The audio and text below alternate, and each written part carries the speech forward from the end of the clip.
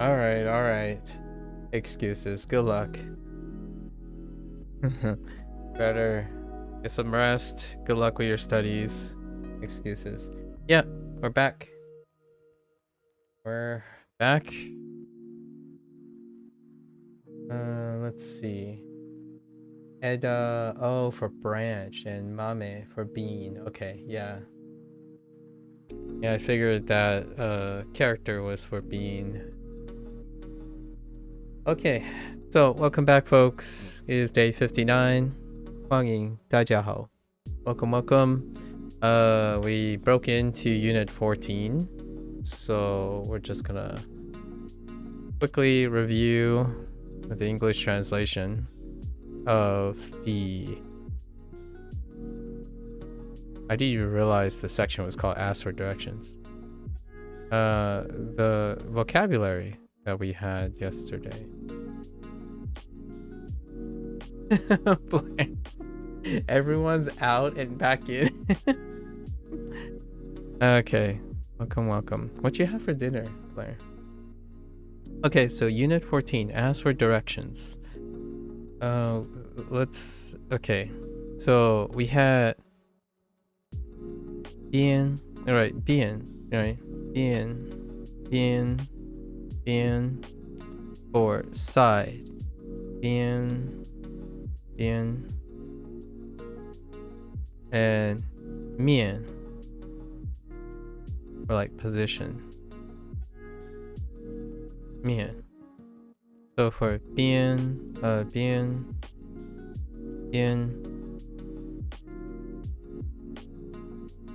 左边 左边 and 右边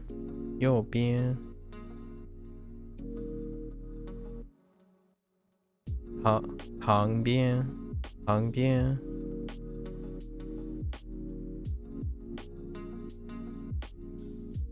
and for position we have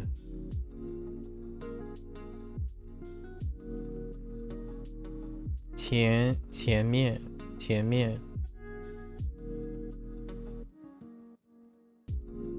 后面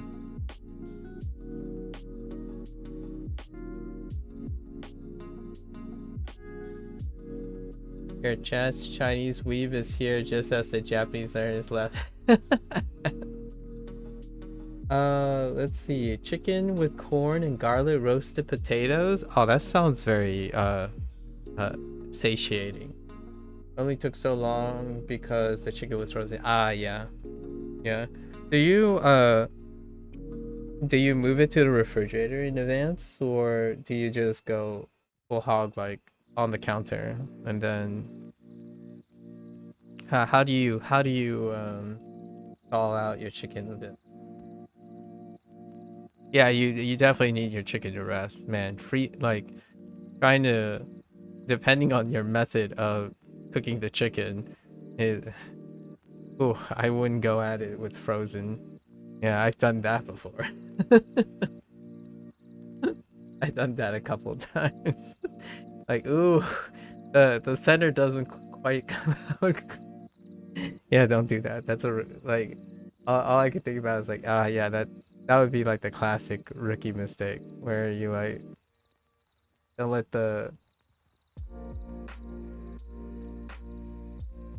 because the center of a chicken, like, oof. Although nowadays, I usually, this might be taken out of context, but pounding the chicken down and then marinating it and then just leave it like that, that's kind of what I pick up from my father most of the time. So you pound the snot out of the chicken and then you place them in a marinade, or I guess some people call it like a tenderizing fluid, and then that will sit for a couple days so you can use it when that's ready, and then not have to wait for that unfreezing process. As someone who worked in fast food, I'm against just thawing raw chicken out on the counter. Yeah, to thaw because it's bacteria. Yeah, that's kind of what I figured. I generally like move it to the fridge. If I plan, I pull it out to the fridge for 24 hours at least. Like, yeah, move it to the fridge. Exactly. Otherwise, I go my father's route, which is like fast food route, like American Chinese. That's how you get it. You pound the snot, pre like cut and thin out the chicken, and then pound it to like some ridiculous thin form, and then put it in a tenderizing fluid. And that tenderizing fluid tends to have something like some baking soda and some starch and whatnot. And then you go and cook it when you can. But it would be good for like 2 or 3 days.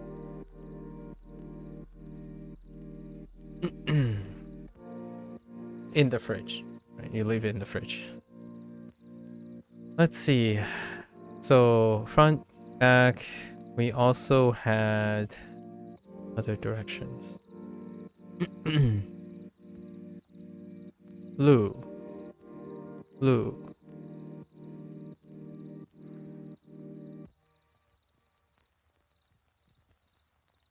Gao.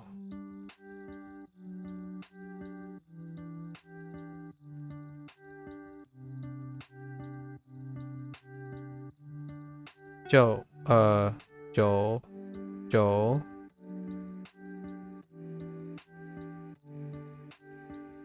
Xue. Shao.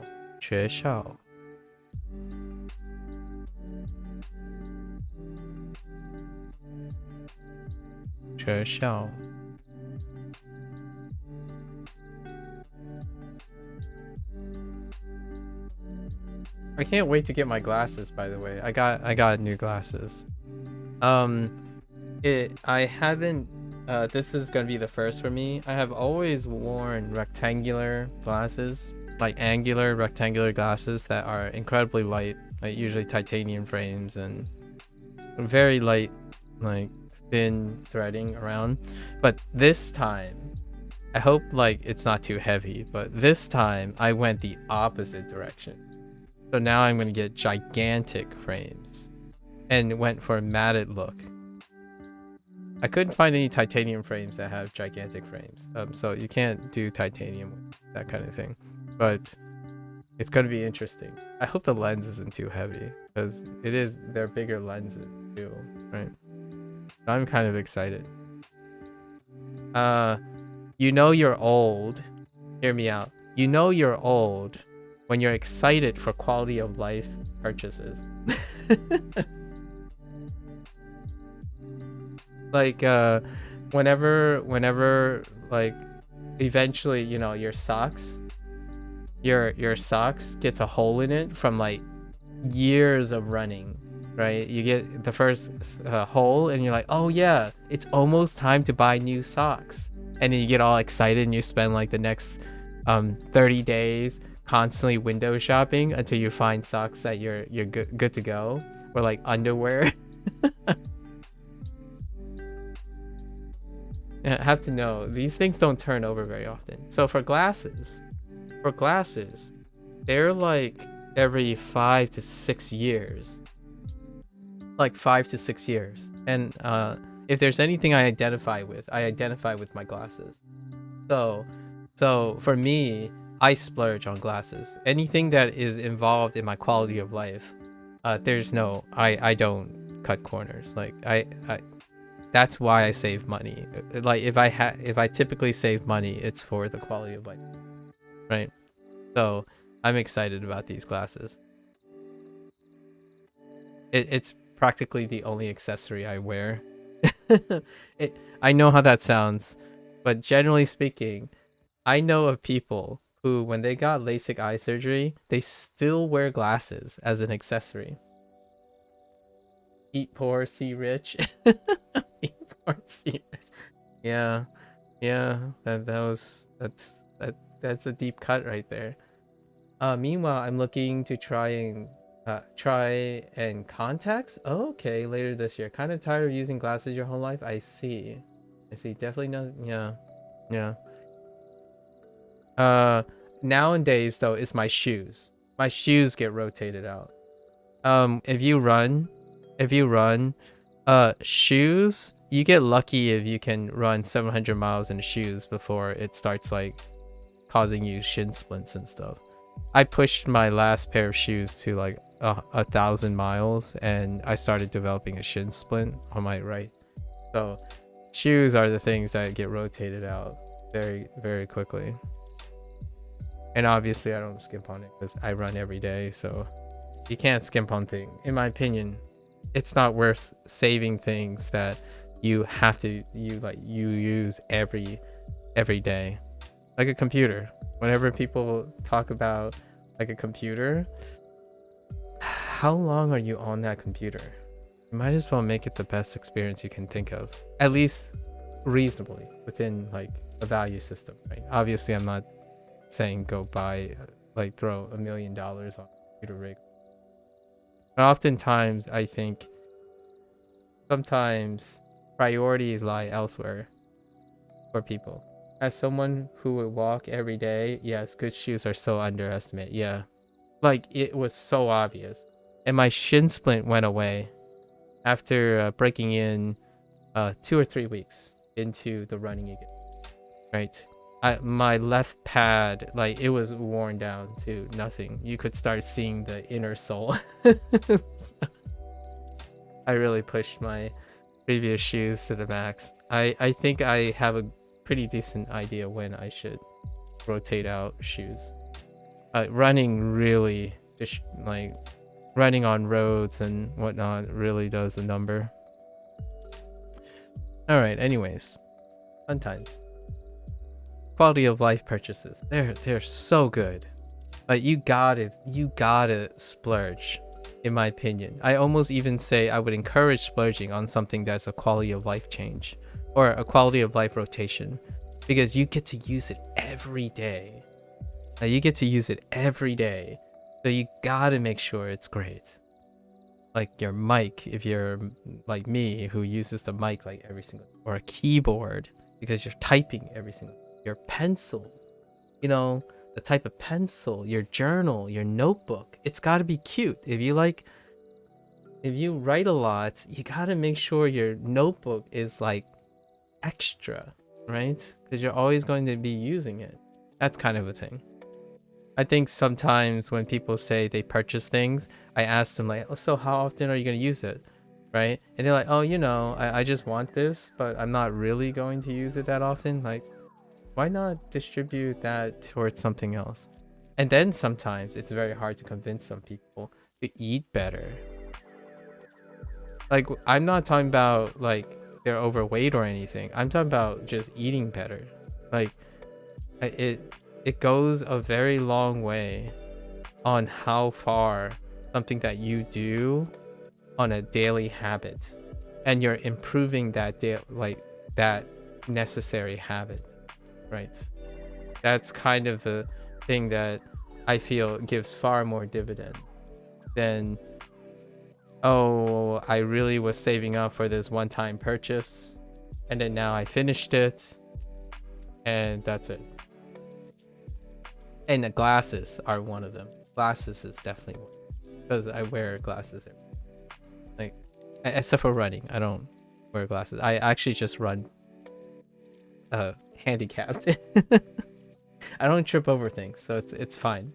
But when I'm running, that's a funny story about glasses. Sometimes my neighbor, like I live in a very friendly neighborhood, so occasionally when someone like tries to talk to me or wave to me, I can't actually see them. So I'd be running by and then someone like, is that person looking at me?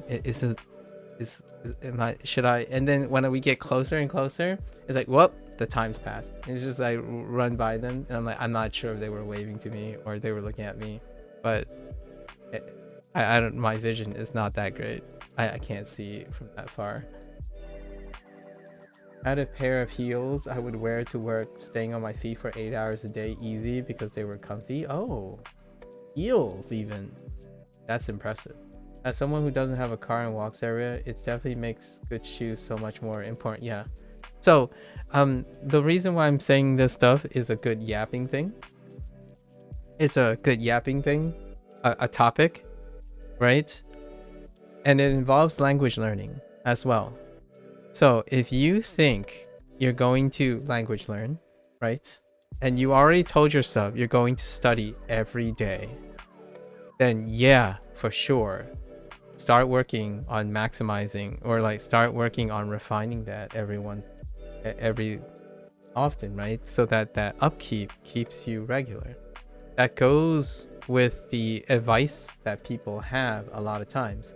When someone convinces you that you need to do this every day, that is way different than you already do this every day and you're looking to improve it. You see what I mean by that? So I feel like the whole idea of life hacks and like big hustles, that is so different. They don't stick for most people, in my opinion, is because they didn't already have the commitment to do it regularly. They want to adopt something new. And oftentimes, in my opinion, the hustle is less consistent that way. If you are doing in my opinion, when it comes to like self-improvement or whatnot, this is not professional advice, but I would start with what you're already doing and then use that as a form of already having commitment and then working on that, because that is what contextualizes all your improvement. So oftentimes, where do you start? Start by eating better. Start by trying to find out how you can sleep better. You can't, those things aren't optional, right? But they sure as heck have a lot of people with differing opinions about how you can do it. So explore that. At least, and if those don't interest you, find the next thing that consumes most of your life, right? And that would not be something like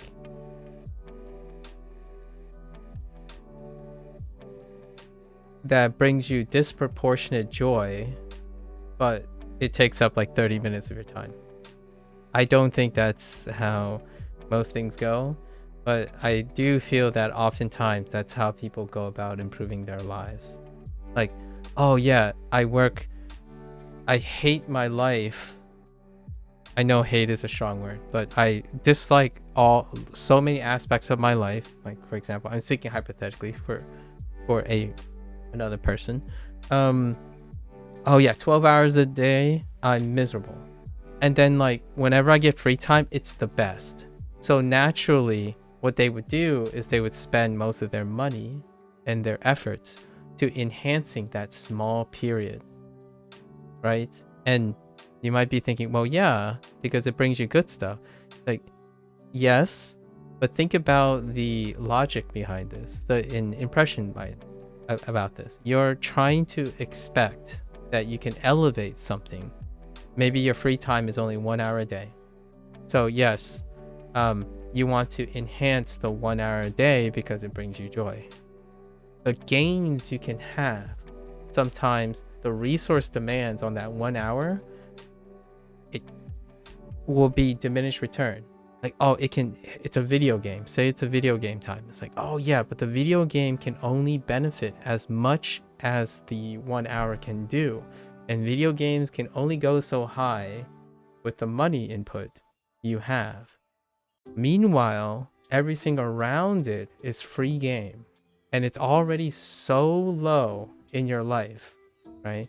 That is my point about hyper-focusing. When you hyper-focus on something, it can be both hyper-focusing on something good and like you desire, obviously, and then something that you don't like can ruin your entire day. Something that you do like, I'm going to say this very lightly, can cause you to inappropriately and disproportionately invest way too much time into it, expecting almost an astronomical outcome.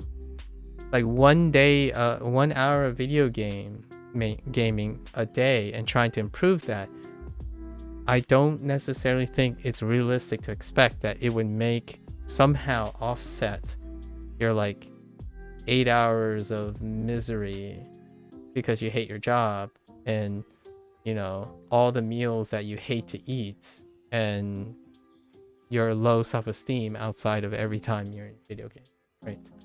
So that's kind of where I'm going with this.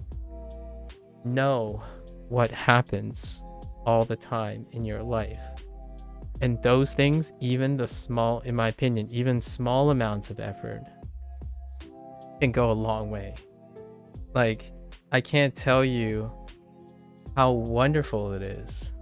I've done this before, where if I had a roommate, and that roommate, the first thing I notice about that roommate is they don't eat well. Right? They're just they don't care about the way they eat, and yet you can see them snacking and eating all the time, right? But then what you can do is you can, as a roommate, you can invite them. You can encourage them to do something about that eating period, because they spend a lot of time eating anyways, right? And no longer will they look at eating as something they just need to do. It's then becomes an idea that, oh, it's a thing that they can improve little by little over time. And that can change everything else. Like, if you start eating well, you start sleeping well, then you start thinking, what else can I improve? I can improve at my job. I can go get a better job, etc. So, and we're not talking about like it's in that order. All the little things you modify in your life makes like language learning a cinch, in my opinion. I'm not trying to make like, sorry, I don't want to make language learning sound like it's trivial. It's very hard and it's very long and whatnot. So you're like micro improving, you're micro dosing on improving your learning experience each day. And then you get to a point where you're pretty much net positive, is what I used to say. You're net positive. So you get up, you're net positive. You don't get up net negative, as in you don't start your day like you don't want to start your day. And the first thing you do saps all that energy away, so that you spend the rest of the day trying to recuperate new energy. I think that is, I probably have described a substantial number of people nowadays. They spend the rest of the day getting the energy that they otherwise, in my opinion, should have had before they started the day. Like, I go to work with energy. I don't go to work spending energy that I don't have, and then coming home trying to find more energy. Some people, that's, in my opinion, that's the pattern they have.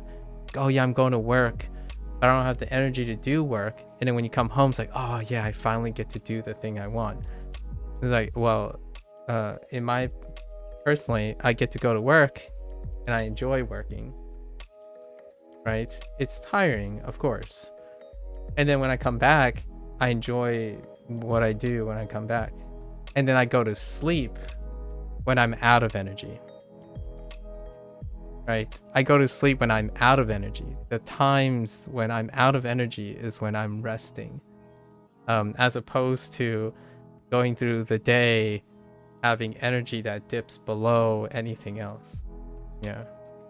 Yeah, that's actually how you were feeling these last few months. Well, I hope you find something to balance it, to tip the balance. Real. Very real. Yes. Okay. All right. So, walk, right? Joel.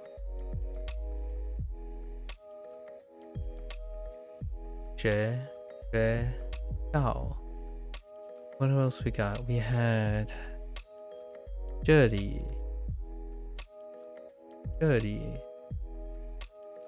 那里 哪里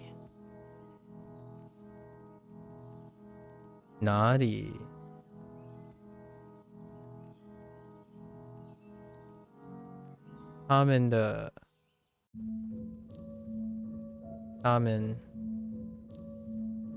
我们我们的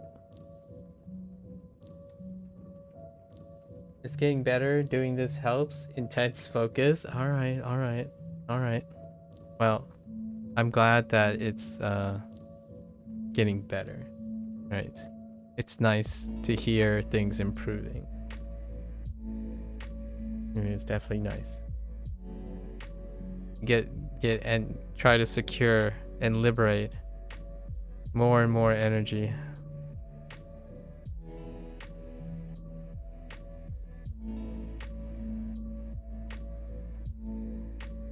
It was something else.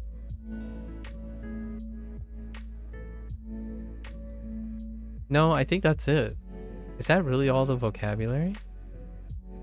Yeah, there's some grammar rules about how to arrange things, but that's about it. Yeah, this lesson is very short. I kind of like it though. I kind of like smaller chunks with the Chinese. 6 seems not as great as 4.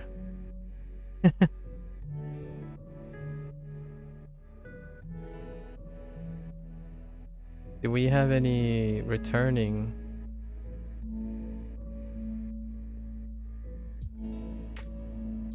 I had 15 new characters yesterday.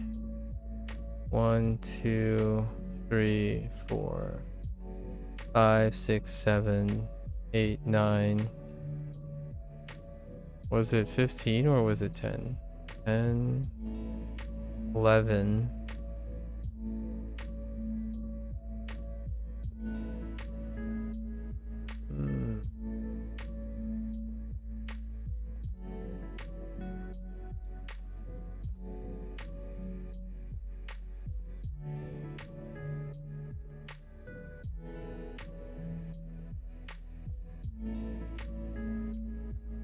Yeah, I like smaller ones. Yeah, this one's one of the smaller ones.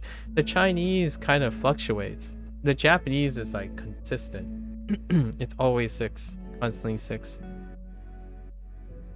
And the content itself kind of fluctuates a little bit.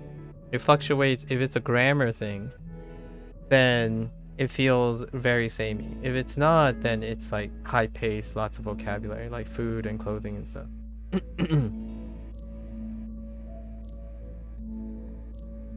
I'm missing a few characters. I can kind of envision in my head some of the characters.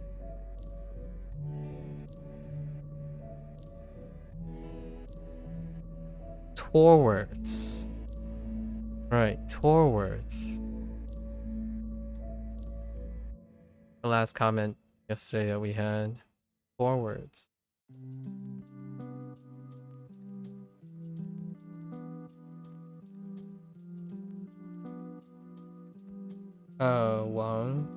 Wang.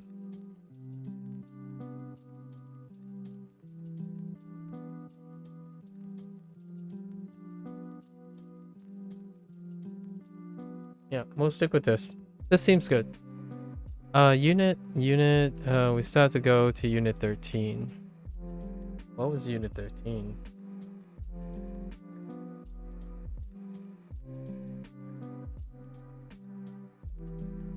Oh, the past tense thing. But it was really about days. Rushing days. So let's do a few of this stuff.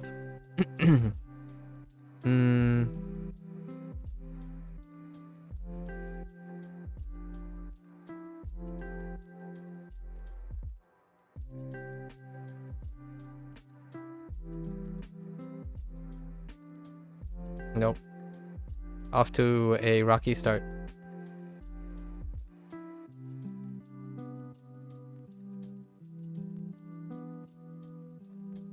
We got Jiaong, Jiaong,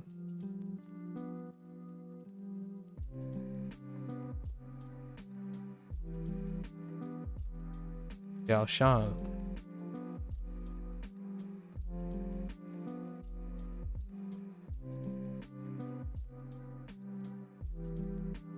Jiaoshanghao, Jiaoshanghao.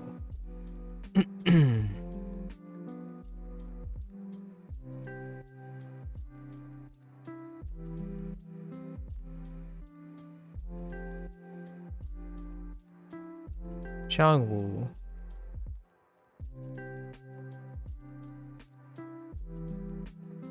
中午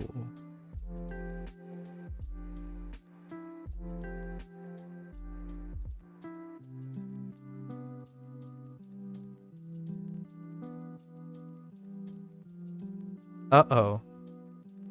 Oh, no. 下午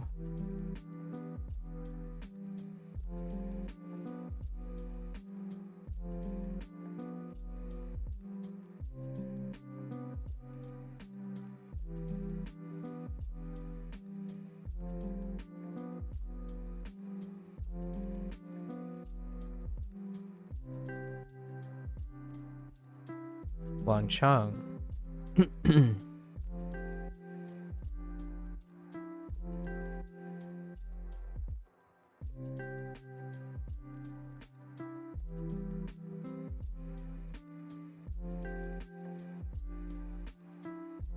晚安晚安 Okay, that's all for those things.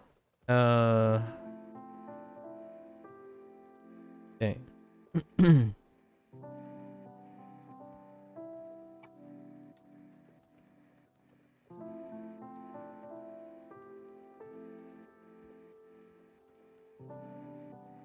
去年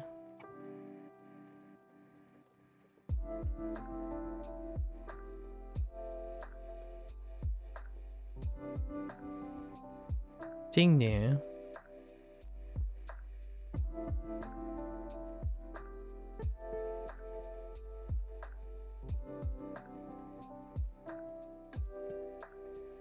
明年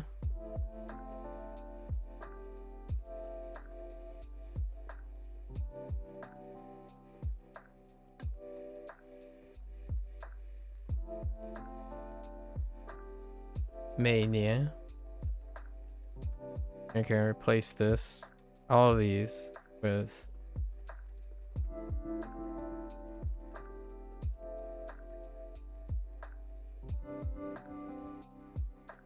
Tian. Oh wait, except for one exception. And we have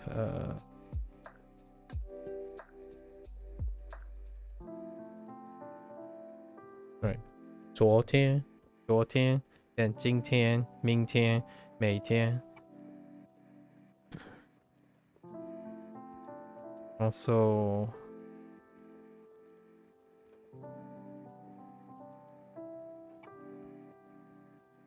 这个下个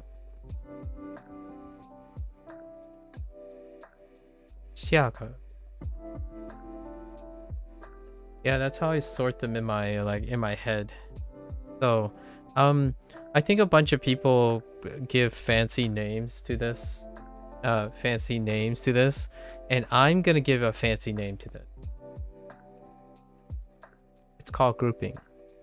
I swear.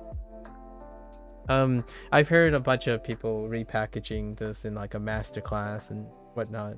This is something that is a very common classic way of doing things when you were originally learning your native language, probably mostly English. You're grouping things together by association. The more you put effort into organizing something, the more likely you'll. One of the greatest examples, in my opinion, is chaotic order. In the sense that you know how sometimes you look at your room, you look at someone else's room, it's like, how the heck do you find anything in it? It's because they placed cautious effort in how they organize the thing. Even if it looks like a chaotic mess, you can still figure out and find all the information you can possibly find. And so if my order is like not up to what you like, try to make your own order. And oftentimes you'd be surprised, in my opinion, sometimes this becomes effortless, where you start rattling off. If you know one word, then you know the other word, which leads to another word, or those words lead to 4 other words, and then you start building context in them. Organization itself is context. It might not be like the ideal case for people when it comes to like stimuli or something. But this is kind of one of the quote unquote potentially unnatural ways that is natural to the learners themselves. So that's kind of how I organize things that they're written in a certain way. I'm not like writing in a nondescript way. There's a reason why I placed a space here and I put a quotes here and then staggered groups. And that's kind of how I've been doing it for quite some time now. Let's see. So these are applied to, we have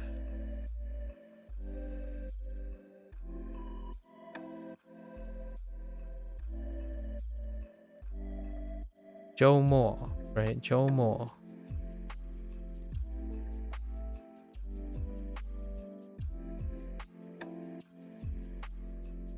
Oof, that's kind of ugly looking. And 星期, right? 星期, these apply to those. 星期. And here we can have, right? 日 and 天,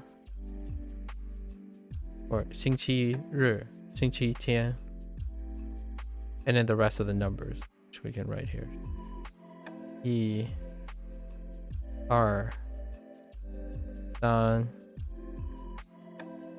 2 3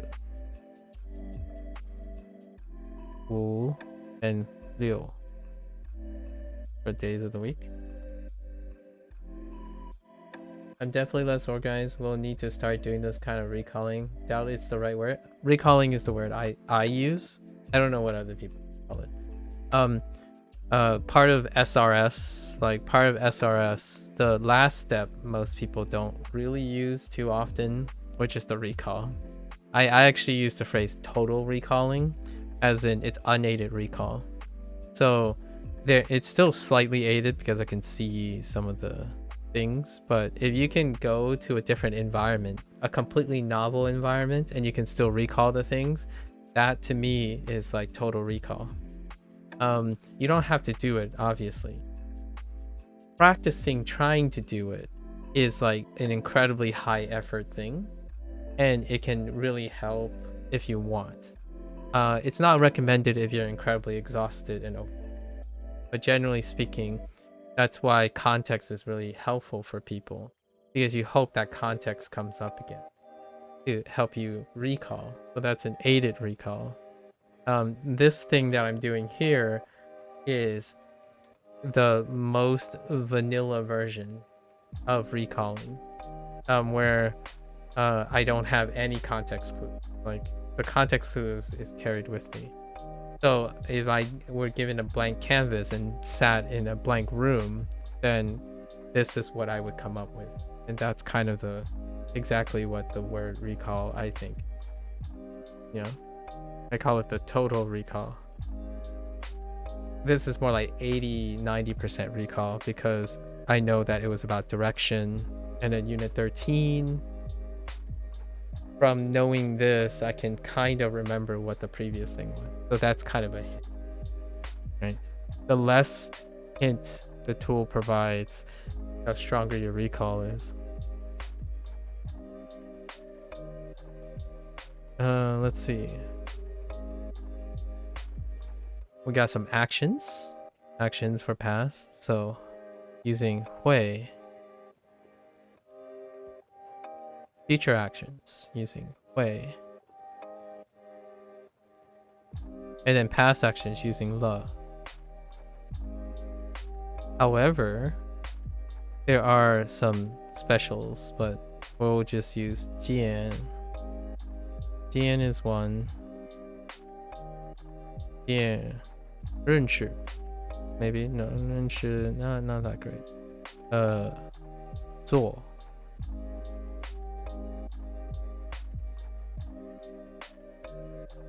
做 is pretty good. And there's a special case for 在, but just 会在 not 会了. And then 认识 you only got 认识了. So we'll put 认识 this side.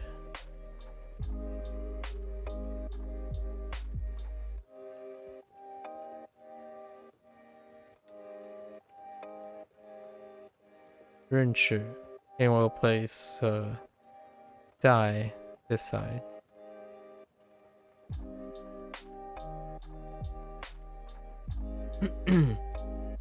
On the side. And these guys are both Hui and Le. So 进了,会了. 做了,会做. 认识了,会认识, that's kind of and then 在 会在, but not 会了, not so much.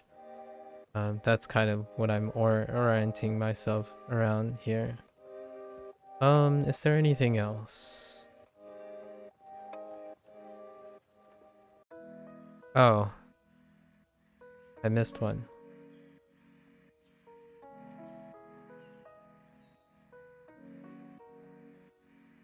Mega. You can still do mega. Oh, and day props. So we can do something like phrasing.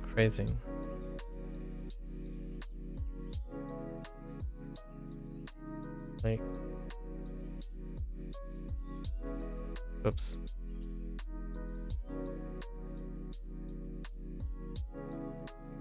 Jingtian, 今天下午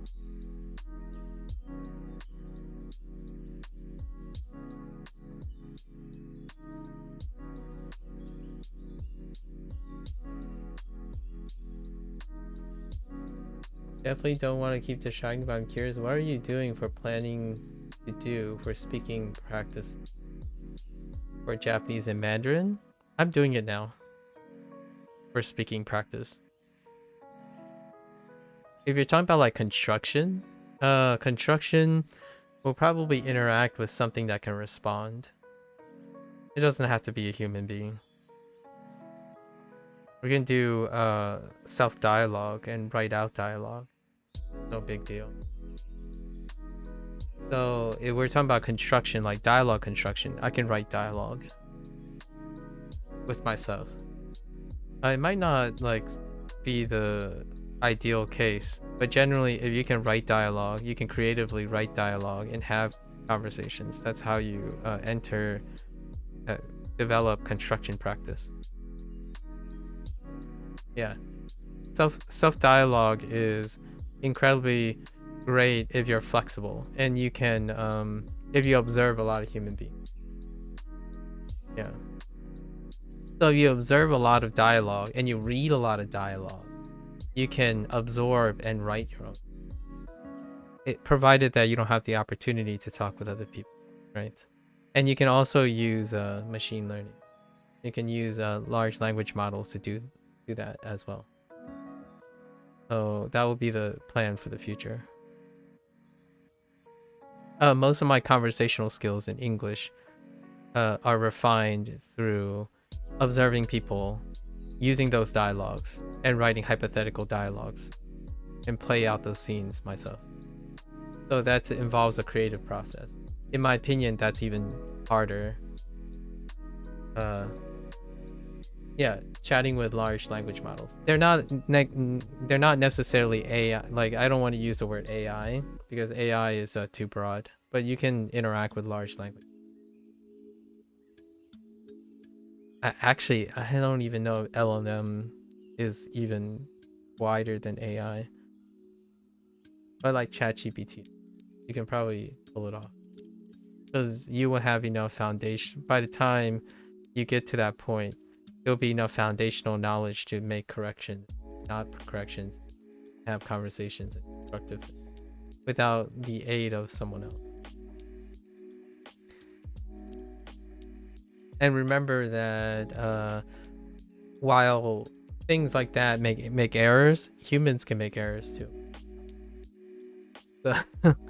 So whether you find it engaging or not is, if you're able to engage in constructive creativity, if you're able to engage in constructive creativity, then that act is practicing the skill. Oftentimes when people, in my opinion, when someone asks me like, well, how do you become more articulate, or how do you overcome insecurities, right, of speaking, the question is, have you done constructive speaking? Have you done creative speaking yet? There are many steps you can take towards that. Write a hypothetical situation. If you want me to help you with that, I will write down 3 or 4 situations and write out what you would say in those situations and how you would think those situations would play out. And then if you think those are accurate situations, you can find them on YouTube. See how those play out. It's to, in my opinion, to get someone to start thinking about the conversations, to have and construct the sentences you would say, or the construction, as opposed to concerning themselves with unnaturally remembering, like, ironically, this is very ironic, but unnaturally remembering natural instances where you have no experience. So for example, it is great to observe natural encounters, right? However, you're observing them and then you have to execute on them, or even like if you can't literally do it, you can simulate it. You can at least make the attempt, like, okay, well, let me see. If I was in that situation, what can I say in that situation? This person said this. Does that feel good for me? Or should I do something else? Or etc. Can I do it? Right? And that's kind of where I would go. At least that's where I'm heading. I walk around and stuff. I am not concerned about how accurate it is or how natural it is. The idea is if you don't do it at all, you can't learn from that in the first place. Actually just did a challenge where I recorded myself trying to only speak in Mandarin for a set amount of time. I found that helped realize some of your areas of weakness. Yeah. That's, and then you refine and you continue. You refine and you continue. Yeah. There are lots of specific areas of language learning that would oppose this, where they diminish the importance of output to use as a frame to evaluate your input. I am a person who would say all of the above, as in it's not one or the other, it's all of the above. There's a reason why all those different theories exist, so I will find a balance of whatever that is. Some people, like, there is a school of thought that's all input and you just let it naturally happen on its own. All input, no output, it'll happen on its own. That might work for some people, it might work for a lot of people. I'm not that kind of person. I like doing output, so I'll probably output all the time. I have conversations with myself all the time. Literally someone came up to me and said, like, if you're that's not true, you can't have dialogue with yourself, that's called a monologue. And I'm like, good luck telling that to a playwright or someone who actually writes stories and stuff. If they're not having a dialogue with themselves, then where do you think the fictional dialogue is coming from?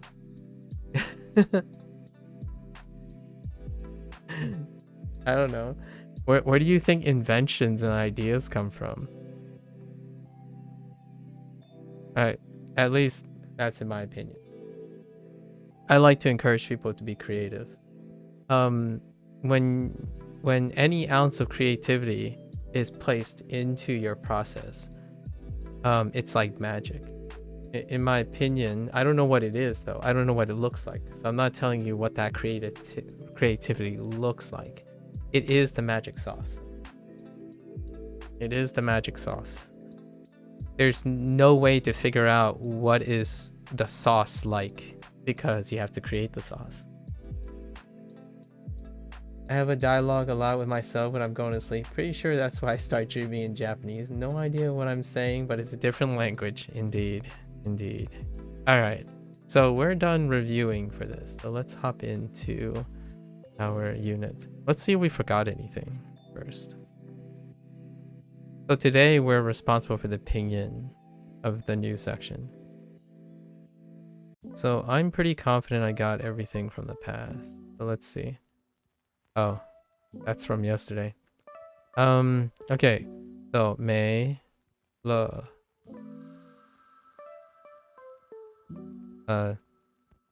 Zhou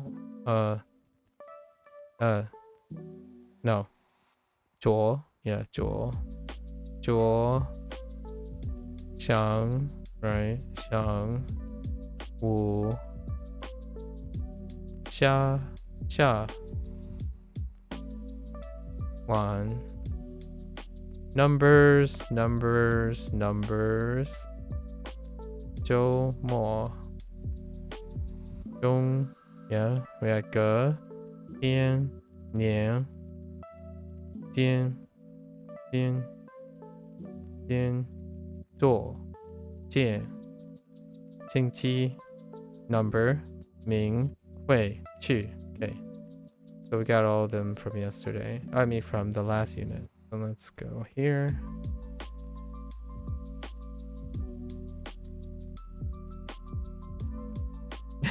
Man. Yeah, you have those dreams. Indeed. So let's see. Yo. Bian.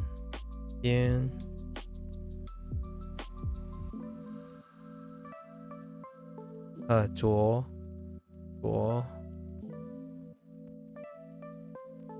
Tian. I think it's yeah, 2. I felt the 2. Okay.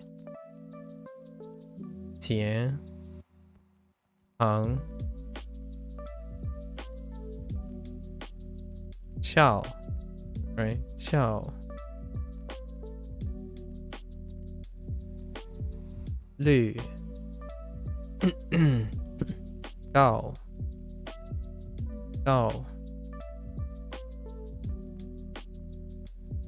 Zuo. Jiu.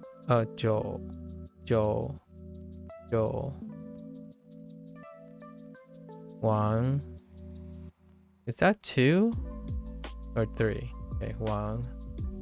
I naturally gravitate towards 3, but sometimes 2 and 3 can be a little bit flexible because of if it's in a word or not in a word, or at the end or in the beginning, or like at the end specifically. Mian. Che. Oh, I forgot about Jama what? Oh, Jama Jo. So I did forget one. Jama Jo. Okay, and then oh. Okay. Ni men de. Oh, it's actually ni. It's not wa. Ni men de. Okay, that's fine. It's about the same. Ta men de. Na. Right. Li. Ze. And na. Okay. So we missed. We kind of missed this. It's ni men de, ta men de, wa men de. It's a review, and then 怎么做 Nice. I've had dreams when I have fallen asleep with this stream on and definitely had Mandarin spoken in the dreams. Yeah, dreams when I'm literally practicing my Mandarin to someone, and for some reason it's always oddly lucid. It is lucid dreaming is definitely a possibility. All right. 4 units. 4 lessons. Let's go. 洗手间在饭馆的旁边。 Oh yeah, we don't need pinyin anymore. Okay, it's day 2. No pinyin, right? 洗手间 what? 洗手间在饭馆的旁边。 Okay. 洗手间在旁边。在旁边的旁边 no 的饭馆饭馆的的旁边，边，洗手间在饭馆的旁边，洗手间在饭馆的旁边。他在他的妹妹的旁边。他在他的妹妹的旁边。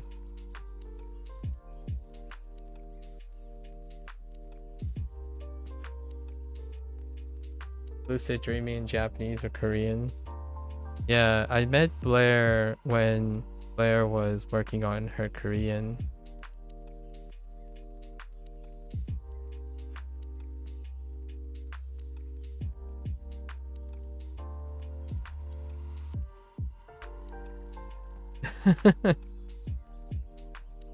She 她在的 she is 旁边 next to 她的妹妹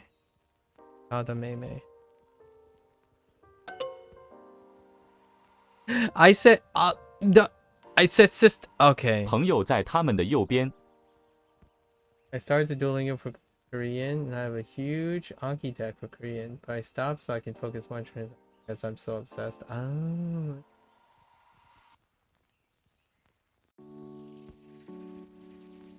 Who, what, where, when, how section of Korean? Oh, I can only imagine. 朋友在他们的右边，朋友在他们的旁边，右边。朋友在他们的右边，右边，他们的右边。 Oh, I see why they use 他们 Yeah, 他们的 Yeah, the left, right, yeah. 朋友在他们的右边，朋友在他们的右边。谁在你的妈妈的前面？谁在谁 was not logged. I mean, that's kind of nice too. 谁在谁在你的妈妈的前面。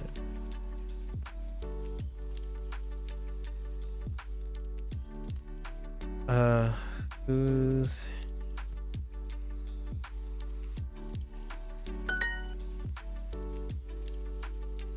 左。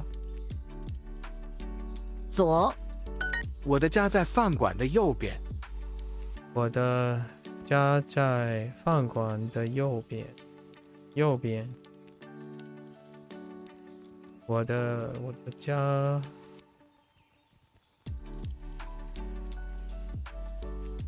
右边。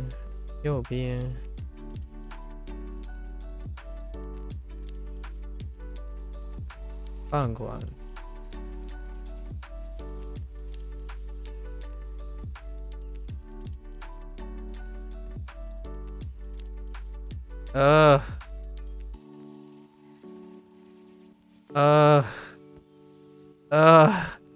Prepositions, wait.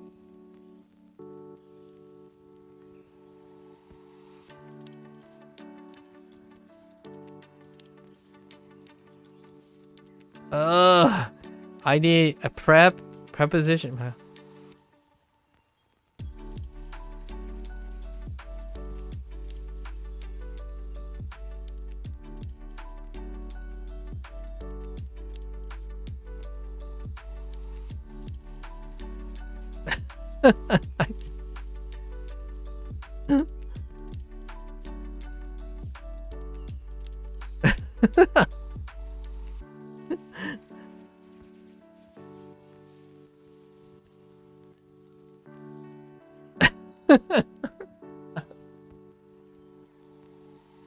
My home is to the right side of the restaurant. Oh, that took so much work. Oh, that took so much work. Oh, God. English. Much like the particle section, I think I need to take a week and really deep dive the section to understand it. But getting stuck on it is what made me switch to Japanese. So I can't come. Oh, I see.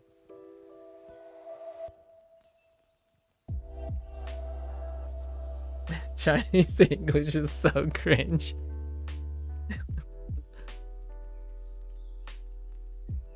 Yeah, it's just glitching through the. Yeah. Yep, basically. My home is to the right side. My home is to the right side of the restaurant. Yes. Yes, I think I think we're good now. Yeah, 钱，他们的家在医院的左边吗？ Okay. 他们他们的家家在医院的左边吗？医院的牛奶 Sorry. 左边妈，他们的家在医院的左边吗？医院的左边吗？ Okay.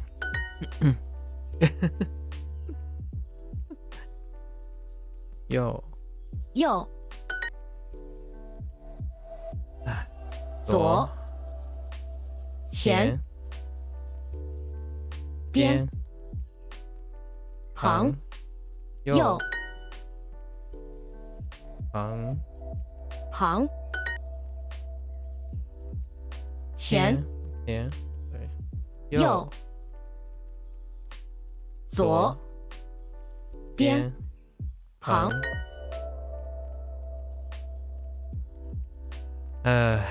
边在 Oops.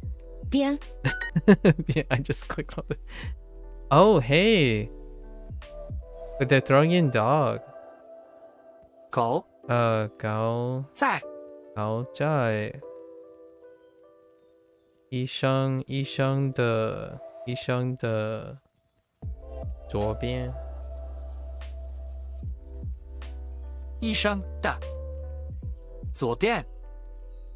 Okay, I'm gonna be real. It's actually easier the other way around though. I think English to Chinese is like nah, I got this. The other way around is like I could because of target language being too flexible, I think. But this way is nice. I'm okay with this. The dog is to the left side of the doctor. Like I don't have to do this thing. I don't have to do the English thing. That's fine. We're fine.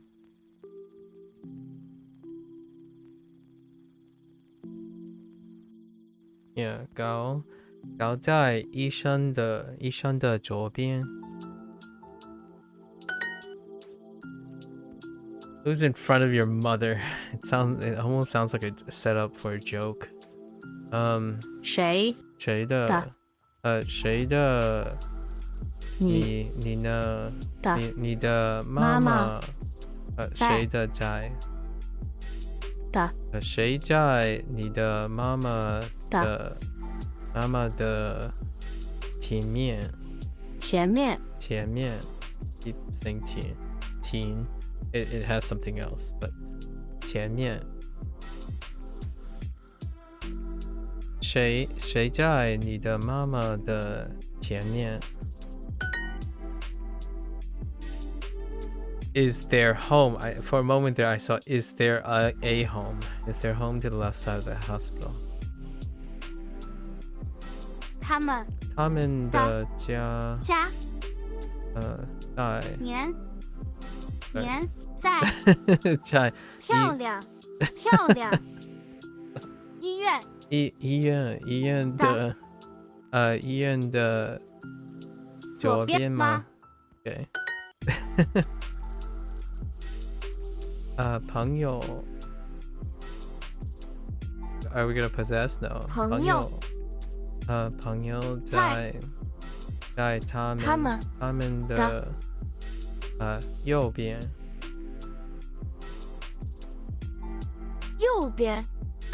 That was a little aggressive. 他在他的妹妹的旁边。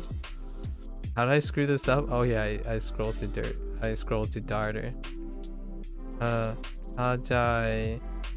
在他的妹妹的旁边妹妹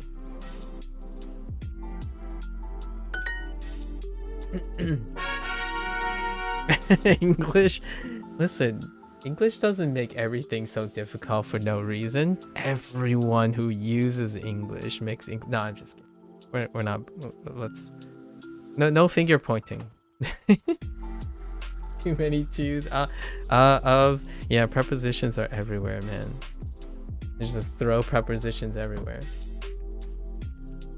Sometimes when my parents drop all the prepositions, I don't mind it. I don't mind it at all. Like when they drop like helping verbs and prepositions, I'm like, I'm over it. It's fine. It's perfectly all right. Points to some complicated for no reason. But you just gotta get good, you know? Why make it complicated? It's like, for real though, I make it complicated. I speak English, so then I make it complicated. I don't know. It's funny. What is another language? Oh, Indonesian. Indonesian. Like you don't have to learn Indonesian, just have someone talk about Indonesian in English, like how Indonesian goes about it. Now that is something else. That is probably the English moment we're talking about. Like if you have someone else speak English and they drop all the extra stuff in English, you probably get a experience like when someone describes to you how Indonesian works. It's a really fun little like extra thing to listen to when you have someone who's multilingual and describe how Indonesian works. I kind of like it. I'm like, yeah, the feels. Love Indo seems really fun to learn just for the fun of it. I think so too. I think you can get away with a lot with less in Indo, so you don't necessarily have to like be really committed, right? Really committed. You can really start having other people fill in the interpretation. It's even more so than Japanese, like in various situations where you're so heavily inference in conversation in Indo. So it's kind of like the opposite of English, in my opinion, where it's so sometimes I feel English is deliberately being anti-conversational. Whenever someone correct, like I honestly feel it feels less rich when someone explains to me some like a grammar point in a different language. I'm like, oh, okay, yeah. And then English is like, that doesn't really matter that much, right? In a conversation, it's like, well, yeah, but we all know it's there's a problem with it. And like, yeah, I know. Part of me wants to toy with the idea of learning Chinese. Stop tempting to learn all these languages. Yeah. Keep it, keep it solid. Keep it solid. I have selected my 3 or 4 languages for my life, so we're gonna keep it to that. I'm as much as I'm tempted to like Indo it up all of a sudden or French it up or all of a sudden. Yeah, I'm keeping real too. Tea. Oh, we have to get our hearts. 冰茶和汤, 冰茶和汤. Where's my okay. 7. Whoops. 可以号码 of that 号码. 哎呀，天气不好。哎呀，天气不好. Oh no. 哎呀。天气不好. My ayah is really different. Oh, every time I hear an ayah, it kind of makes me smile. I do watch a bunch of people who have they're second gens, but their parents are Chinese. So whenever like they record their parents do something and something goes wrong, they do ayah all the time.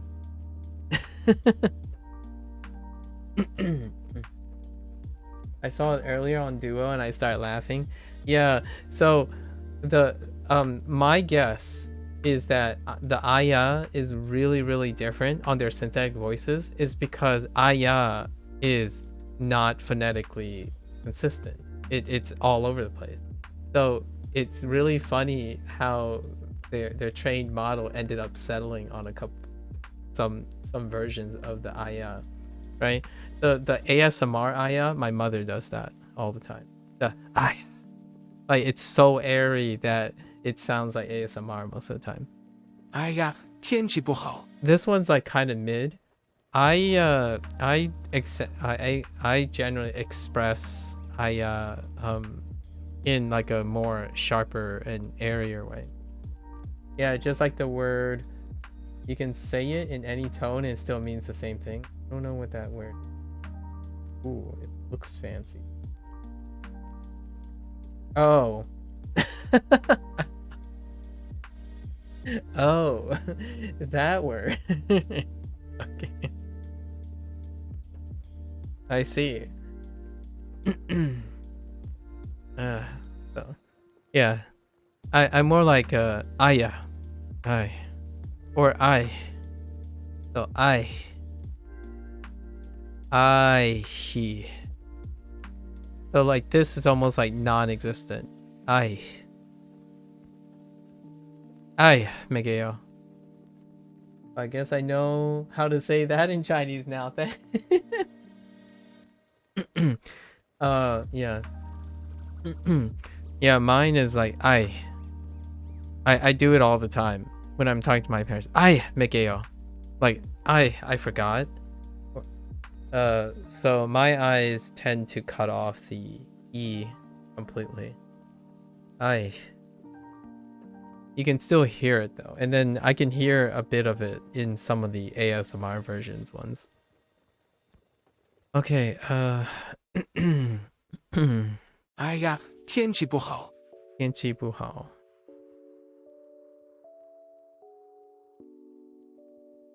你叫李华。你叫李华。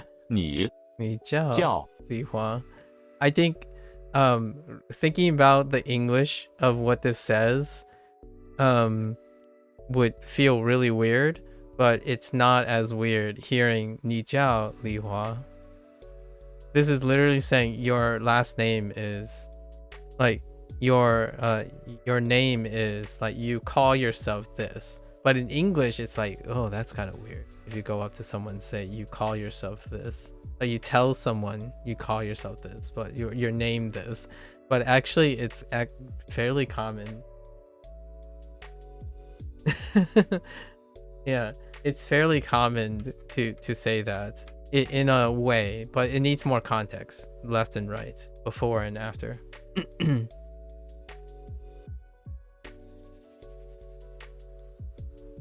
Yeah, it translates back weirdly. 你叫李华。你叫李华。李华。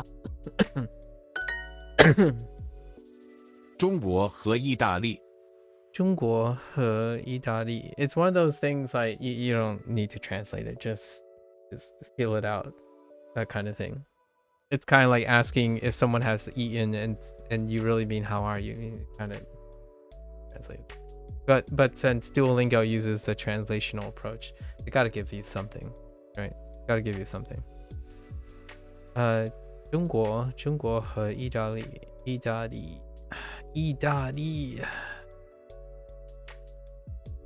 Oh, no one saw that. 冰茶和米饭。冰茶和米饭。米饭。你姓张，你叫张明。对，你姓张，你叫张明。嘛。对。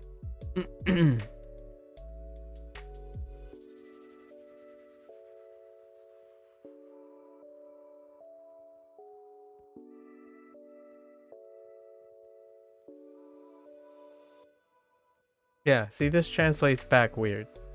Your last name is Zhang. Your name is Zhangming.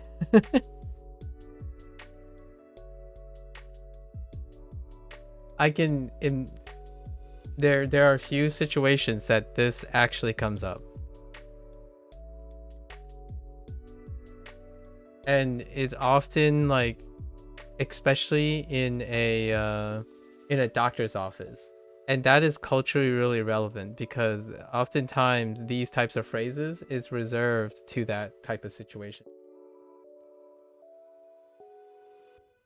Yeah, you're called, yeah, and it's a really common situation, or like it's common in that situation where you have these type of phrasing, like, oh, your name is Zhang, you're called Zhang Ming, right, kind of thing. I don't know if I've ever heard this uttered in this kind of manner in English in a doctor's office, but you can kind of, there's like versions of it. It's like, you know, Chang, you know, like Zhang Ming, yes, kind of thing, right? If anybody said that to you in English, I would probably be offended. Yeah, it's kind of like assertive. It's like telling you about your name, like telling you who you are. So there's kind of a bit of a loss in translation there. Yeah, it's kind of a bit of a loss in 李 translation. 老师是加拿大人。你老师是加拿大人? Is that what they just said? 李老师是加拿大人。李老师是加拿大人。 Fair enough. 我说你 Oops. 你美国 Stop. 我我说中文。中文你呢？你呢？叫我张明。叫我张明。叫我张明。意大利。意大利。你说中文对不对？你说中文对不对？中文不对，不对，对不对？ I usually use 对吗? I don't typically use 对不对, but I'm more of a 对吗 kind of person. Although there are times like I could kind of see like formality and casualness being a factor in 对吗 and 对不对. I get better if it's phrased as you're Zhang Ming. Yeah. Yep. And then you would add a ma, right? That would be like 你是Zhang Ming吗?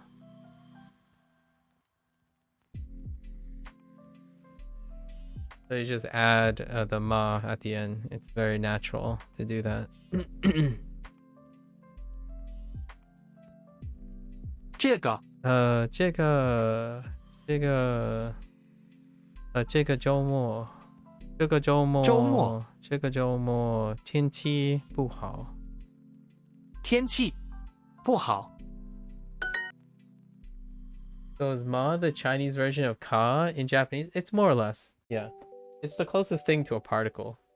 Like I don't know if people still call those things particles in Chinese, but yeah, it's one of the closest things to a particle.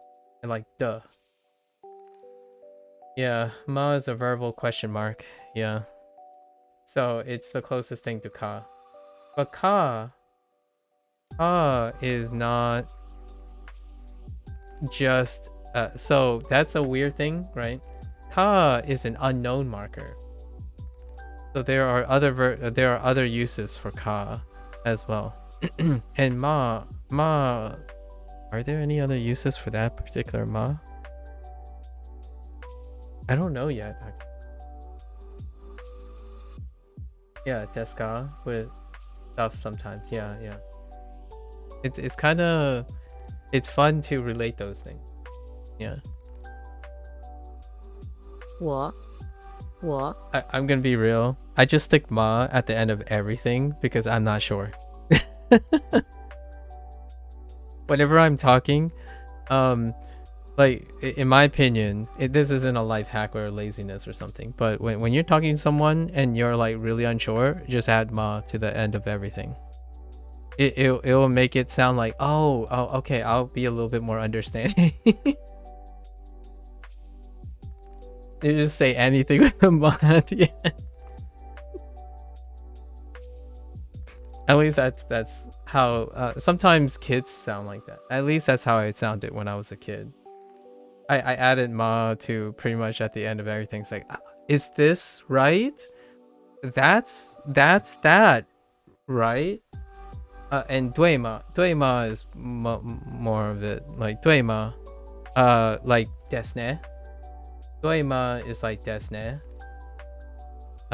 so you know, is that ですね to the end, or ね to the end of everything, like, right, this is right, like, is that how you say that, right?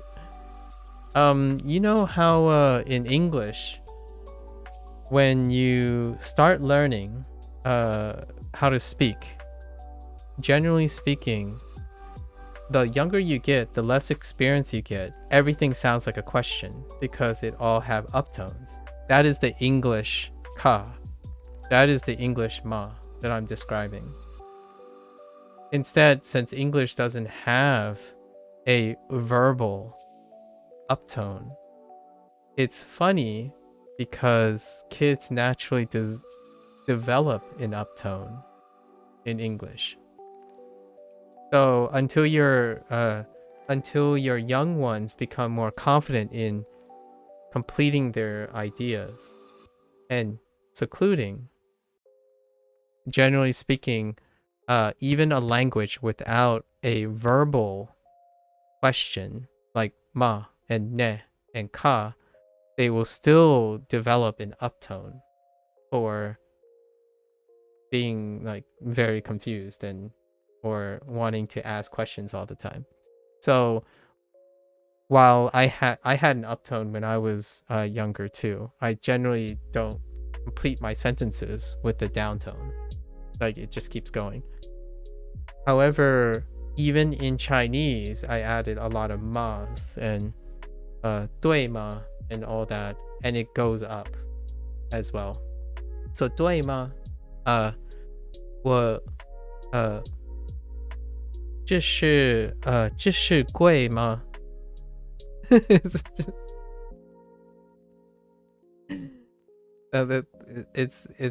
very universal, I feel, in terms of the uptone. Yeah, English question mark is a Chinese rising tone. Yeah, exactly. And Japanese is the same. There's a rising tone even with the unknown marker. So ka has a rising tone even with the unknown, even though it's a verbalized unknown marker. And then you can still uptone things if you're not sure whether it has a marker or not, which is interesting too. And I think that's a carryover with languages that don't have an unknown. You know, they always talk like this. Sometimes you're just not sure if whatever you're saying is actually right. So if you're gonna go and do this, do you think I'm right? Do you get the idea that I'm asking a question or saying something right? Or I've gone through that training before, where when you're speaking, you can do an uptone to link two clauses with a space in between. However, most of the time you want to also periodically descend to complete the idea, right? Even saying, if you can say right without saying right. So some people would say that would be a great way to practice. Saying, hey, you think this is true too, right? So there's the uptone, right? But then you can say, oh, this is right. Or I believe this to be right. So now you're going slightly down. Easiest way to teach people the rising tone. Yeah, the question mark thing and the rising tone. Talk like you never ended an idea. That's usually how it goes. My name is Li Ming. 我叫李明。叫李明。wait.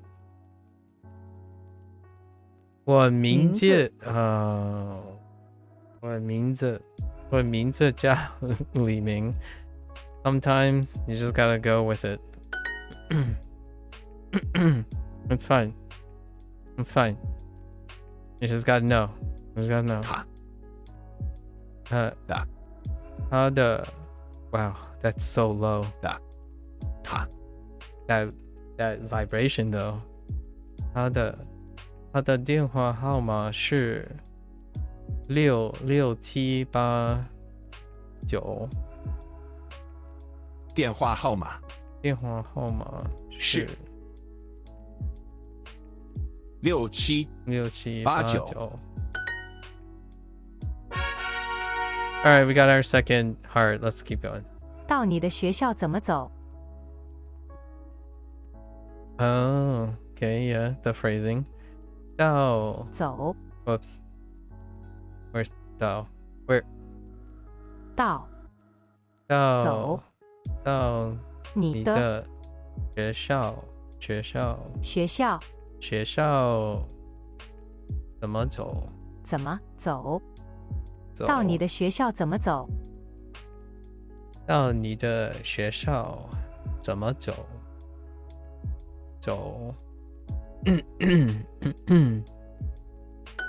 我们不认识路。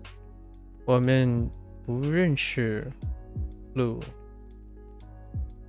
我们不认识路。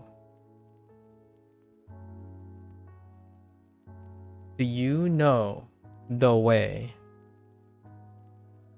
I couldn't help it every time I hear the way. Do you know the way? 我们不认识路。Don't know the way. 洗手间在他们的后面。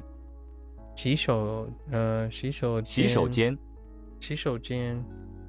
在他们的后面。洗手间在他们的后面。他们的后面。洗手间在他们的后面。Okay. 你认识路吗？你认识路吗？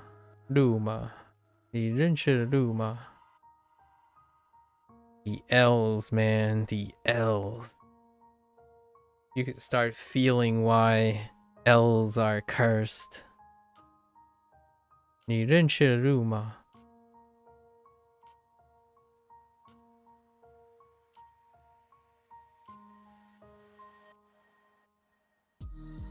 Do you know the way?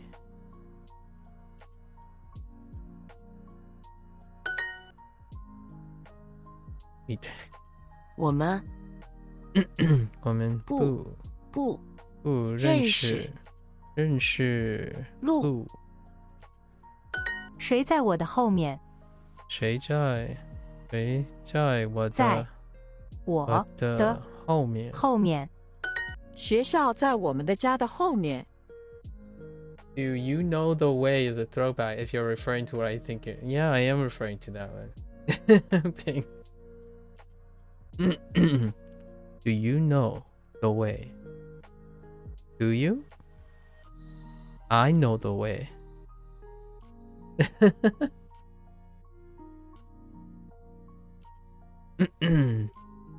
I don't think this was a deep cut into Chinese though.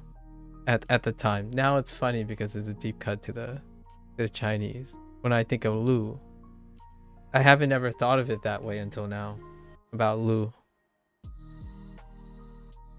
Okay. 学校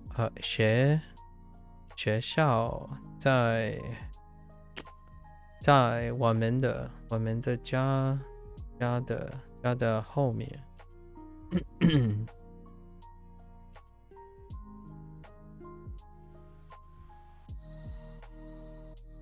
I think this is a few times where the English actually comes out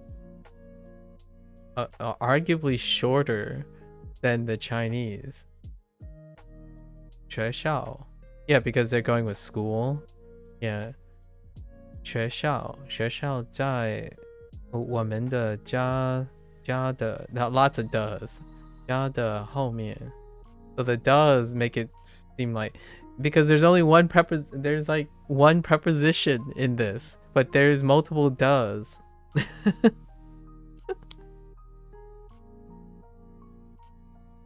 Oh wait, we better make sure. I'm gonna use house here. Oh, they went with home? Okay, 房间. Fair enough. Yeah, they were. I was thinking like, maybe they're just flexing. But 房间, I decided to go with 房间. 房子, sorry, not 房子. 房子, 房子. Okay.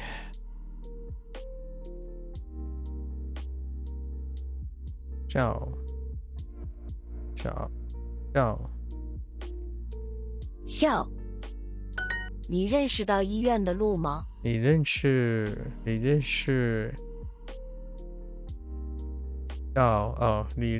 到医院的路吗？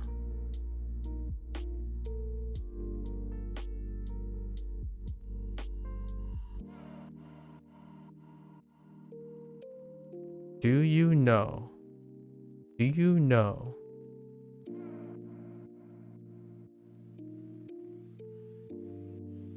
I keep looking for how, but do you know the way to get up? Wait.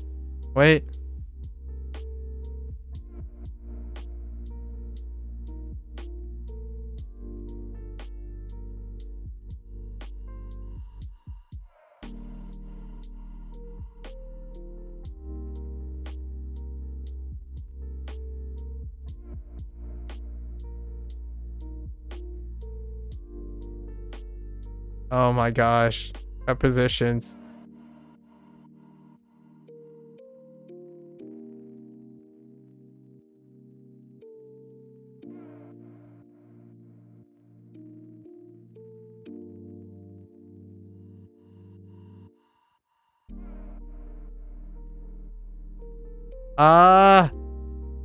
Send help. Okay. 你认识到医院的路吗？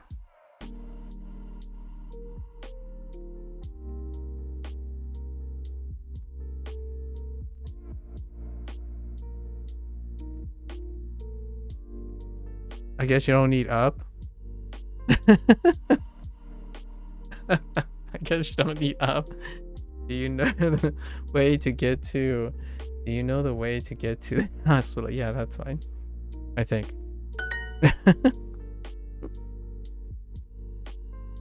Lou.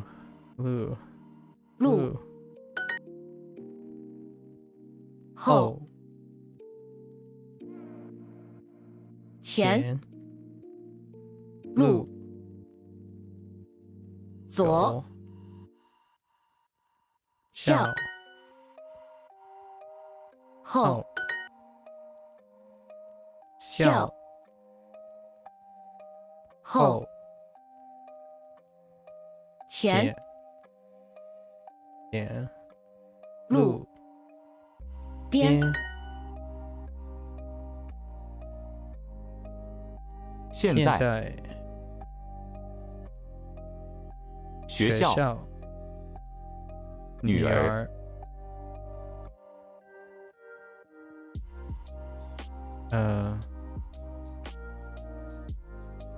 非常猫 There's your 猫 There's your 猫请问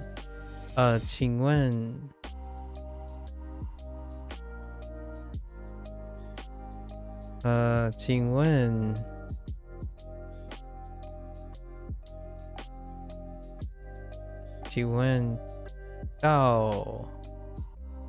到医院怎么走？怎么走？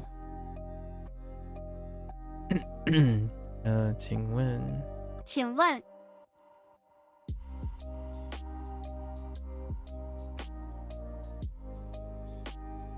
走到到医院怎么走？That one's kind of weird, actually. That's kind of weird to think about from the English.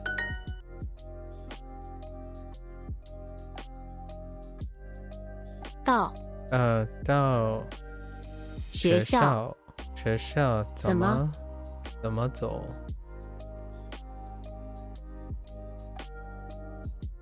的 Oh, yours. 你的。的 Okay, sure. 你的怎么走？你的学校怎么走？走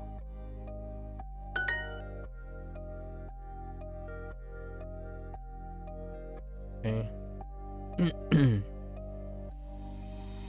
学校在我们的家的后面。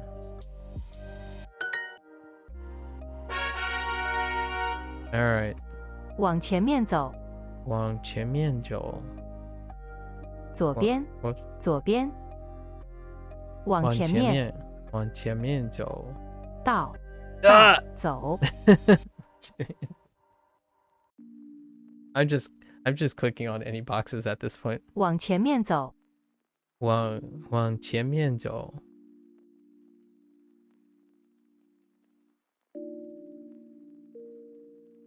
Okay, I was thinking of the pinyin.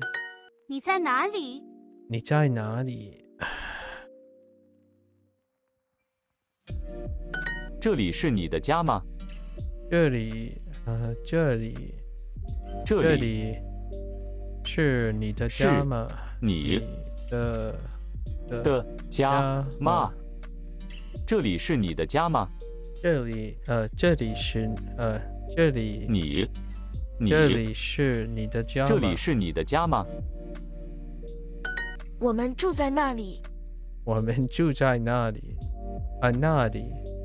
我们住在那里。Right over there. Over yonder breaks. 请问洗手间在这里吗？请问洗手间在这里吗？请问洗手间在这里吗？请问洗手间在这里吗？ That's something a lot. For my parents. Actually, my parents wanted to say this in English, but generally, how does English work?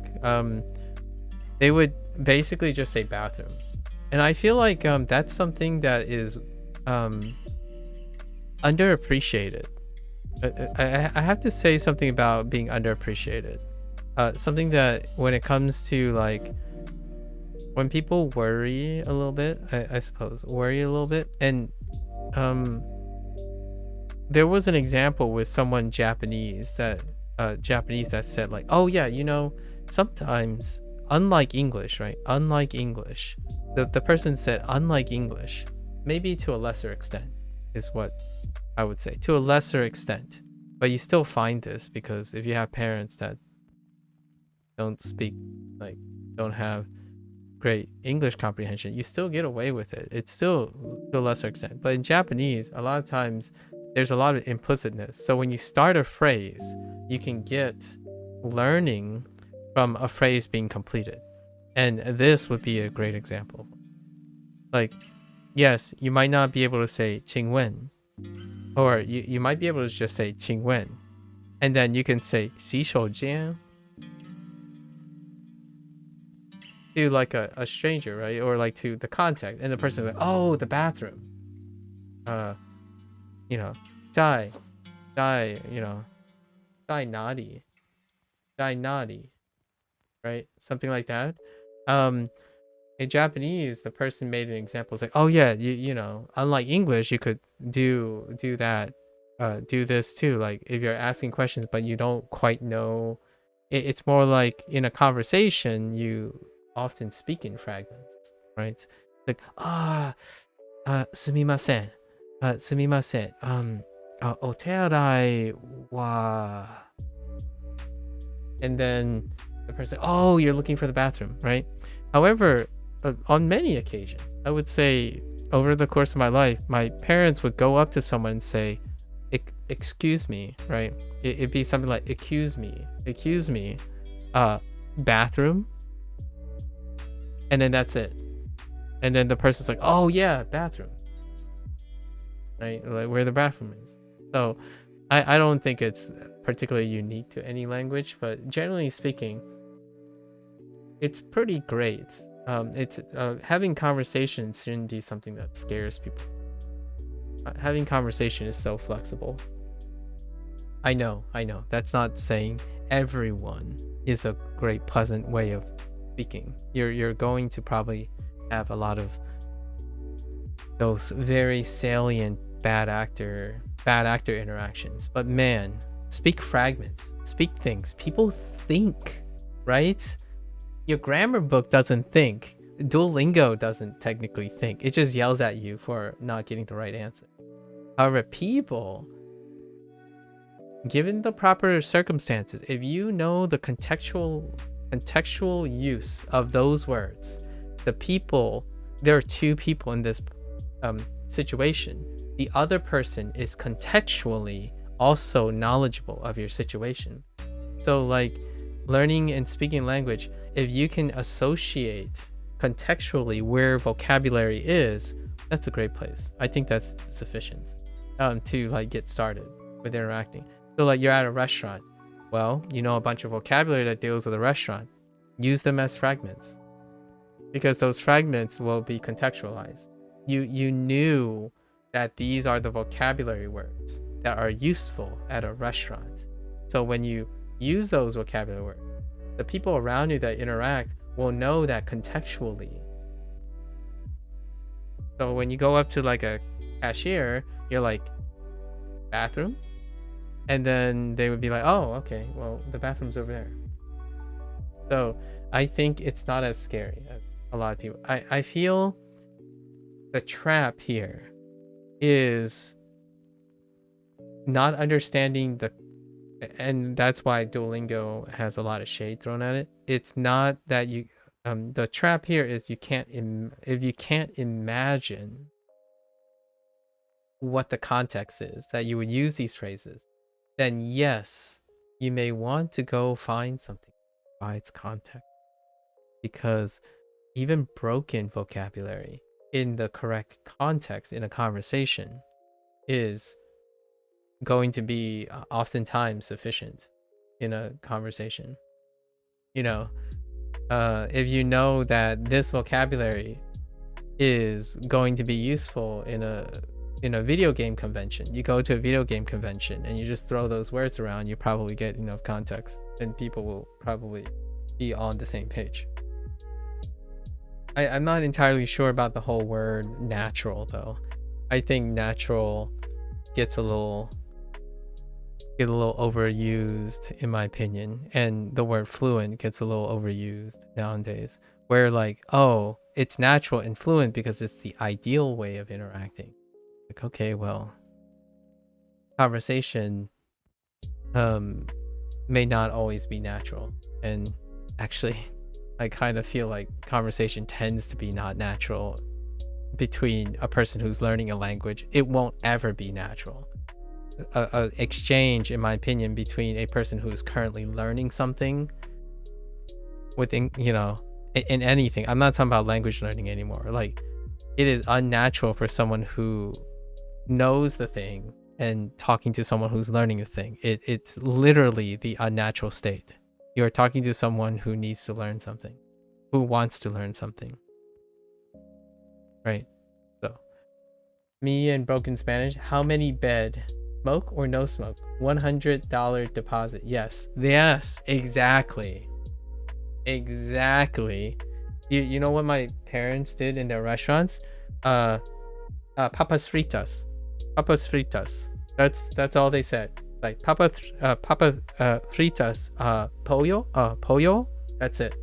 Pollo. Papas fritas. That's all they went. And all the Spanish speaking people were fine with that, because they would come and it's like, oh, okay, and then they point to a menu item. Like my father practically made really close regulars because they came for chicken wings and french fries. Chicken wings and french fries. That's it. Fried chicken wings and french fries. So just pollo and papas fritas. That's it. And they would say, oh yeah, and then since we don't have calling or anything back in the day, you had to get the audience's, like the person's attention. So my father would call out and say pollo and papas fritas to the person who ordered it, and then it's just repeat that and then say how much it is. Like, it's $10. That's it. It's so in my opinion, that's kind of like how I imagine when people get started and talk and start acquiring things, right? I would absolutely get people through Subway orders with broken Spanish as well. Pan, queso, yeah, tostada, lachuca. Lachuca. I haven't heard that. Then sauces and for here or to go, yeah. Mm-hmm. 他的儿子在那里。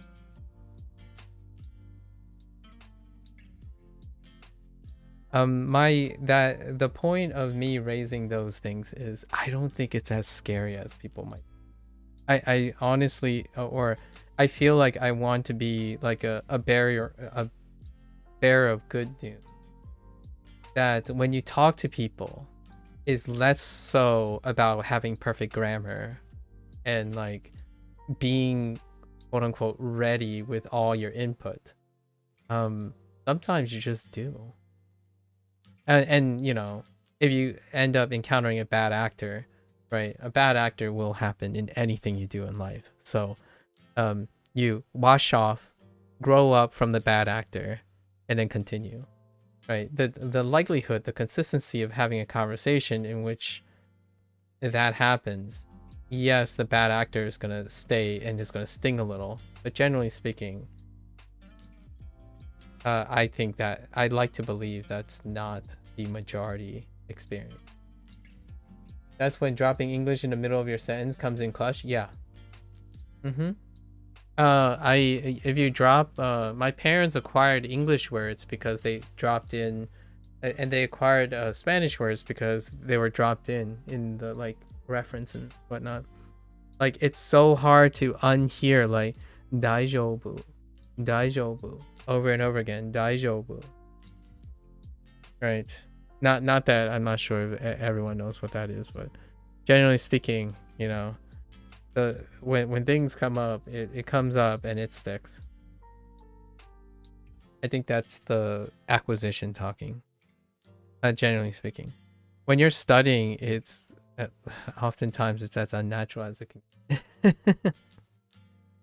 Not that it's undesirable. I'm not trying to make it sound like it's undesirable. I think there's enough people who say things are when things are unnatural is undesirable. 他的儿子在那里。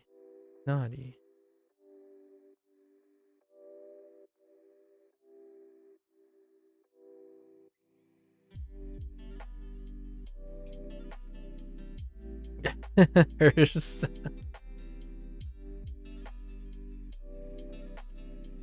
Hers.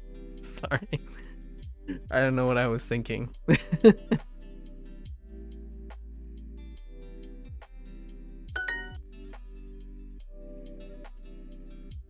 往，请往左边走。请往左边走。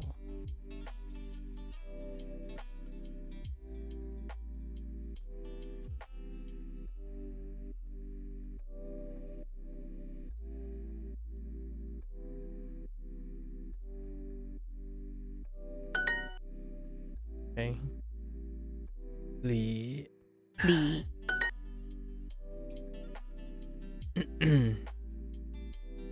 你们 or 你家？你的家？你的的家？家在哪里？在哪里？哪里？他也不在那里。他也不在那里。那里。他也不在那里。他也那里 Oops. 那里不在那里，他也不在那里。Okay.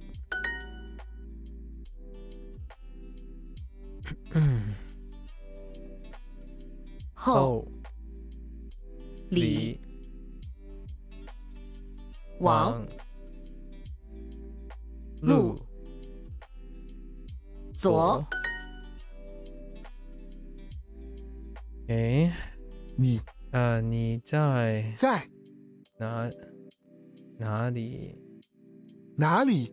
I kind of want to see if they. 那里 Okay. 那里哪里？ Okay. Never mind. I just wanted to hear. 哪里？那里？那里？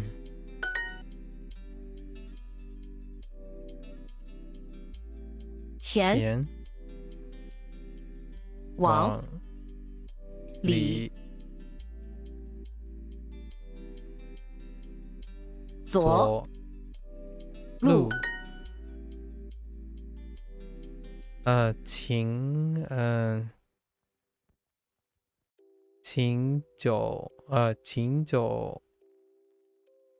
请走往 no， 请往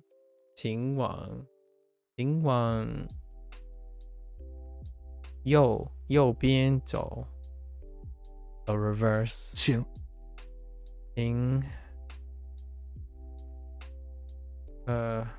右边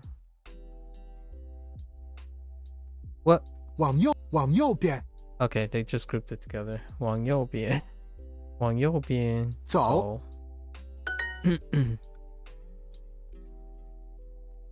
请问洗手间在这里吗？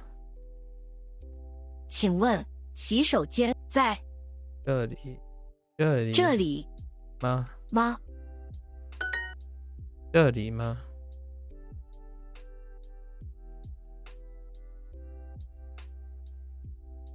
请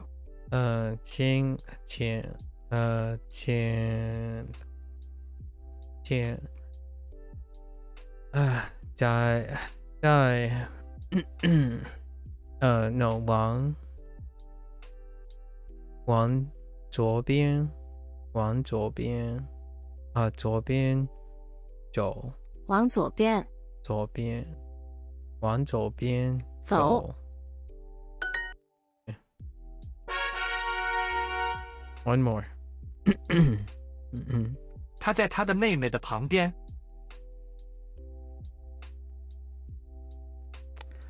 他在 grinding? Nah, we yapped. There's no grinding and yapping. I would have started on my review session already if we hadn't yapped. Don't be. I just kidding. 他在他的妹妹的旁边。We have a set list. We have a set schedule of stuff.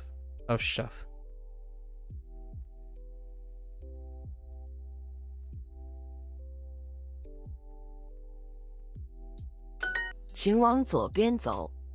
请往左边走。左边。请往左边走。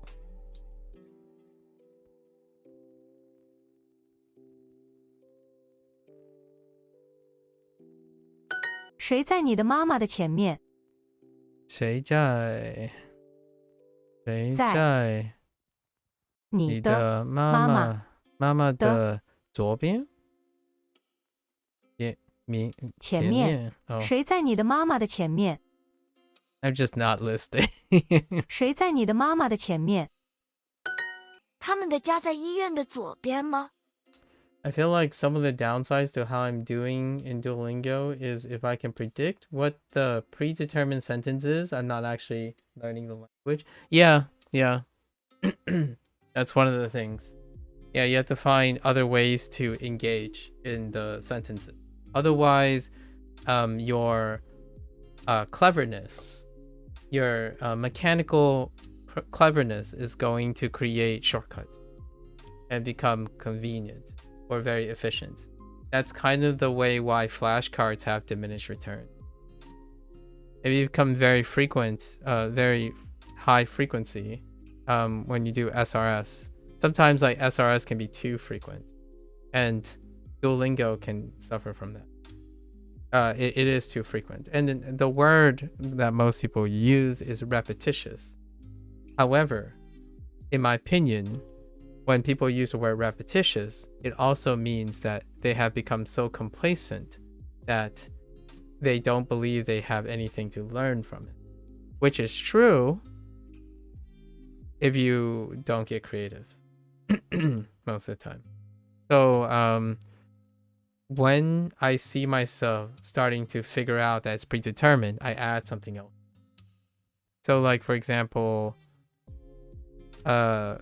you'll probably hear me say this to myself every once in a while. I was like, oh, we already did this. We already did this. Now it's the reverse. Now it's the reverse. Right? So, this kind of thing is, in my opinion, at least acknowledging it. And at the same time, the idea is how often this comes up. If you want it to be like less of a quote unquote time waster, because a lot of people say, oh yeah, I've already done this, so I'm going to do the same thing again. The idea is you can either, there's no option in Duolingo to like skip, so the other option is to go faster, which is what most people opt for. Just find the clues, find the shortcuts. I already demonstrated this in Japanese once, a few times, where I know the answer without even listening to anything. You know the answer just by looking at the word bank, because you can only form very specific sentences with the word bank. So then you can say, oh well, you can turn on the keyboard input. That yes, true, only for the target language. So in this case, you don't have the keyboard function for your native one, but you can rearrange these sentences to create the sentence. If you know nothing about this, like if you didn't see this prompt here, you have a high chance of getting the answer anyway. Now, the thing is, whether this is a good thing or a bad thing, you get to learn something about yourself, right? The problem is, if your goal is to learn the words, which is what you stated, to actually learn the words, this sucks that you're doing that. And it's a natural thing because, in my opinion, if you went through school or like you rode a bike or something, the natural habit is you're going to be intuitively getting faster and faster. Like you're trying to get faster, right? So you can't not unhear your great short-term memory. So oftentimes that's where Duolingo, I think, does suffer, where the pool of prompts are not sufficiently big. They're not sufficiently big enough. And then you get to the point where, oh yeah, you'll hear the same thing. You already know the answer even before they finished listening to it. And now you're challenging yourself to figure out, how do you get more now that you don't need to know? So do you have other ways to focus on something now that it's the second time around? So lots of video games. This is a great way that I think Duolingo could change it up. And they kind of do this sort of, to some extent, where video games, when you have to play a game again, like a roguelike game, right? Like a roguelike game, they would throw in an element that is ever changing by chance. And that element is a pool. And that pool is constantly growing as the person gains more experience. Now, the element in this is not really not as great. What they do is they take a word, like say a part of speech, like a noun, and they would change it to another unit. They would change it to another unit. And then they would take another part of speech and substitute another unit. But overall, when you see the structure stays the same, right? So you could do something more. And my take is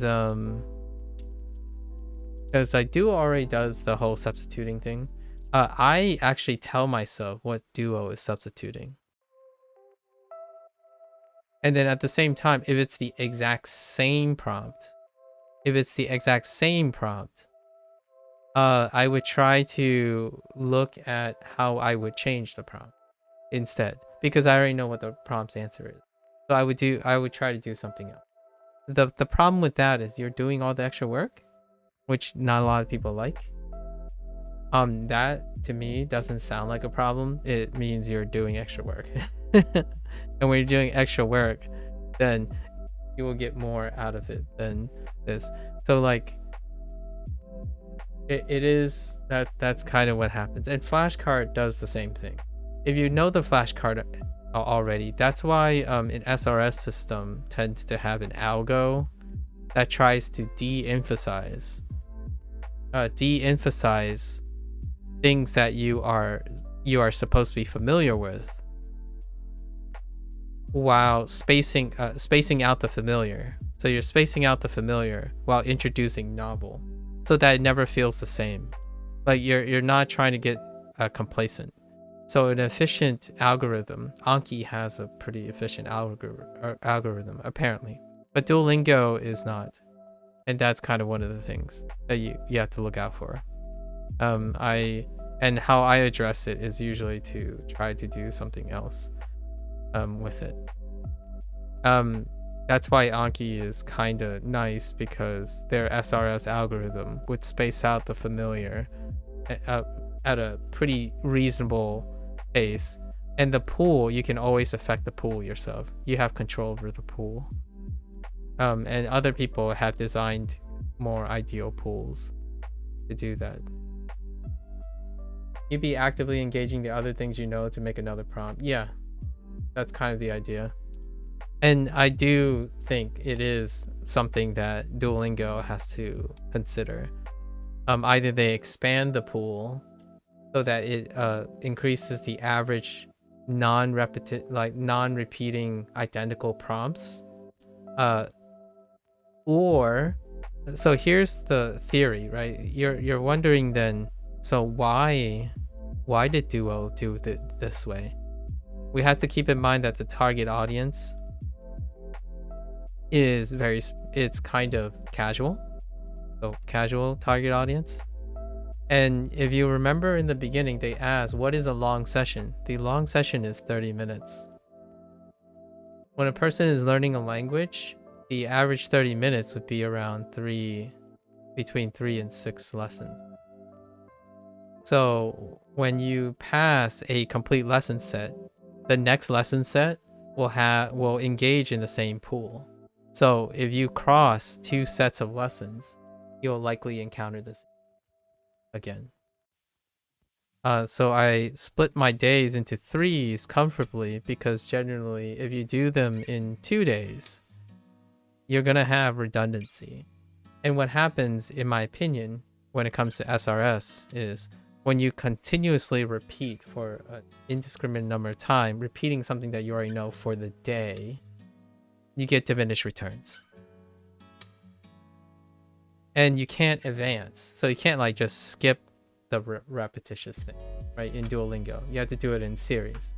So their target audience is that the people don't go through the full unit.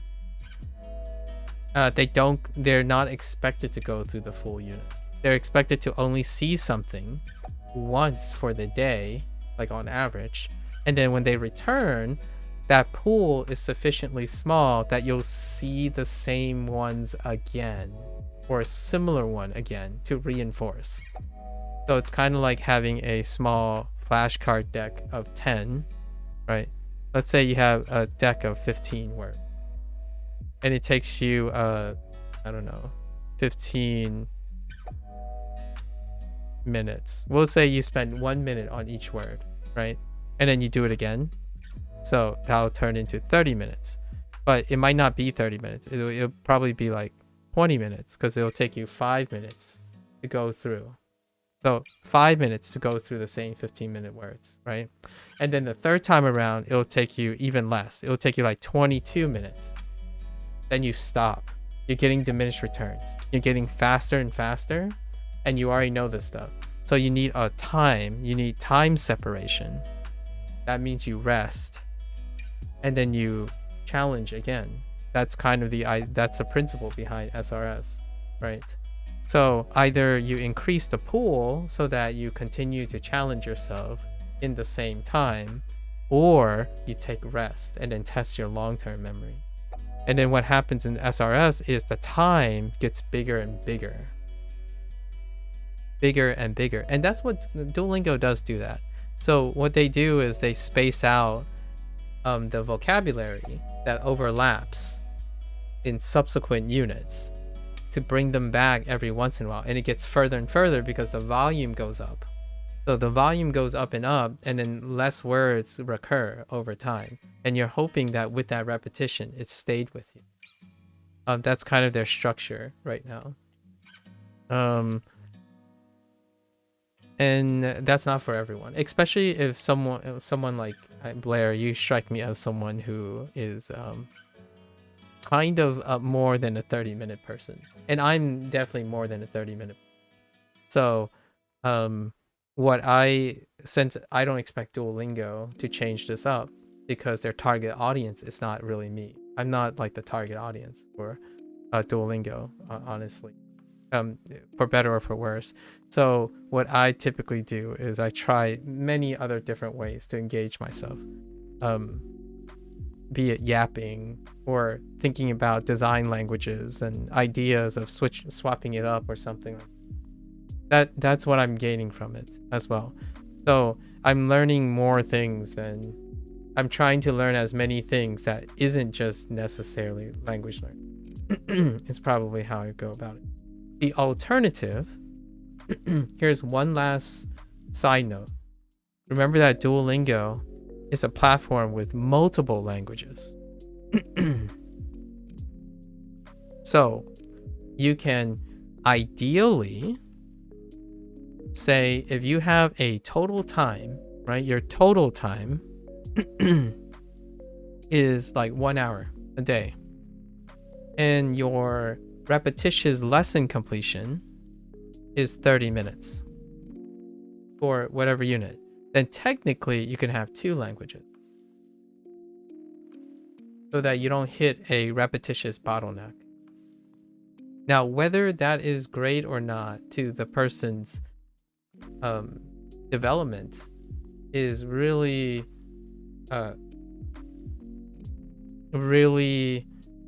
probably up to the person and how they negotiate these things.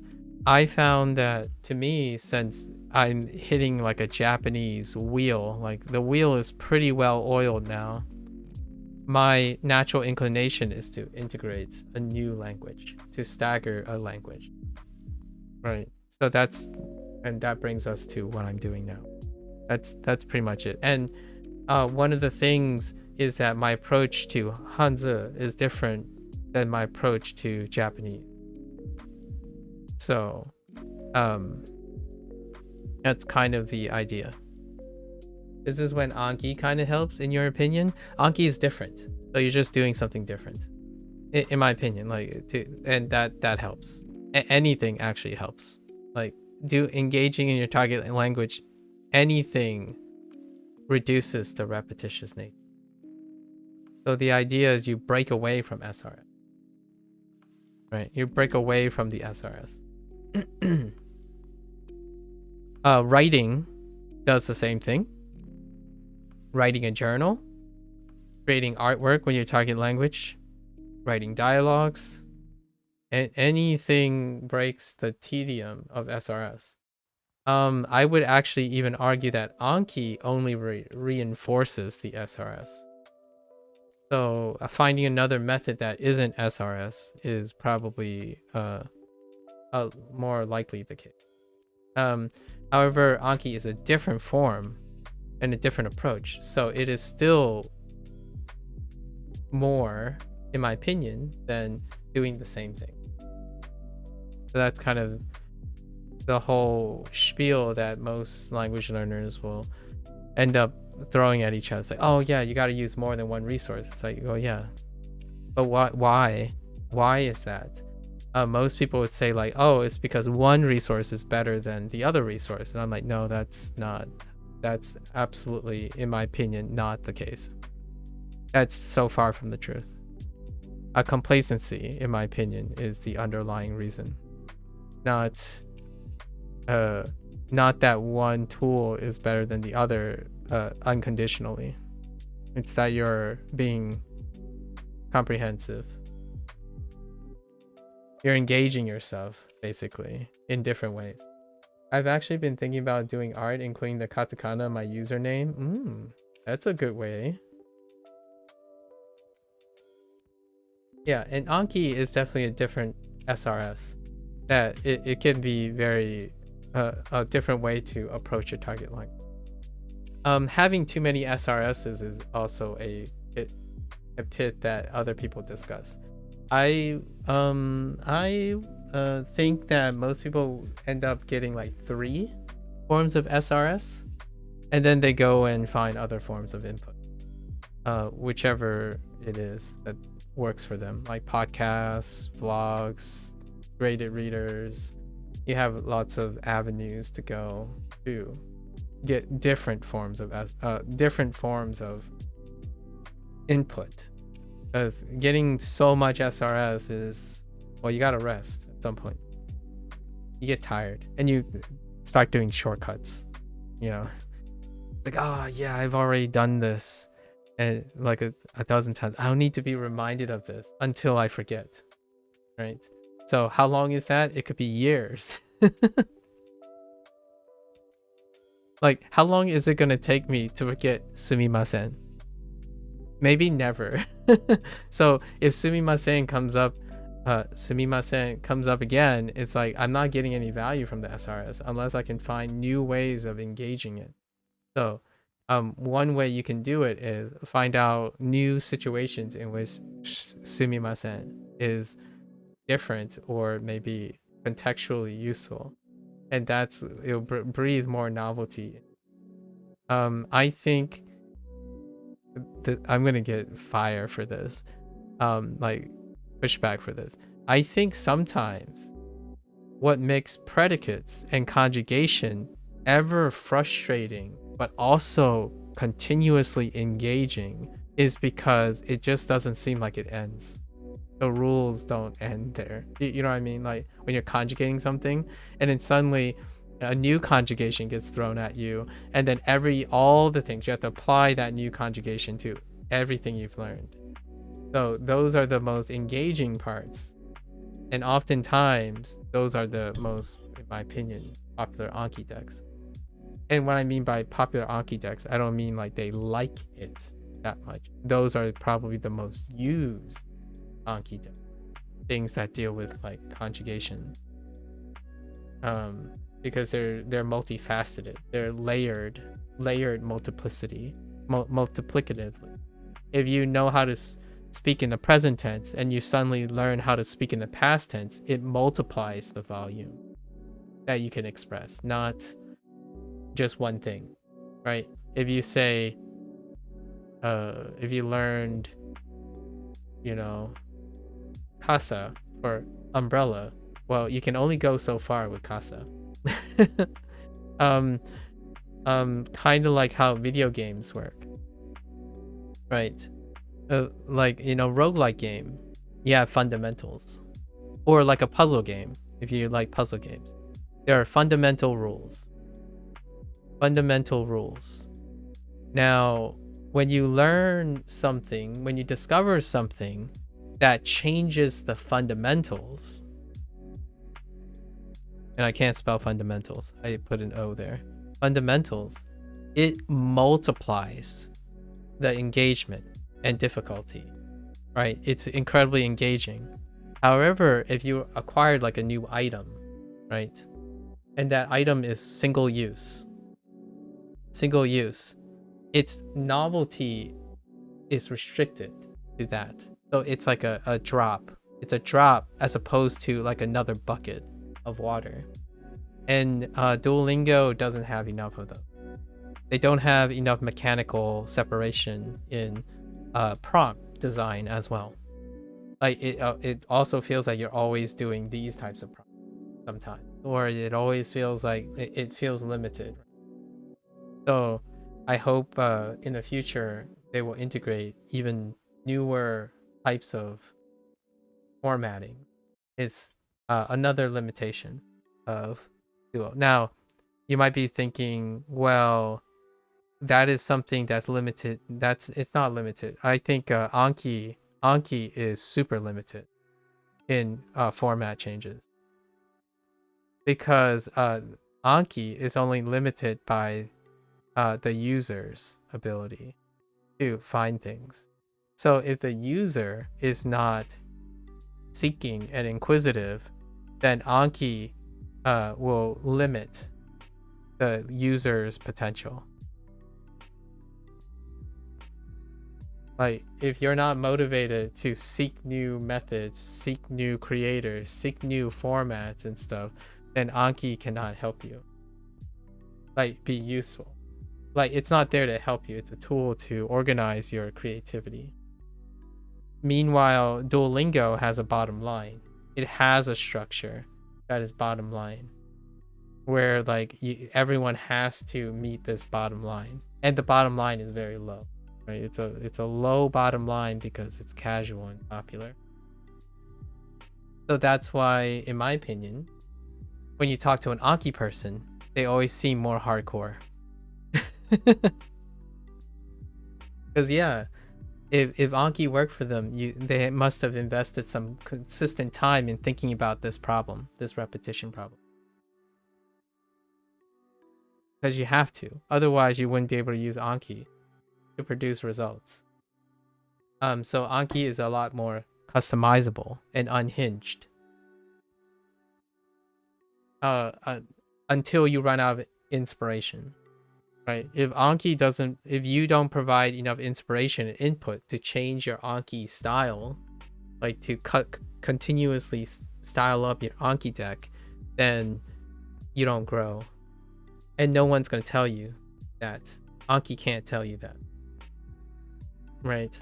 Duolingo can, if they were really targeted towards veteran learners, but they're not. They're targeted towards the glass ceiling, the bottom line, technically. And then there's a glass ceiling on the bottom line. They don't want to push any harder than past like beginner level or intermediate. It's not even in their design to do that. So then you find something else. It's kind of like playing video games. Like you start with how do you get into first person shooters? Start with one that's geared towards orienting first person shooting. And then you get into like something else, then you get into competitive. You would love a more advanced dual option sometime. Yeah, me too. Blair. Here's the question that I always ask myself when it comes to being if I worked for, we had to put our shoes in. If I worked for Duo, right? And I needed to pitch advanced learning, right? And you have to pitch it in a way that you're talking to your investors, your IPO, your investors, right? And that it will always constantly increase adoption and a steady state of commitment where the commitment is so low that people still continue to subscribe, right? So the question is, if they continue to invest money into these pitches, you need to be able to convince your investors that if you pitch advanced learning, that it will be greater in profitability than focusing on adoption commitment and like getting more exposure, right? And to me, that's why I feel it's tough. It's tough because I'm sure the people at Duolingo, there are people who work there, would want to advance learning, right? Advanced learning. What is the return on it? That's kind of the idea here. So in my opinion, it's not a doom and gloom thing. In my opinion, I think Duolingo has been around long enough and also have we're gonna call it cult following, that I think Duolingo can mature its advanced options. It's kind of like playing a MMORPG, right? RPG. Eventually, the group, the people who support your project, the people who support your things are going to grow and they're going to mature, right? So you have people who still stuck with you, with your product, and now they are advancing. So that's where the criticism is, at least one of the criticisms that I would have. Have they timed this? If it's kind of like what's a good example? I don't know if you guys know about this or not, but World of Warcraft is a great example. It aged a generation, right? So they continue that to age, to mature that generation. What they did was they split it and also created World of Warcraft Classic. And this is back to basics. Not only does it create two products where the age generation can get a nostalgia trip based on their legacy knowledge, if you already know the language. So occasionally they would visit back. But this model recreates the new experience for new players to experience again, again as in the ones that already experienced it. So Duolingo has that population now. Duolingo has a population that's aged. However, the criticism is I don't see what you are saying, which I decide I would love to see an advanced option too, even for myself, right? They can simultaneously advance their upper limits while forming a group that keeps their lower limit the target, right? Like keep making it more and more accessible. But the advanced ones, I think there are enough people that have learned languages and stuck with Duo, where it's taught, they can age it. How are they going to do this? I have no idea. Honestly, I have no idea how they're going to. But certainly the sky is the limit. These are my thoughts outside of learning languages. I think there are significantly enough people who have used Duolingo and stuck with Duolingo that they can most definitely pull an advanced option. In the beginning, not so much. And instead of doing it earlier, Anki and others basically took that market, right? And here's another business thing that is a little bit kind of rough. So the question is, when they add the advanced feature, right? Are you going to get backlash for accessibility? Because Duolingo is changing again, right? It's changing its philosophy, right? It can create a philosophy conflict. And then alternatively, when they're doing an advanced thing, now you're in competition with other things, advanced resources. Are you going to get backlash for that? Right? And that's what sucks about running a company, in my opinion. Where, like, it's already terrible now, in my opinion, like very antagonistic. When they introduce advanced resources, that means that all the established communities, they will have to address all of this. So maybe, in my opinion, it's taking a very, very long time to even consider becoming an advanced resource, is because, well, a person who used Anki will come in and say, well, that's not the way I would use it, right? So the bigger your reach is, the more standards you'll have to meet, and that kind of sucks too. So it's enough to make my head spin. Running a company sounds like one-stop shopping. Your product sounds like a nightmare. Largely, and I don't think it's the developers and the investors' problem, in my opinion. It's largely because of the digital age, where people think that products should always be a one-stop shop. And because of that, you can compare anything in isolation and make it sound unreasonable. Like Duolingo doesn't provide context. Well, what happens if it does provide context? What is it not? Why?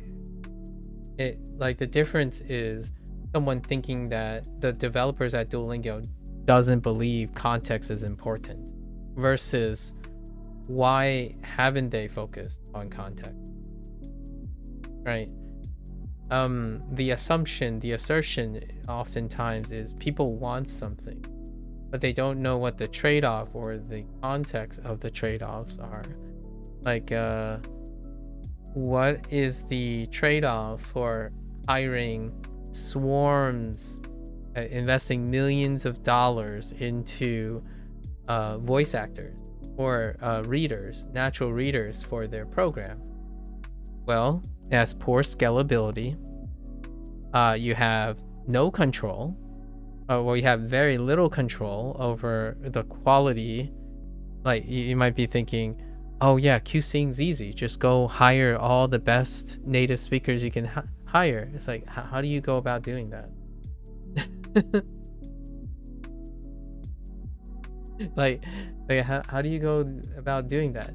And then the rate they're expanding, how do you keep that quality up? Right? Lots of, in my opinion, it's already bad enough that some people would say, oh yeah, I learned Arabic on Duolingo, and that course is it's like garbage. It's a mess. I don't know how old it is. I don't know what it is, how many experts they have, but it's a mess. It's like, okay. And it's like, it's nowhere as good as a Japanese course. Like, how are those two related? They're practically different languages. Like, they would probably have different things and different resources. It doesn't stop them from even comparing Duolingo itself to each courses. And then when you introduce something new, everything gets compared to it as well. And if the hate spreads enough, your investors leave and they go to other products. And then your company goes upside down, right? It's not that crazy, but I don't know. These are the things that every time I say, I would love to have this, I would love to have that, I totally agree with you, Blair. I want the world for people.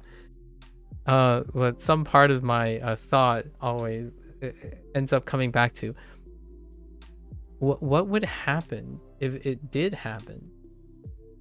Would Duolingo just get blasted out of the water for trying to break into advanced language learning? Some people might say, a lot of people might say like, well, it's a little too late for that. So they're going to go out of their way to like blast Duolingo for it. Happens. And they're probably the loudest. Ugh, rough times, I tell you. It's almost here's a little bit of a hot take. Companies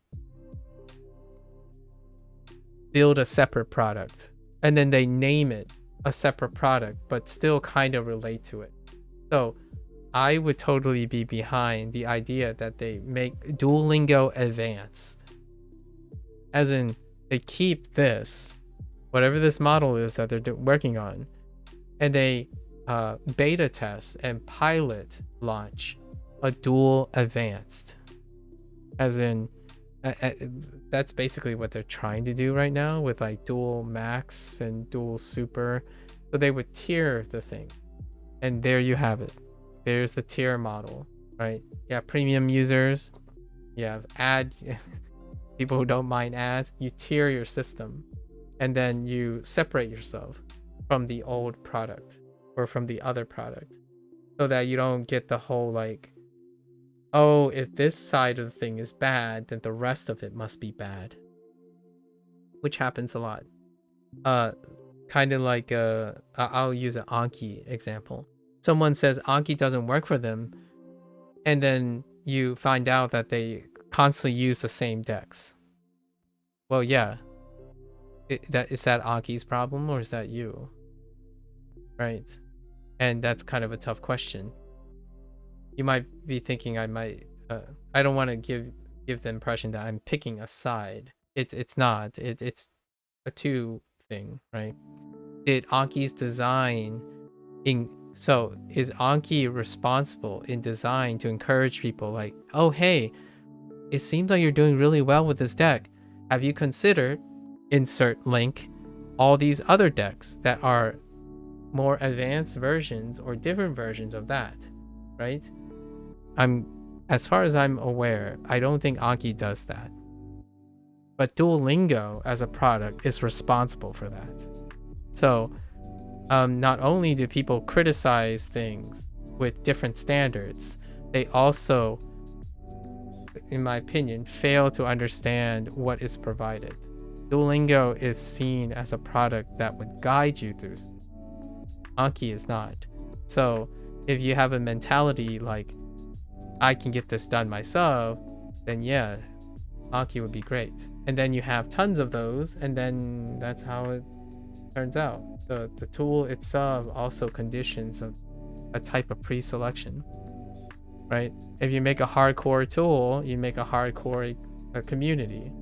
If you like a FromSoft game, like a Souls-like game, like Elden Ring, if you're really into Elden Ring right now, you are pre-selecting yourself to behave and enjoy certain things.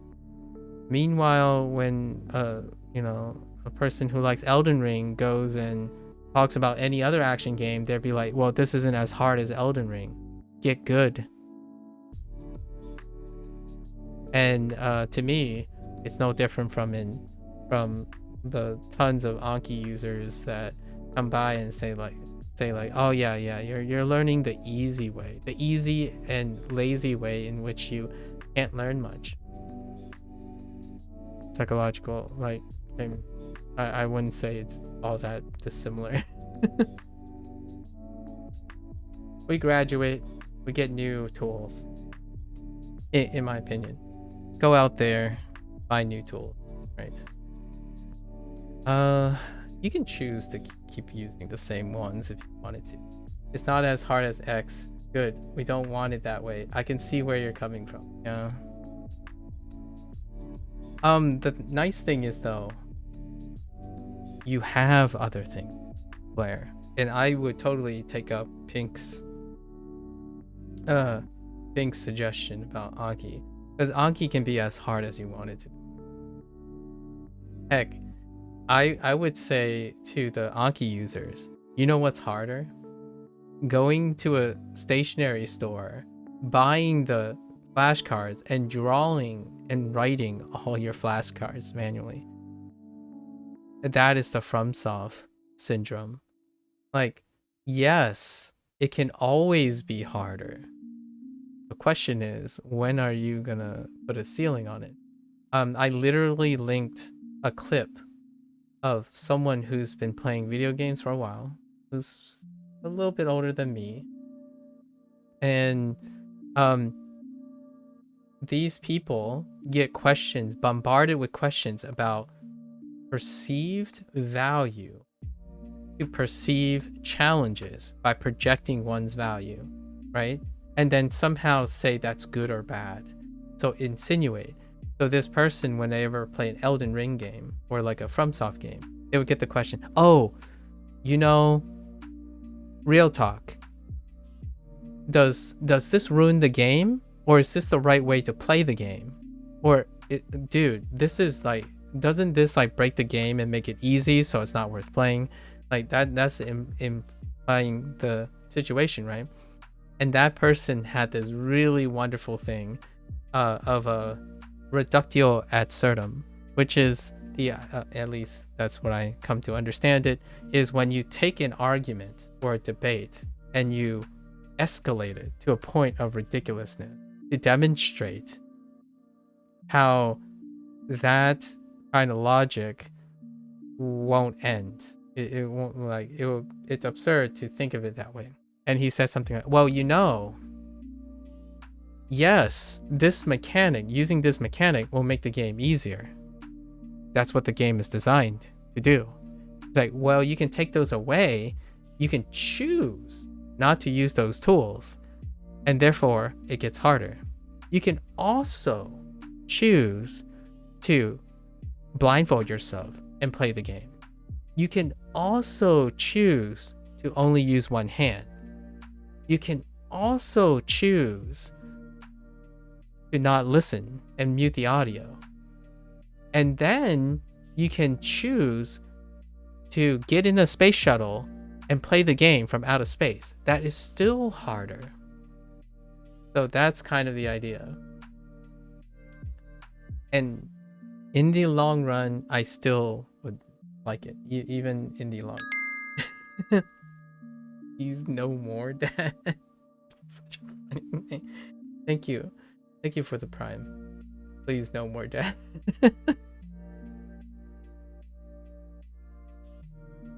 That's such a adequate name. I think I heard that exact same situation with people criticizing Jacksepticeye playing Elden Ring with a certain build. Yeah, then people criticizing how he was playing it. Are you me playing this right now? No, F off. Yeah. Yeah. It's one of those things, like, is it hard enough for you? Is it useful enough for you? And then you can express your opinion, right? I want an advanced version of Duolingo. Absolutely. Absolutely. How do you not miff other people? So hard. It's so hard. So I don't want to sound like a devil's advocate, but man, it is so difficult when you have such a large audience and then you suddenly want to make a major change. When was the last couple of times Duolingo made a major change and it was met with very high negativity every single major update in Duolingo history since its establishment of like a high audience, right? So in advanced mode sounds like awesome sauce. At the same time, the more advanced you get, the heavier your critics are. It sucks. It's a double standard. Like, the more hardcore and more advanced you get, the stricter and stronger the criticism will be. And that's kind of like science, right? The highest level is peer review by experts, right?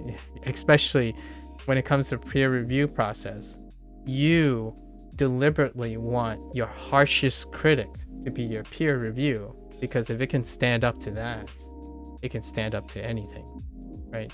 Or anything existing currently. And I don't think the executives at Duolingo want to challenge that. So casualness is like, it's a key for consistency. What is a great example? One last thing, great example of an inception of casualness: YouTube videos. Need I say more? I hope that should resonate really well. really well. What is the most milkable, farmable source of revenue for an established entrepreneur when it comes to the quality and advancedness of content? Every single YouTuber that makes things sound super easy, hustles you for money, and say, at least you got some results. Show me the money. And then those who go advanced on top of that will have diminished returns. Those on top of that will have even more diminished return. And those higher and higher. So it's often said that the highest level, like some of the highest levels of dedication, like occupations and stuff, has some of the worst diminished returns in perceived value, like return value for the person that's doing it, right? Like, if you ask all the things that you must compromise to reach a high level and then still provide for accessibility, the return is pretty wildly insignificant, because you have less and less people who requires that stuff. So the pool of your target audience gets smaller and smaller, right? Your target audience gets smaller and smaller, and then you're hoping that your target audience has more and more money or more and more investment. And in a perfect world, you would include all of that along the way. Like, you would have a product that can continuously guide the person. And maybe Duolingo is going, I don't know. Their casualness is kind of dual. Yeah, it's their bread and butter at this point. The talents that would literally shooting themselves in the foot. Yeah. And it would paint a target on themselves the moment they announce it, in my opinion. Like, imagine a Duolingo press conference. It's like, guys, are you excited? And then like the vast majority of the people wouldn't be excited because they're casuals. Like they want that soft thing. But the people, when they announce, like, guys, we have finally moved into the next phase. We are going to be seriously hardcore about advanced language learning. Then all the Anki users and all the other people, all eyes on Duo. So now you have an item that might not appeal to most of your massive audience. At the same time, you're also doing a facelift on a new project. And it's going to draw all the attention from all the competitors who didn't actually compete with Duo. Like so here's my thought. You're coming for our stick that we shake, don't do that.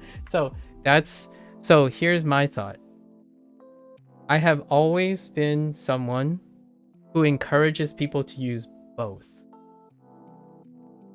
Exactly. So I think the reason why Anki exists, Duo exists, Wanikani exists and stuff is they're not stepping on each other's toes. But the users are trying to compare them like they're substitutes for each other, but they're not really substitutes for each other. They occupy separate spaces, right? So when you grow out of Duo, you can hit Anki. When you grow out of Anki, you can hit whatever else. The idea is, in a business model, it's actually better not to have competition. It's largely a non-competitive space. All of them want your money. They all want your attention.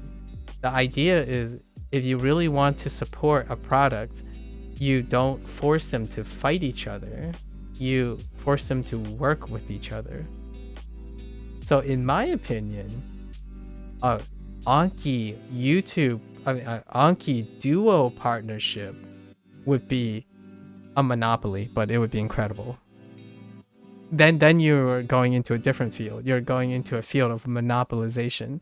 But my thought is a collaboration between the two products, so that all the non-overlapping products can ensure and insist that please use all of the products for language learning, please.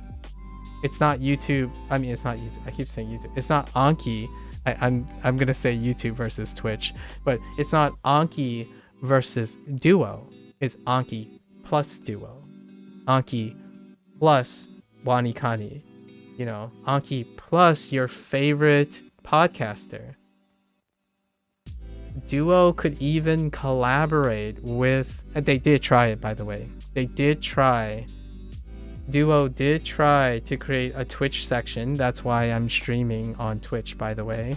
They did try to create partnership with quote unquote language learners who would consistently do that. So they did try that. But Anki and stuff, the take home message here, in my opinion, is that language learners, with all their tools and stuff, they need to I don't want them to fight each other. They need to elevate each other. So stop looking at Duo to fulfill things that it's not designed to do, and stop looking at Anki to fulfill things that it is not designed to do. Use both. Use both of them. Use all of them. Use your grade readers, right? Yeah, because Anki already exists and they would probably kill Duo if it wasn't perfect. The Anki community would definitely kill Duo if it's not perfect. If it's not on the level of Anki, they're in deep doo-doo.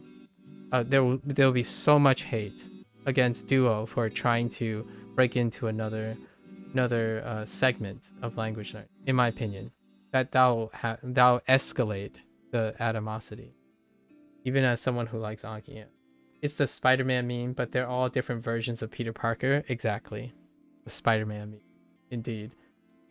Giant sub-service packs for language learning. Oh, that would raise so many eyebrows.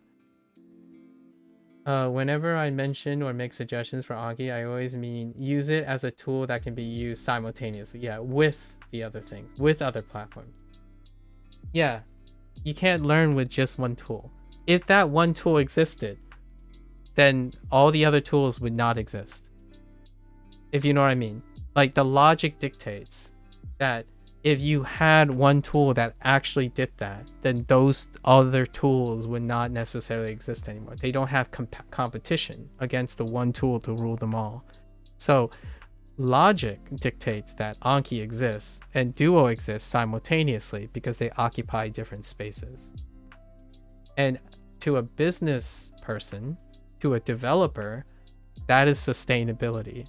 They continue to focus on the things that they do well that doesn't necessarily overlap. Otherwise, the bigger boy wins. Whoever is the winner, there's a loser. And I don't necessarily think in the language learning community that is the most fantastic thing you want to hear in the language learning community. it's possible I underestimated how bad the Anki community really is, because the way in which you refer to them makes me feel as though they're really toxic. No, they're really passionate. But then again, that might be a euphemism for toxic. They're very passionate.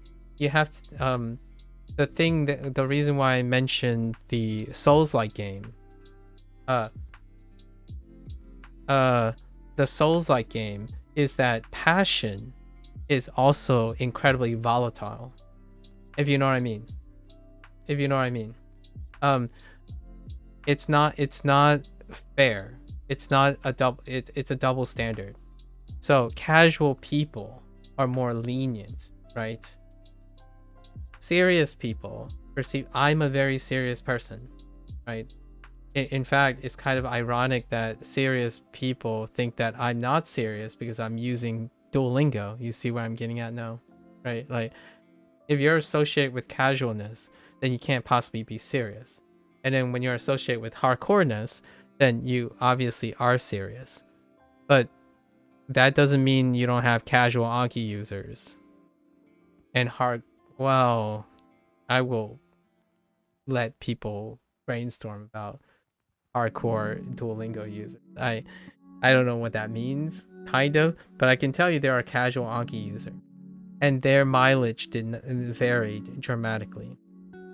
But they're the less of it. Like, what I mean is, there's less frequency of casual users for Anki, and there's less frequency of Duolingo users who really little, like really little. I wouldn't even classify myself as someone who's very well experienced. I'm literally a novice in language learning. I have not self-studied in language learning ever in my life until this point.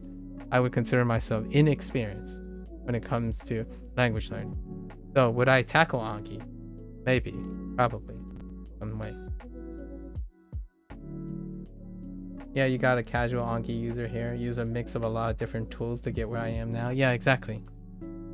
So, long story short, I think Duo is ready for an advanced mode. The other shortness is, I think it will come with some extra fire chili sauce and a whole heck of a lot of drama. And you know what? This isn't a plug for a Duo sponsor, but I would totally be willing to be someone who works on that advanced project. Or like, be like someone who's willing to take up questions about that advanced project. Like, I would totally be on board with that. Because I actually think it would push Anki farther, and it would push other products farther. Who knows? It might encourage Anki to have like a segregation of beginner-friendly stuff and advanced stuff. It can work. I think competition does breed refinement. It also breeds fire, though. So it's not like you can have. I like the idea of like the idea of healthy competition. Right, it's a sportsman-like conduct, not the low jabs and cheap blows about like, oh, like, I'm sorry, you're not tall, so you can't come into the club, and that person is short. Whoa, that's like kind of saying Duolingo doesn't provide context. It's like, well, no kidding, it doesn't provide context. What do you think the target audience is? Or what I mean is the context that other people are talking about, like, you know, reading paragraphs and reading entire stories, and there are stories in Duolingo, but really far later, really far later. So the idea is find the thing that works for you, right? Find the things that work for you, but don't be a stranger to everything that's available to you. And then we're gonna wrap it all the way back up to what Blair said originally. Repetition, right? Complacency. You hate it when it happens. It's great that you notice it. I think that is what makes an end user successful. you notice that you're doing these. That is the ultimate key too. That is the critical thinking and the problem solving that makes anything work. If you know it's getting too repetitious, you take a break from it, and then it will not be repetitious when you start. Right? You know when to engage in something else when you're no longer gaining value from the current thing. Right? It's like going to the gym and doing 500 reps of push-ups, but you're only focused on doing the 500 reps. Well, you could do 10 reps and be like, yeah, I'm not getting as much anymore. Let's go and modify our push-ups so that I can only do 10 reps. And then if that is too repetitious, then let's go down to 5 and do something even more difficult. Good, right? That's kind of how you scale things. Duolingo will not operate on that. So I didn't spend 8 hours grinding Duolingo. I spent like half the time like yapping and trying to think about interesting stories and context. And I'm not speedrunning Duolingo because speedrunning would have diminished returns. Like doing a whole unit in one day is a great exercise in diminished return. The way it's structured now. Before, like you said, you mentioned Kat, how they can skip around and do different segments and stuff. That structure allowed for someone like me to do a longer session without feeling repetitious. And then now they're using this system where you have to go through this stuff. So yes, I do understand how some people say that Duolingo's new structure is more hand-holdy. And to me, they double down. They double down on expecting people to only spend less than 30 minutes. So they basically refined and got even more committed to the casual bottom line. They didn't go the other way where they made it even more customizable. Because if they made it more customizable, then people are more likely to get lost and confused. However, if you are an Anki user or someone that's already self-sufficient, then they would love that design.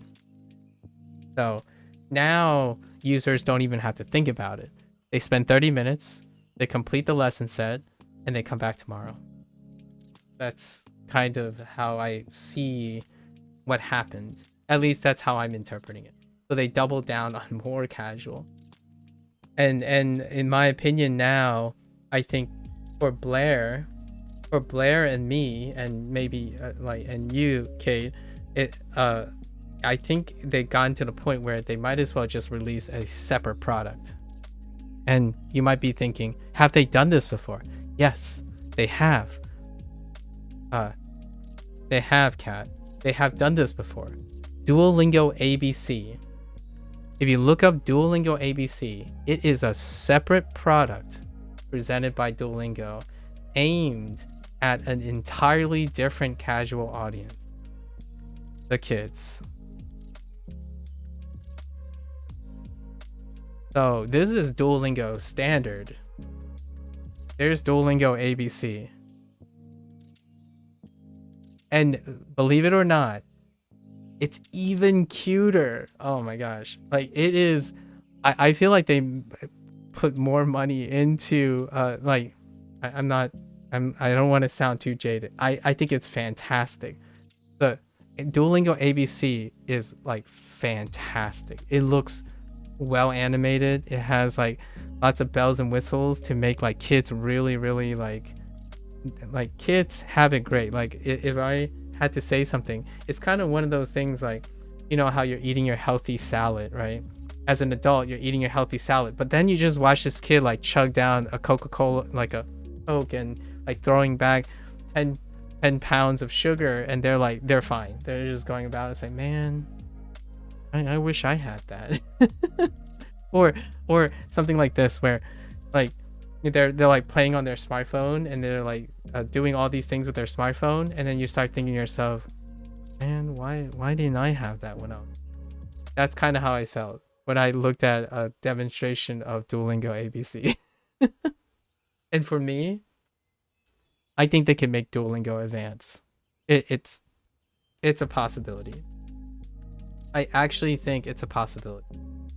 For all the, so that Anki users and all the other people can hate specifically Duolingo. They can challenge specifically Duolingo Advance, and then leave Duolingo Standard as a separate product, kind of like World of Warcraft. World of Warcraft has World of Warcraft Standard, and then World of Warcraft Classic. For a while, video games have two versions of their things, because then you don't have to criticize, like it doesn't mix together their philosophies. Yeah, OS, yeah, RS3, yeah, RS3, that's a good example. The original Rune. Are you really talking about original RuneScape right now? You're talking about RuneScape, aren't you? Or is that something else?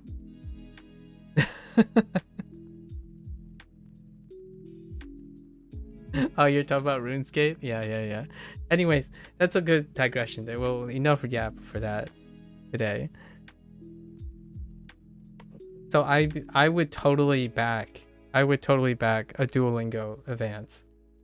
Or like we'll call it the Duolingo Anki collab or something, where they do a side project where they invest and boost their competitors by sharing a bridging community.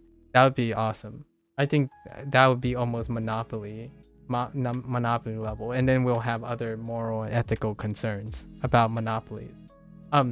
I think one of the slight little nod, I don't think people understand that if you have a tool that does everything, that's a monopoly. And sometimes those tools aren't even allowed to exist anymore. It's just out of sheer, just so you know, just out of sheer things. When you have a tool or a product that outshines everything, like if you wish that to be a true thing, there are other concerns about that. Like all your opinions going to one source, all your knowledge coming from one source, all your practices and stuff coming from one source. There are trade-offs to leaving all your things in one thing. There's a reason why Google, Apple, and a lot of others are having trouble negotiating all these things. So, in my opinion, learn to synthesize your tools and your input. Convenience come at a cost of bigger picture problems. The last thing I want is language learning. There's a monopoly on language learning where there's a tool that has a secret for everything and it's proprietary, and you have to pay $90 for it every year. Why do you think that Amazon can charge like $130 for Amazon Prime every year?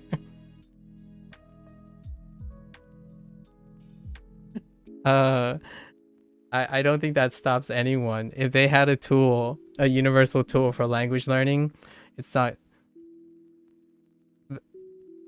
going to be hard to pay for it, in my opinion. Because you got to remember that business is what makes the tools. But continue to it might be a capitalist approach. I might be, maybe people from other countries would say, nah, that wouldn't happen. Fair enough, I suppose. To me, I grew up in a competitive system, right? Like a capitalist system, or a system in which the internet culture. So if you have a winning product,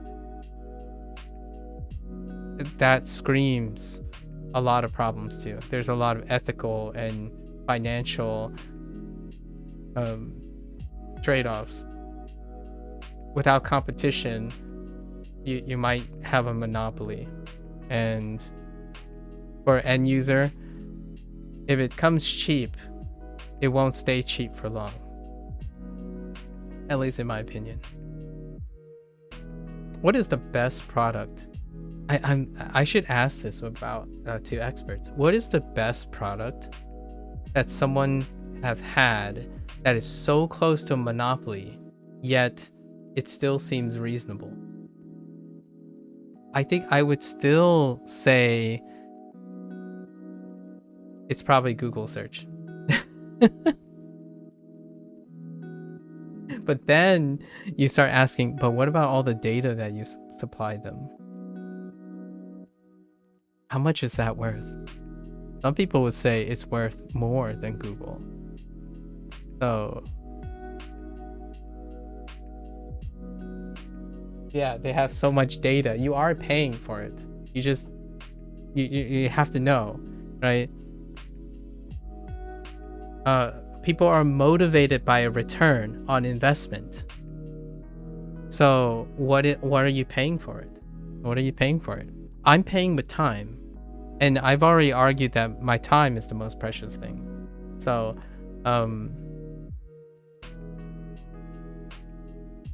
probably even more than data.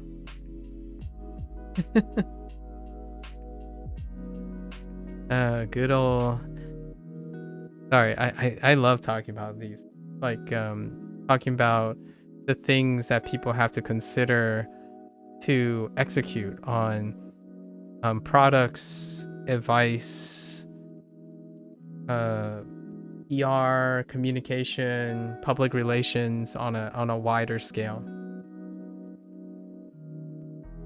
It's kind of like the whole thing about science.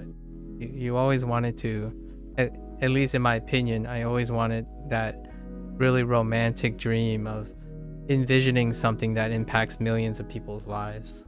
I don't know what that is, if that will ever happen, but it's always been like that. You step back, continue to look at a bigger picture. All right, let's get back. 他们的家在医院的左边吗？他们的家在医院的左边吗？他们。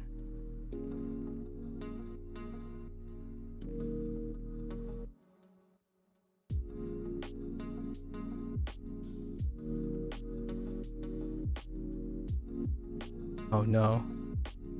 There.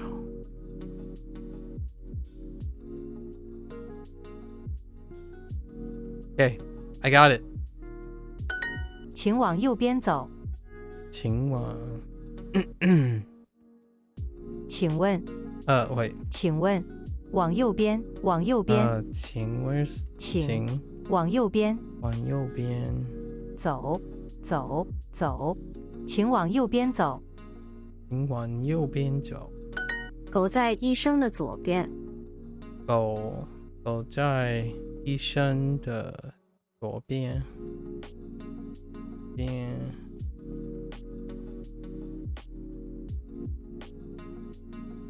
I can't wait to get my glasses tomorrow. Speaking of a monopoly. I don't even want to share how much my glasses cost. And I willingly did it. So I'm complicit. I'm complicit. There is a very, very well-known monopoly on the U.S. commerce, and maybe others, but especially in the American eyeglass industry. And I didn't mind it because I know what I'm buying.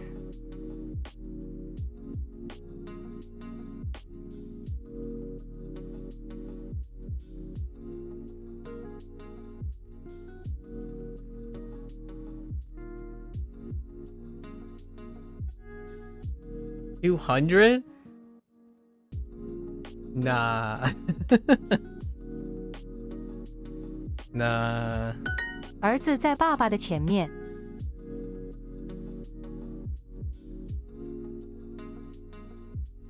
儿子在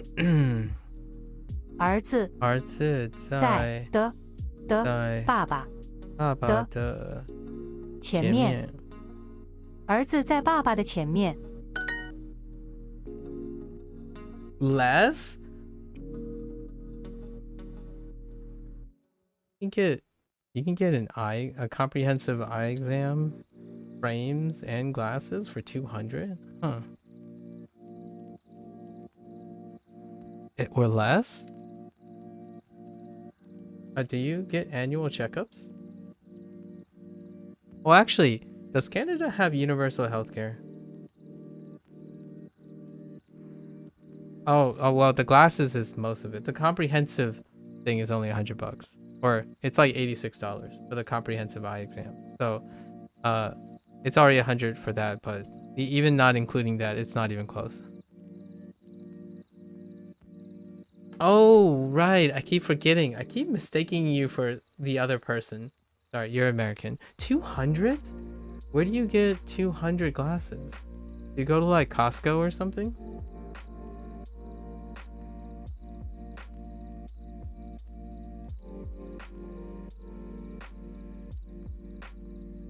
Where do you get where do you get $200? Where do you get $200 glasses?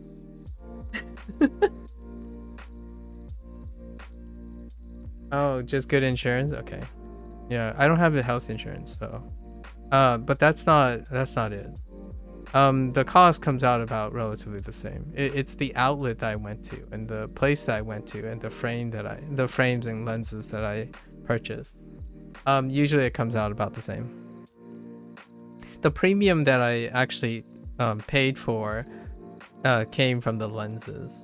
However, because of the way the branch does, the more expensive the premium on the product, the more I end up returning in value anyways, because it's a percentage.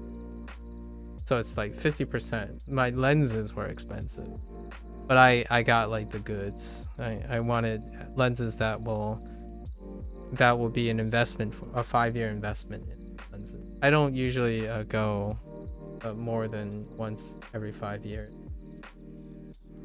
Yeah, pretty healthy eyes, surprisingly, considering how long I stare at things. Once every 3 years, yeah. 700. Okay, 700. Yeah, 500 spread over 700. $700 spread over five years is pretty reasonable for my investment. It's 700, and it's not because the lenses were 700. The lenses themselves were actually $700, but since you get a percentage cut on it, that's how monopolies work. You get a percentage cut on it, then you might as well distribute and buy something for 700. So you buy 2 or 3 things for 700 instead of buying one thing for 700 uninsured. You really underestimate how with insurance it's $500 to $600. The thing I purchased. So with or without insurance, it's still $500 to $600. I don't know how it works with the eye exam. And it's 700 with the eye exam, so it's 500, 600 for the glasses and lenses. It's still the same price for the eye exam. So the eye exam is still 80 to 100. However, on insurance, you can copay out of it, right? You can copay out of it, so you might be able to save $60. Or so you can like do a $25 copay for the exam. That's assuming you don't go the next 5 years paying for the same insurance. Because if you do, then the difference is gone. You see what I mean by that? If you pay for your insurance or you have a job, someone is paying for that insurance, that difference will be gone from that. However, if you're working and someone's providing you insurance, then heck yeah. Heck yeah. I take it. I saw someone get an eye exam and glasses in China and only pay like $30. Yeah, well,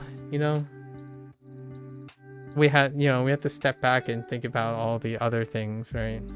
What is it? what else we gain and trade off when we China? I don't actually know the answer to that, but it would have to be probably some way of balancing. We are all human after all. But yeah, 700. My bill was 700. This is to take into inflation. I'm just saying that it hasn't always been this expensive. 5 years ago, it was 400 to 500. So inflation really done a number. 5 years ago, these, like, I bought these titanium single designer milled frames from a boutique, and the exam was still the same.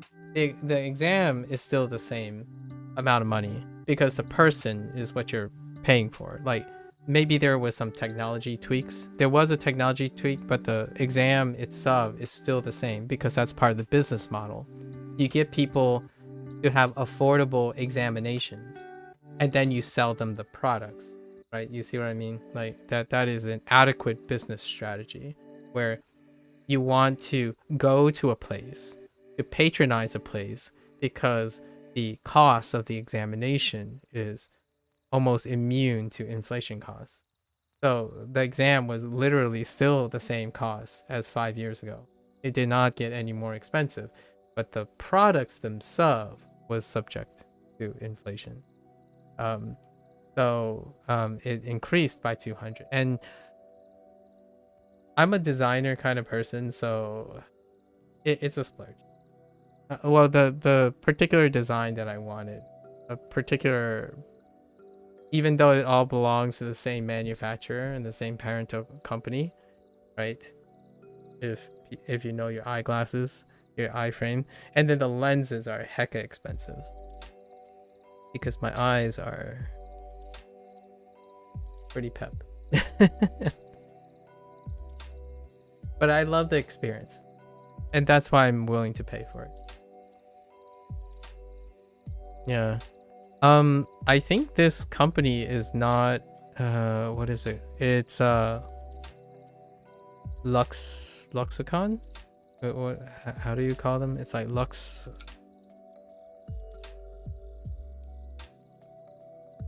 It's part of the mega group. Luxotic, right? Luxotic. Yeah, Luxotic owns like the vast majority of the vendors that offer great the chains that offer really reasonable examinations and wonderful like accessibility, because it's always gonna be like $80 or something regardless if you're insured or not. Their vendor is XLR Luxoctica or something. I don't know how to pronounce their name, but they own pretty much all the frames that are vendored, so any chains, right? So regardless of whose name is on there, it's still the same company. It's still the same parental company.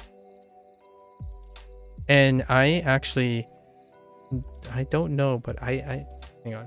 I'm pretty sure they're not. I'm pretty sure they're a nope, just kidding. Oh yeah. They're Italian. The parental company is Italian. So not American. I was pretty sure they were Italian, yeah. It's an Italian corporation. But more or less like that many of the stuff is American. Like the Target stuff that I'm talking about, like Sunglass Hut and Pearl Vision and like Lens Crafters, like the vendors and stuff. It's part of the mega group. But the corporation is Italian. I saw a bunch of documentaries on that club. It's very interesting. Pama.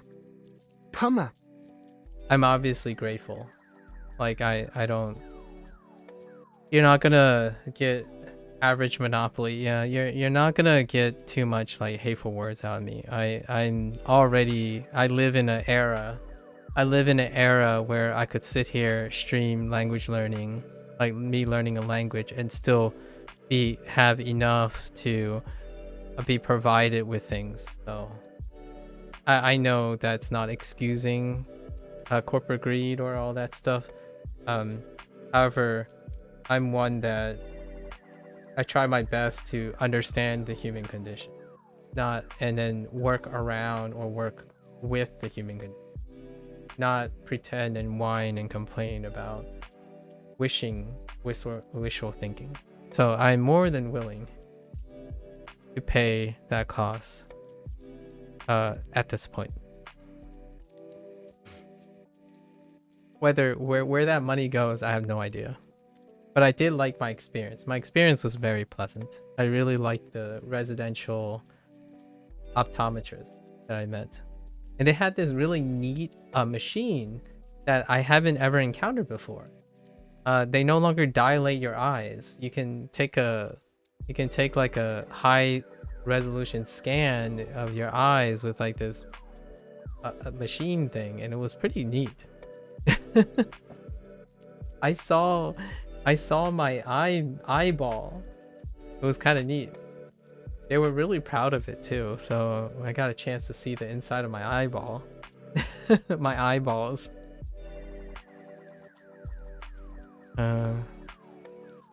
More on that later, I suppose. 他们 Let's see. 他们朋友在他们的右边。右边 As long as it's in your financial, it's worth it for you. It's always good. Yeah, I do not take my eyes lightly. It's kind of like I don't skip out on things that help my heart. I don't put a price on that. Obviously, I try my best to save money. Right? Like, I got an informed decision where I could consistently get someone that I would interact with. I invest in people, right? So I wanted to establish another place. I want to get to know, hopefully, an optometrist that has patience and stuff. And she was very patient. Because I have this like ocular issue with my right eye for as long as I've been born, and she seemed to be very resonating with taking their time. When my left eye is closed, my right eye does this weird thing ever since I was born, and it makes like eye exams very, very different at times. You get what you know. You get what you invest sometimes. 你们的学校在前面。你们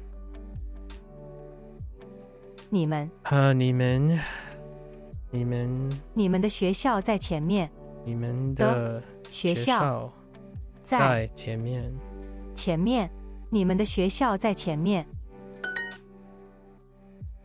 Yes, it's always worth investing in your health, both mentally and physically. Please. Sometimes 请问 Sometimes I ask my parents, like, you know, you don't have to worry anymore, right? You should spend the money that you've saved up. But at the same time, it's like they've sacrificed, or like, at least in my opinion, they traded off so many comforts of their lives to stack that money just in case, I guess, right?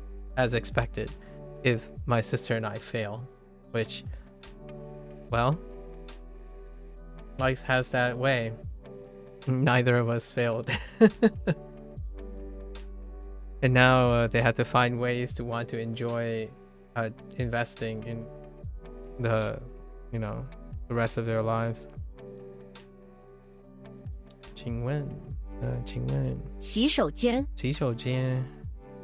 在这里吗？ Yeah, it's one of those things. I remember still hearing that conversation with my parents. It's like, well, who you think is gonna take care of me when we get old? That you guys? Like, nah, you don't even have to do that. We'll just pay someone. that's kind of like how far they've come. Like it's one thing to always be preparing for a rainy time and preparing your children just in case like something goes terribly wrong or you're not there to be able to support them anymore. It's another thing when you live long enough to see your children become successful and self-sustaining and realize that I don't know how that feels yet, but realize that, well, what is all the money you saved up? Well, you should spend it. That's like, that's a bonus. It's a bonus of life. I don't think a lot of I would like to believe that I would be a proud father one day of a child that says, no, I don't need your money. I'm perfectly fine. You should spend it on yourself. Right?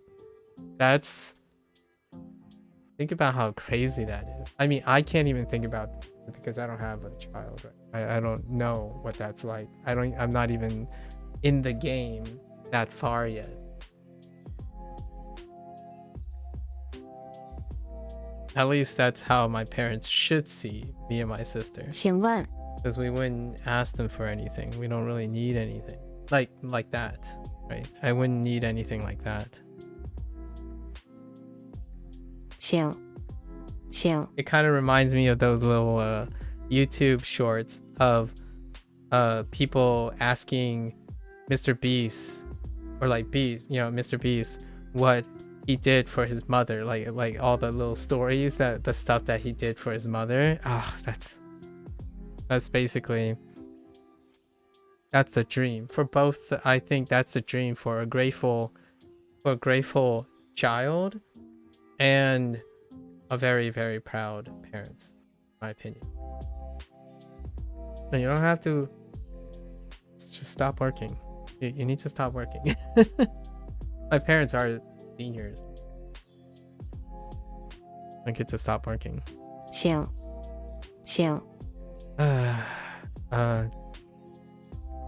请问请往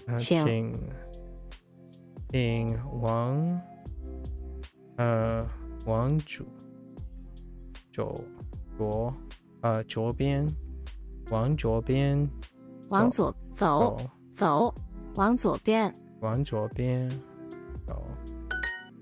I get so distracted. Okay. All right. 中国中国饭馆到中国饭馆怎么做走？怎么做 All right. Now we finish the rest of this. And then we're good to go. Let's go. 左边左边左边左边 Why do you say it like that? 左边左边左边 Yeah. 左边左边左边左边 Introducing No, not right now. 学校学校 Okay, we're getting to the second half.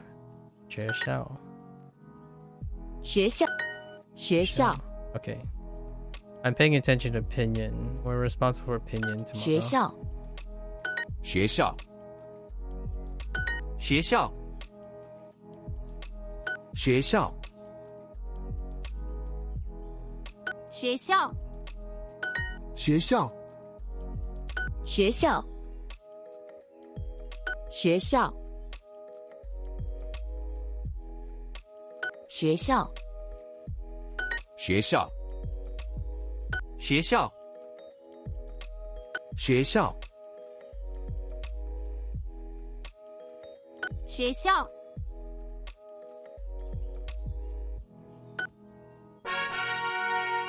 Eye care is still really expensive.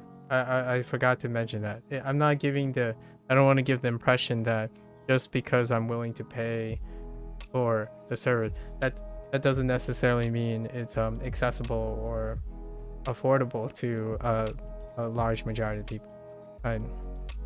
走 I forgot to make that clarification. So, monopoly is still a monopoly. 走 走 Okay.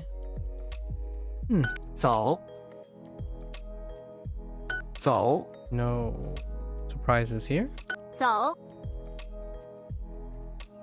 走 走走走走走走走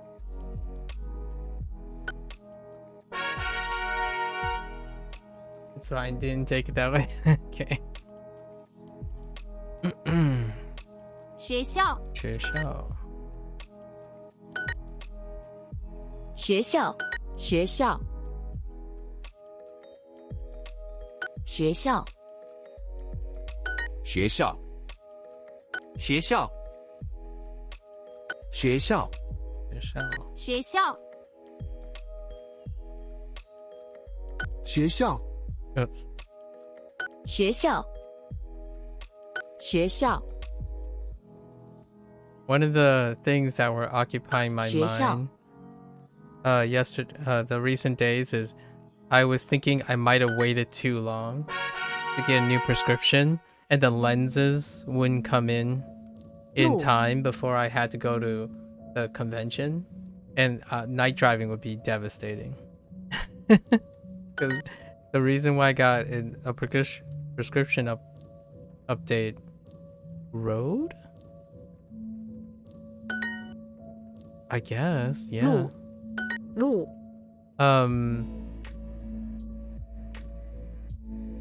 Is because I'm 路 driving, so I need to make sure I Ooh. can actually. The last time I drove, it was a little bit of a sketch 路 moment at night, 路 and I just got the text today that they arrived with a few days to spare. So I'm excited. 路 路 In before the glasses are like 路 10 pounds on my face, and I have a problem. 路路路 Because I'm like wearing binoculars or something. Ooh. By binoculars, I mean the lenses. 路 Ooh.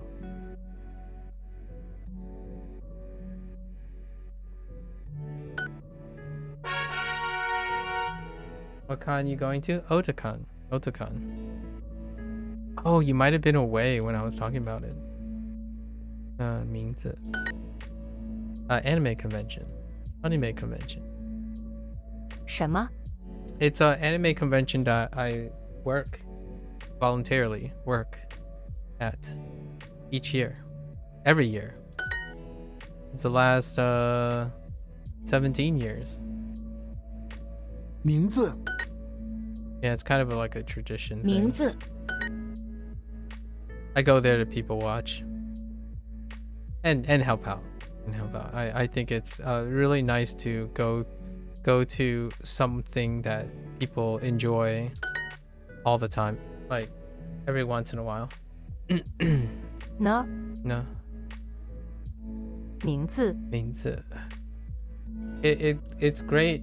Yeah, 17 years straight, except for COVID. COVID got canceled, so 2020 was canceled. 长城什么儿子 It's really healthy, in my opinion. If I say anything about the spirit or the soul of someone, or maybe someone's mental health, going to a place where the majority of people are 名字 there to have fun and enjoy can be very, very healthy for the person. Like seeing people happy and breathe life into a person. So I do it at least. It's super exhausting. And I don't get a lot of sleep, but I sure as heck love being around people who are just being silly goobers all the time. And also a reminder that I'm basically like at an age where I could be any one of those people's fathers, which is kind of weird, but to think about these days. 名字，名字 Like I would love my little if I were to have a little one to be able to enjoy something like that. So I want to be part of helping keeping that type of thing real. 名字 Like I want those things to be safe, real, serviceable, like accessible, right? 什么？名字，名怎么？名字对吗？吗 There's the classic 对吗？什么？什么？公寓什么？神？喂神？ ，yeah 什么？么？名字，站江台， 40什么么呢？ I don't watch anime, but I do really love cosplay like a lot. Oh, okay. Most of my Instagram is all just Chinese cosplay videos. It's nice. I see. Fair enough. Chinese 名 cosplay. 字？ Are we talking about like dynastic Chinese cosplay? 什么 Or are we talking about like modern contemporary stuff? 什么对吗？对吗? Or 名 both? 字？ Or 跑步 more?，厨房，厨房. What kind of cosplay is it? 走，走走，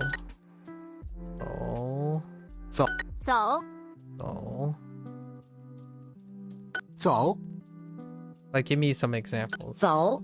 I'm 走 sure there's a lot, but 走？ some examples. 走， Like anime, video games. Okay. 走， Yeah, that's pretty 走 much one of the experiences. Oh, Genshin, Wuthering Waves type stuff. Okay. Oh yeah, definitely Genshin. Yeah. If there's anything, a big Dao. explosive Chinese product in the new aged gen is Hoyoverse. Yeah, MiHoYo. 到， Oh, MiHoYoverse stuff. 到到？到？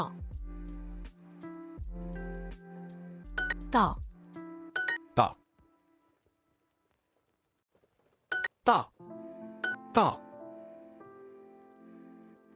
到，到？到？到？到，到？到，到？ I told myself I would wake up early so I can go grab my glasses. But I don't think that's gonna happen. 学校？ Show. 学校，学校？学校，学校？学校，学校？学校？学校，学校？学校，学校？ I'm pointedly ignoring ZZ because I binged Genshin. Oh, Zen. Yeah. Zenless. Yeah.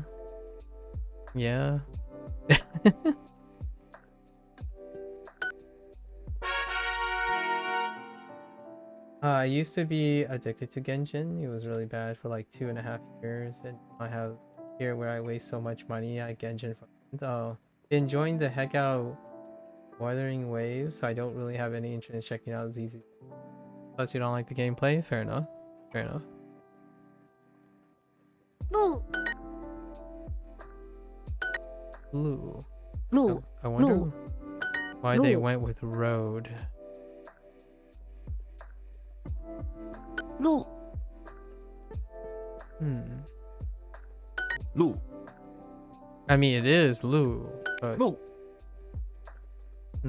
Lu. Blue.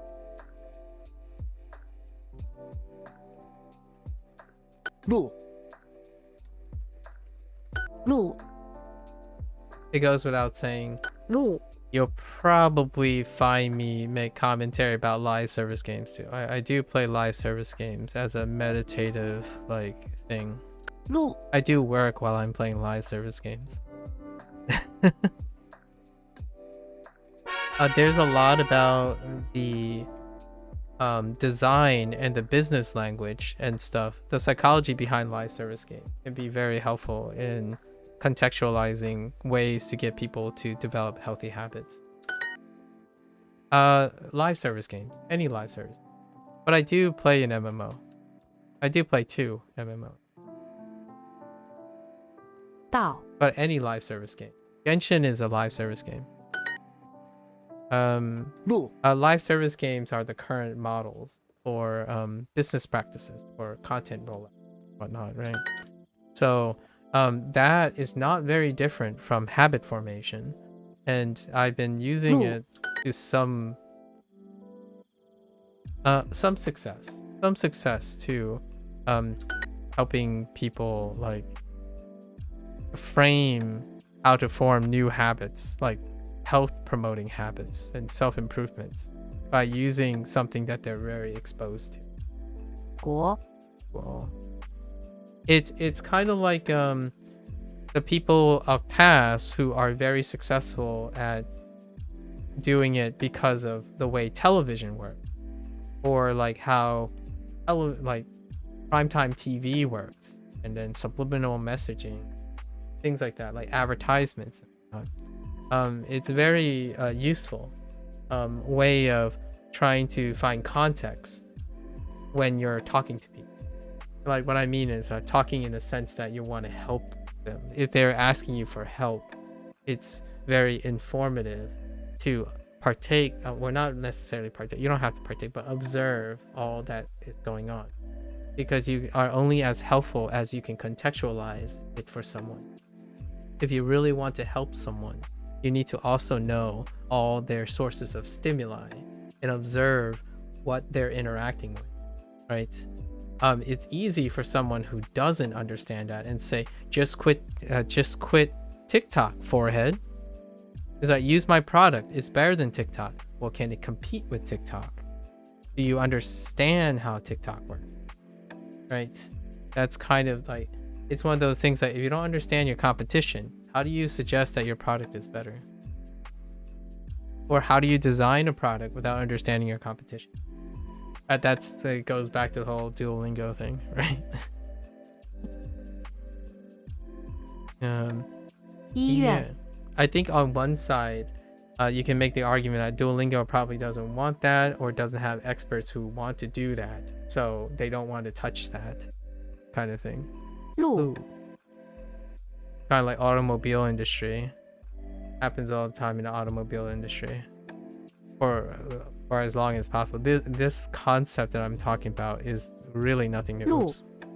It's really nothing new. 道住 路 And I do it for whenever I could help someone. I think 路路 it's not that you should spend all your time doing it. Some semblance is very helpful. 叫道 路 路 路道 道 路上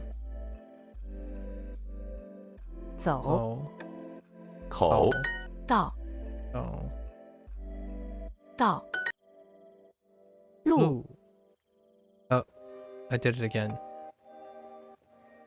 I keep thinking Lu is 2 and Dao is something else. I need to.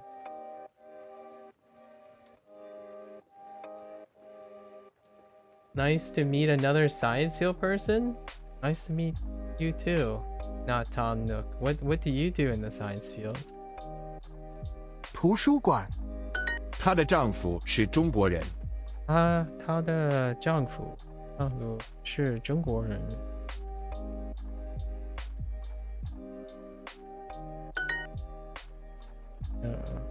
丈夫，图书馆，图书馆。老师，这2个包子多少钱？这个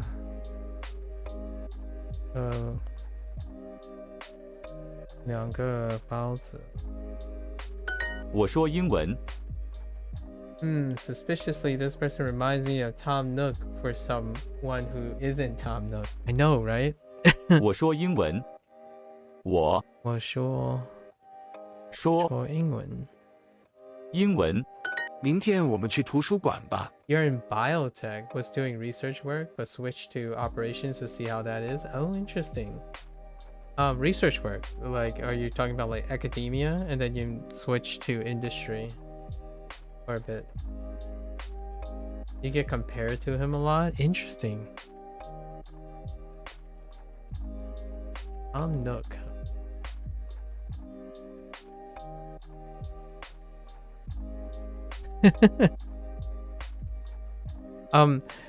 Just to clarify, are we talking about Tom Nook like the entrepreneur of Animal Crossing? I don't play Animal Crossing, but the Tom Nook that would come to mind would be that one. 明天我们去图书馆吗？吧。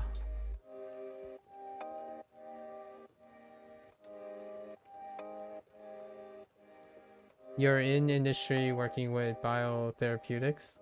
Oh, the scam art? Yeah. I see. And now that you've disclosed your industry and biotherapeutics, I can see where that's going. For an inside meme, obviously. I no longer work. I'm no longer in the science field. So, at least like in a professional capacity. So I'm neither academia nor industry. I had considered doing the whole industry thing. My last prior experience, most of my experience is exclusively in academia.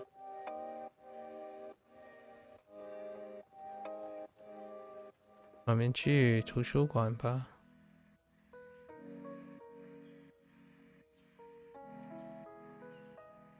请慢一点儿。请慢一点儿。So, what brings you to this side of the universe? The universe meaning the internet. 请慢一点儿。请慢一点儿。Are you a language learner as well? Multifaceted biotech person. Also have time to make time for language learning? 慢一点儿。慢一点儿。我说英文，你呢？我说英文。说英文，你呢？英文，你呢？服务员，医生，我是医生。是医生。我是医生。I need my hearts. Please give me back my hearts. 这两个包子多少钱？包子多少钱？ You typed in learn Japanese and your channel popped up. I was trying to learn Japanese on day 130 Duolingo, but also reading children's books. Nice. Have you already been exposed to Tadoku's free graded readers? Because if you're on day 130, which it's really funny that you also express things very similarly too. If you're on 130, I imagine some people probably have already suggested graded readers, and they're more or less children's, although they have like comprehensibility in mind, and they have like reading, vocabulary, and like there's a very building like a fundamental a target audience with grade reader. Yeah, Tatoku. Let me give you the link. It's a free resource. So around maybe like day 50, I met someone who suggested this as a way to taste a different form of input. Graded readers use comprehensible input as opposed to SRS, right? So Duolingo operates on SRS. However, this one, which is what you're already doing, you're reading children's book, Tatoku does the same. And they'll indicate the level. So the comprehensibility input level is at the top, and they scale those things. They're graded readers. And then they'll try to indicate if they have audio, which you can listen along, speak along. So they're more targeted towards comprehensibility, which is also children's books too. So I definitely wouldn't say don't continue reading children's books, but this is also something that lots of people kind of use as a way like, I don't want to do SRS right now, like SRS is kind of getting boring, or like I want to take a break from SRS. Graded readers is the other like big input. They have those, what? Oh yeah, graded readers, Blair. Yeah, they have graded readers. Yeah, Tatoku. Oh, you know what? We haven't talked about other resources about Japanese, Blair. However, I don't want to like overwhelm you.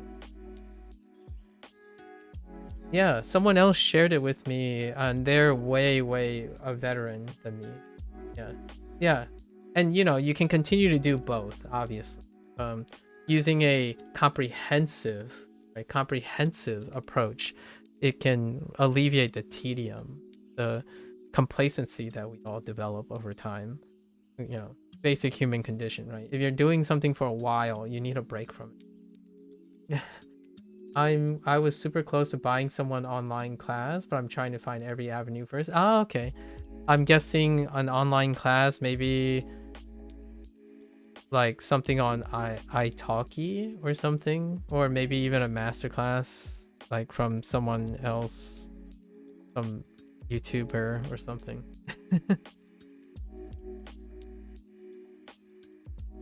Oh no, it is definitely at your level. Like it starts from the very beginning, Blair.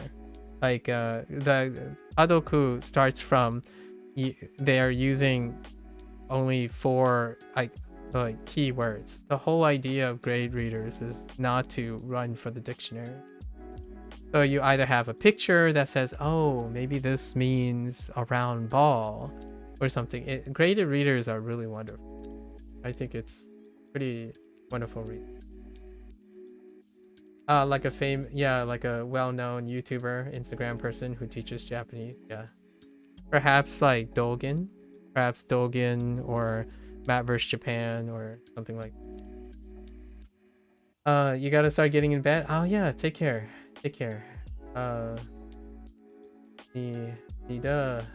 你的汉语 share for the chill time. Probably will be here all day again, 明天 as usual. All right. Yeah, take care. I don't actually know the last 2 characters. Is that supposed to be bye? It's probably bye, right? Or night, maybe 9. No, it's probably bye. Bye. Yeah, okay. Yeah, bye. Take care, Pink. It was a great time. Thanks for the chills. The chills? Thanks for hanging out and the good conversations. Excellent conversation. 晚安. Mm-hmm. 晚安.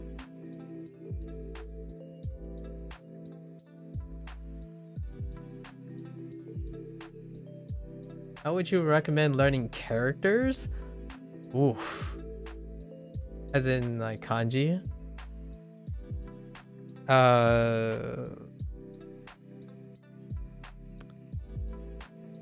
Yeah, kanji. That's an interesting conversation. I will tell you anecdotally what I have engaged in. I largely engaged in writing. So in terms of kanji things, I think SRS is very great with that. And if you're like specifically targeting kanji, for someone maybe with a similar background, I think Anki, I hate to say this, Anki has, if you are in biotech, you probably have all the technical backgrounds for using an open source tool that uses a flashcard based system, where you have a community that designs the word banks for kanji, and then you can use those kanji word banks to like form association. For me, what I have done is I engage in a target, maybe like a video game or whatever the engagement, and then I spend my time using self-visualization with writing. So I actually write kanji out. I write and then imagine myself writing and all that. It's not really an exact thing. However, if Anki is not your impression and you have money, I would say the nod right now would be WaniKani. WaniKani is an app as well. It also uses an SRS system. However, it's specifically targeting kanji development, as in they handle lots of the structure necessary to acquire the kanji. And then there's a companion site called Kaniwani. In case you're a person who likes to do forward and reverse processing, which I typically do for association. So most of the time when it comes to like association, I go from English to Japanese, right? But it's actually, I take that back. I go from English to hiragana slash katakana, but katakana is not in this discussion right now. And then I go to kanji, right? And then I do the reverse, back and forth. So, and this deals with outputting. So I output in the way. And to find input for kanji, I actually still just stick to whatever I do. So whenever Duolingo feeds me a character, that's fine. I play a video game called Shashinko, which was very interesting, and I'm extracting the kanji in the same manner. I learned English translation back and forth, so whichever works. But if you're targeting things, I think most of the people that nod would either go with a flashcard based approach, and Anki is the name, which you might have heard it from like medical school. It like people use this flashcard system for medical school. It's to basically use SRS to train novel associations, which kanji would be a novel association if you don't have like another Asian language as a background. And then WaniKani is like it's a tofuku product that also does the same thing. Oh, so you have used Anki. Yeah, so that same Anki, because I didn't use Anki back in my day. I don't know how old Anki is, but I imagine Anki still existed. Yeah, it will still be around when I was needing to remember like abstraction, like associating abstract ideas with a common language, right? And WaniKani takes the same approach. It's actually there's a trial. I think WaniKani has a trial. So if you are very, very accustomed to like SRS app systems like this, it's not a big leap from WaniKani. And Wanikani has a system where it tells you when to rest and burn out. Like when you burned a image, like it actually has a pretty substantial benefit where it spaces out, it forces spacing of your repetition. So if you're someone who's already pretty great at retention and have form association techniques already and mnemonics, because you know you work in biotech and whatnot in a scientific background, generally speaking, Wanikani would have that kind of balance. And I'm pretty sure there's a trial period, so you can probably just try. The trial period is up to a certain level, so there's no risk involved. You try it, it goes up to a certain level, and then it's a subscription-based app. Right. I heard glowing reviews about that. And then Kaniwani is a companion site where you can sync this progress and you do a reverse. As in, instead of constantly delving in target language, you can still reinforce your translational efficiency if you're interested in that. For me, I'm interested in the translational aspect too, not mutually exclusively speaking in Japanese. So those are the things I would say. Go visit your old friend Anki. The Japanese community in the Anki development is big. It is a big for the Japanese language. So you will likely find some sort of contextual design for the flashcards that will probably suit your needs. I haven't gone to that. Generally, if I'm engaged enough and time permits, I largely find whatever it is that has it. Like Sashinko is a video game. It's you take pictures and then they give you the native reads. If it's kanji, it's kanji, right? And I'm extracting the kanji, and in it alone has like 60 plus kanji. So you basically go around and try to engage yourself as much, at least in my opinion. That's what I would say. It's not quite a very specific recommendation, but anything that allows you to enjoy the kanji. I think it's, it's the end of the life cycle when it's to hitting the phase where you're getting used to kanji. If your hiragana and katakana are intact. I'm not much farther than you when it comes to SRS exposure. I have only done Duolingo Japanese for 163 days, and I actually literally only self-studied Japanese 163. So my experience might not be all that dissimilar from yours, other than the idea that I publicly did all this, so lots of other people were able to feed me input and then like challenge me to explore other things. Meanwhile, I didn't actually literally do those other things, but there has been a lot of shared experiences from the public hearing. Hopefully that gives you some inspiration. I think Wanikani is a great idea. And if you don't mind providing a small subscription, Wanikani is definitely not a gigantic step from the design language of Duolingo. Only it's solely focused on the acquisition of kanji. Got some pretty hefty praises, I would say. And then good old flashcards. I'm basically doing what Anki is doing, only I'm doing it by extracting whatever interests me. And it looks very interesting. I'll probably check that out. I definitely study by myself, but hitting a wall in terms of growing. Yeah, no worries. I don't usually have people who ask, but I have prepared some stuff. Yeah. I think Wanikani is usually one of 3 SRSs that people keep in touch. Anki and Wanikani was more than sufficient for people to grow their kanji pool, and then the other stuff they engage in other ways, construction, listening and stuff is immersion based, so they've already gone beyond the fundamentals like the simple sentences and whatnot, and that requires very specific targeted exploration of your own.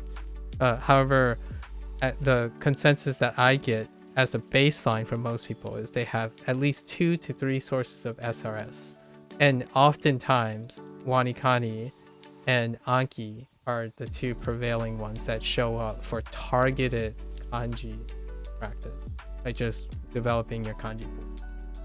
And for the record, I have not used either of these products because largely I don't feel, I feel if you can engage yourself and extract kanji anywhere, do it at your own pace, right?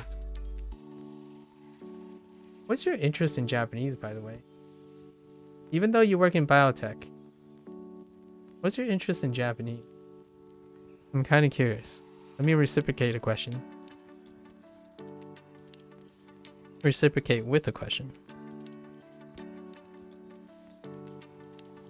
英文 You know, if you didn't tell me that you were in biotech and you didn't say a science thing, my the way I'm speaking would be very different now that I think about it. It's not every day you bump into a person who might have a professional background in something that is related to a scientific field and also maybe big business, and also have time to make time for language learning. I think you're the first. In the last 163 days, you are the first.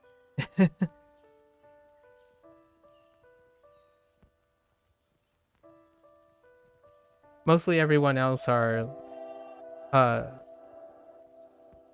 I don't know how I would describe it. They're either university students or maybe linguists. I met some people who proclaim that they're like linguists, and some people are like majoring in those. I haven't actually met another profession or a person who is willing to share that they are of a professional background. My interest. I'm Filipino. Oh, hey. I had a Japanese neighbor when I was growing up, and he introduced me to anime when I was 5. Oh, we both go back to 5 years old when it comes to exposure to Japanese culture. Ever since that, I've been interested. Visited Japan last year and loved it. Oh, wow, okay. I didn't get to. And she broke everything down pretty well in a science way. I really tell. I related to your chart very well. Oh, okay. Yeah. I like writing on screen. On screen, you know, diagrammic writing. You get so used to having like chalk talks a lot of times, right? You get to where you get to because you have to get comfortable with chalk talks. I mean, PowerPoints are okay, but I'm more of a point and chalk talk kind of guy, really. And I'd be like drawing diagrams and drawing arrows everywhere. But if you can follow my madness, then we are most certainly what is it? Cut from a similar cloth. Right now, I'm staggering languages because I'm Chinese. So my parents are Chinese and I'm 2nd gen Chinese. So I'm ABC, American born Chinese. So I'm staggering languages because after covering all the fundamentals of Japanese, I like to integrate all the languages that I habitually think in most of the time too. Japanese is actually the only language that I don't have any prior like literacy in, but I had tons of ear training, as similar to you, where the exposure was very early, since 5 years old. I would say since 5 years as well, and that's about 32 years ago. Same. I think we just got used to it via science academics. Yeah, it's very it's kind of funny if you think about it. It's the kind of like a novelty thing. I don't know if you ever make like content or anything like that, but being able to flowchart things and then relate it to like the current individuals who maybe not necessarily think of this innately, it's kind of a great draw for people. You can explain quite a lot of complex topics without necessarily simplifying them to a point where, you know, the value of their information is low. So I've done this habitually ever since, where you can generate insane thumbnails where there'd be like an incredible flowchart that makes no sense until someone actually watches it. I thought that'd be like, there's a wonderful person who works in game development that does what they do visually as well. I'm not sure if you came across Thor from Pirates Software. They most certainly use the same type of logical layout in order to present perhaps sometimes obtuse concepts, but man, diagrammically and guiding people as you're writing is very Pirate Software. This guy is very entertaining, and he talks about gaming, so I'm not sure if you're into gaming, but this is you know, the whole Tom Nook joke. Well, this guy's name is Thor, and he's a game designer, but he often goes into like little clips. You'll see little clips of him where he uses like boxes and stuff and guides logic, right? Because he's a developer, so a game developer, so he would use box representation and whatnot. And this little thing that I do, I have often, I'm not Thor, so that like to extend the joke, not Tom Nook, I'm not Thor, but he has a habit of also analytically talking like this, yet he has a background in probably computer science. I'm not actually sure what his academic background is. There is a bit of an overlap. Oh yes, I think that's why I switched to lab operations. Breaking down workflow and structure is an easy pivot skill-wise. Agreed. Also, breaking down study plans and evaluating products and providing maybe like consultation and advice on game development and psychology is also pretty easy to pivot to. I don't want to trivialize it, but at the same time, you had to go through a lot of basic fundamentals in order to tackle these types of breakdowns and how to create and synthesize a study plan and a syllabus and a methodology approach to learning a secondary language when you have no prior experience in self-studying. That kinda is a fantastic thesis in my opinion. Like if you go into like psychology and a thesis, I probably write a contemporary model for language learning using self-study in the digital age or something. And that's kind of like, I don't work anymore, so, well, I don't currently work, so I do like social experiments and still continue to engage in like critical thinking and problem solving.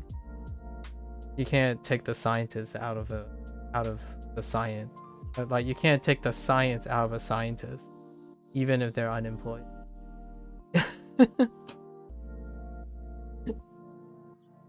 I'm very much into psychology, application psychology, like things that deal with the application, probably not conceptual psychology, although when I was studying, I've often dabbled in psychology, philosophy, and logical systems out of sheer hobby. I had a liberal arts educational background, and that liberal arts educational background tugged at my intellectual flexibility. So while, you know, my background is molecular biology, most of the time liberal arts have this way of trying to get you to be multidisciplinary And I always enjoyed the concept of running a lab and teaching people and mentoring people. It's not necessarily for the scientific discovery, largely for the education, right? Maintaining social well-being, mental health, and physical health. And that involves also making sure that students are academically responsible and healthy, right? So I always thought that there was a edge one may gather by understanding fundamentals of psychology that we understand now, and maybe like philosophy and maybe some anthropological stuff, like engaging in social trends and whatnot, that can help one elevate one's ability to reach students and educate them about whatever that makes their life better. And with that allows them to be great, maybe future scientists or what have you. So I always imagined myself at some point back in my past life to be an educator of some sort, especially for young adults. And nowadays, not sure. I think not sure if the opportunity has presented, or I came across opportunity. For now, this is more largely what I do for fun. I think you would like lab operations. I'm currently a lab manager, and juggling a lot of methods and processes with scientists' emotions and mindset is very. I see. I have a colleague who also does that for a non-disclosed large biotech company. And I think they are more or less inclined to do the same thing. I thought about it, and I haven't considered it yet. Just for some candidness, I don't necessarily have a pressure to have to be. So right now I'm kind of like socially experimenting on my own, and perhaps maybe changing it into something else. I do have to say though, all this experience will be easily reproducible professional setting. I always wondered how to get people to see the best in them. It's always kind of a nice thing. Like, I think if there's a wonderful objective, and maybe subjective, slightly subjective, superpower is like using your analytical skills that you had over the years and your observational skills to maximize the potential of other people you talk to, or just simply keep people company, because I think there are quite a lot of people nowadays who are incredibly heavily dependent on parasocial relationships that have like you can't help that, right? So being able to equip them with the ability to problem solve, probably like something that I want to be in a position to do. I don't know how that's going to look like from a professional setting. I would love to do that, where my job is to equip people with the necessary need to synthesize and critically think, like create new advisors, create new consultation, right? As opposed to offering consultation for a like objective. Like, I don't want to offer solutions. I want to enable people to find solutions. And that's kind of basically describing a teacher, though. Definitely the skill you are learning will reciprocate for the future. Yeah. Have you thought about teaching English in Japan? Yeah, I have. It's okay. Like, I think language learning is something new to me. Probably not quite there. I think there's like a cultural, there might be also a cultural dissonance with that kind of thing. A little, probably a little not the target audience that I had in mind. Have you thought of teaching English in Japan ever? It seems like you really love Japan.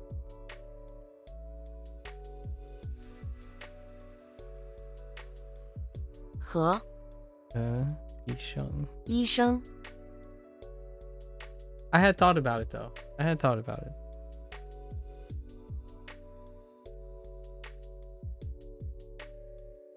老师。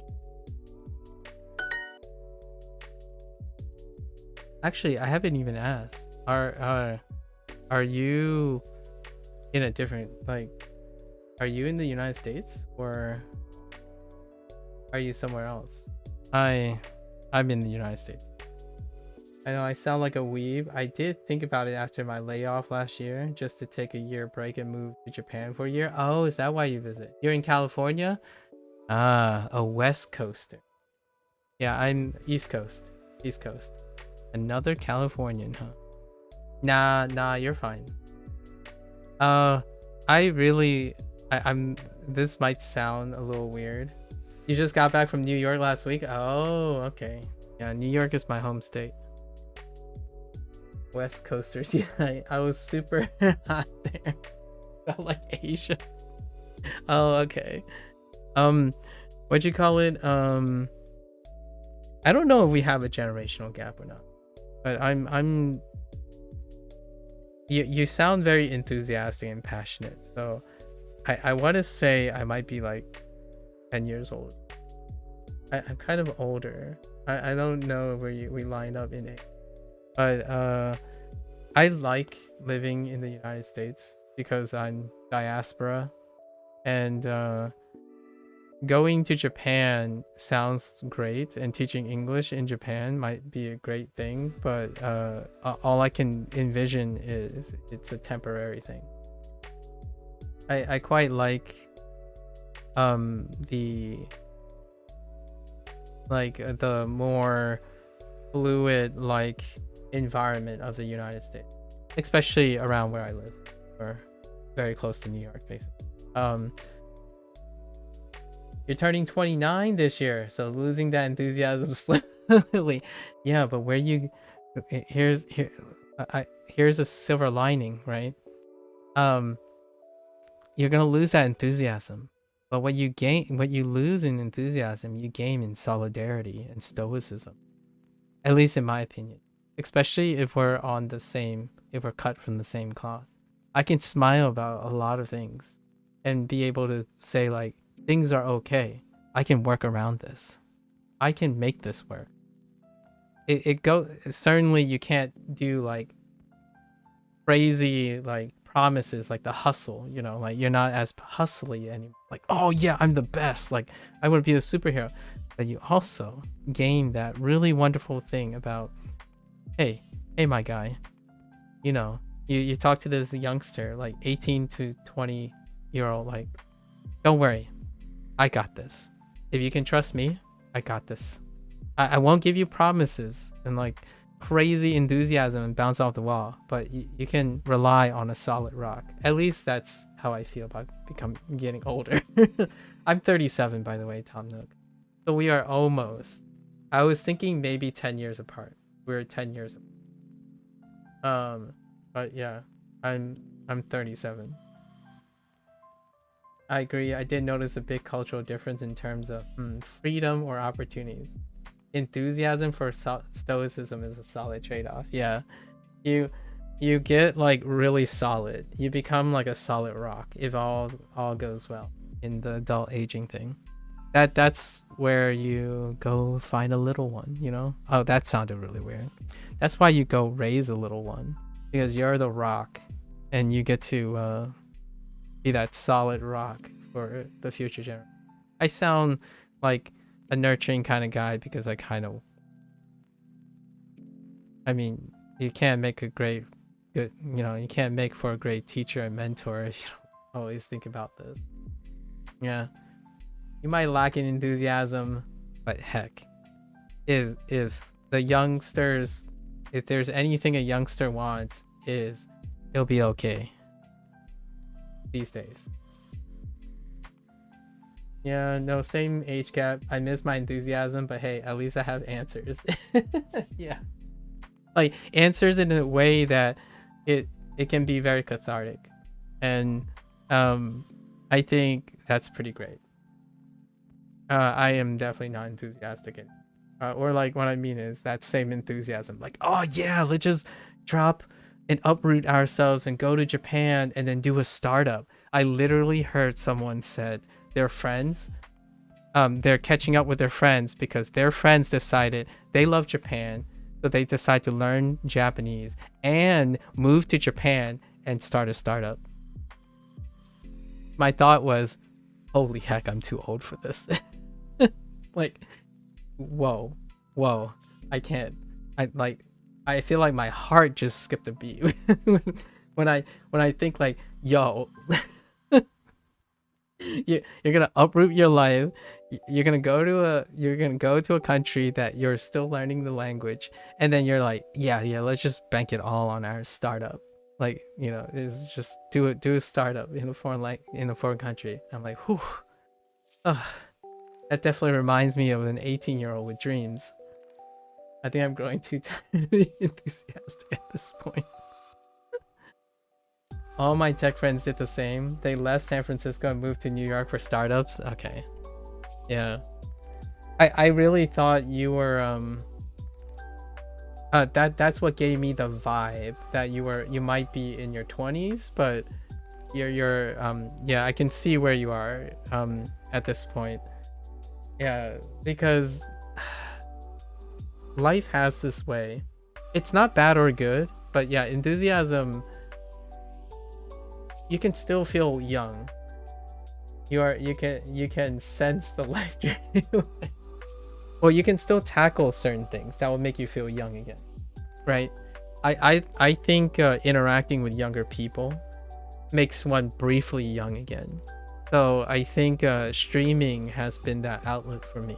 I like interacting with young people, but low key though, my interactions lately with younger people have been one that I feel like they have very concerning patterns that are accelerated.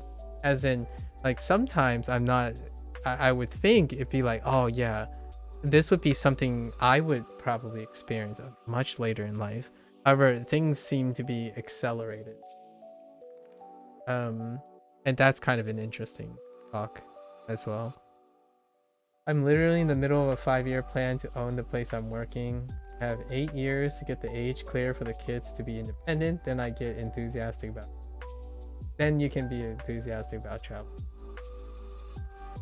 That's good. I did realize that doing a long-term plan is less stressful. Interesting. I've kind of grown out of the long-term plans these days. Now I want to say this very humbly, and also, like, it's kind of a weird flex too. I think where I am, like, intellectually and emotionally, is ahead of my biological. So if I sound like I'm a person who has stopped planning like long-term things and goals, is because I think I have quite a lot of closure early in my life. So right now, my viewpoint might be a little bit older, where most of my stuff that I talk about is like, oh yeah, you know, focus on the present, live in the present, maybe 1 or 2 year plans, but focus on the present. Your time is wonderfully precious, and if you already made it, right, I hope both of you have some semblance of closure and whatnot as you're working towards things. I feel the pressure to find plans. The pressure to find plans is great. At the same time, I hope that those become less and less, because it tells me that you have had great things enough that now you live every day like it's the best day of your life. At least that's kind of what most people, as they grow older, every day becomes a blessing. Every day becomes something filled with joy and sufficient rewards, as opposed to that constant urge to need to find greater meaning, greater aspirations. For now though, hopefully both of you doing the best that you can at the moment. I have travel plans. It's very much get money, save up for it thing at the understandable. Yeah, well, it's nice. Biotech. 中文 I haven't heard biotech uttered from another person in so long. Maybe 3 years. I have friends who work for like policy and friends who work for like services, but not biotech. Interesting. How is it? And without like 中文英文 to NDA related and red tape related, how is the biotech industry at the moment? 老师中文老师 All right. Meanwhile, I'll try to. It's a little. I've been taking it too casual today. I'm working to get that kind of mindset. I've caught myself trying to catch up to my tech friends. Yeah, understand. They're always traveling, working remote, getting lots of money. Yeah, that's. I can sense that. Yeah. So I've always felt behind being the only biotech friend. But I'm learning to appreciate what I have, and I'm fine. Very nice. Very nice. And I hope you continue to get closer and closer to it. Yeah, it's to the point where that mindset that you're saying, like I just don't have a competitive spirit anymore. Right? When you're young, enthusiastic, you have that urgency, that feel like I don't want to get left behind.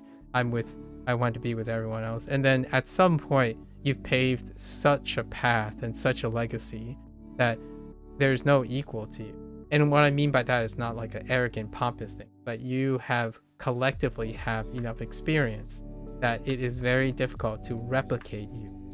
Whether that is measured on some sort of arbitrary scale or not, you no longer have the mindset or urgency to have to do that. And that's kind of where I am. And so when someone approaches me with like language learning and they try to hustle me, right? Like, oh yeah, this is the best way. You'll never get to learn Japanese. This is the fastest way. And I'm like, oh, that's okay. Like, I'll take your advice and I'll get to it when I get to it. If it sounds great and you are very enthusiastic about it, I'll try it for a moment. But I have like no urgency anymore to prove anything. And that's kind of where I hope most people, in my opinion, get to like later in life, where you can do the things you love and you don't necessarily have the urgency to have to prove that to anyone. You only have your own happiness in mind, which is fantastic. It's also a place of privilege. So that also involves you having the resources, the luxury, the position to be able to do. And for me, I have it for quite some time. I'll have it for quite some time. So I'm enjoying it, living it up. Biotech is not struggling, but going through a lot of restructuring. Yeah, layoffs. That's kind of what I was thinking, only because of all the other stuff too. I follow a general broad sense of economics in the industry, and I was curious how biotech, that type of situation, right?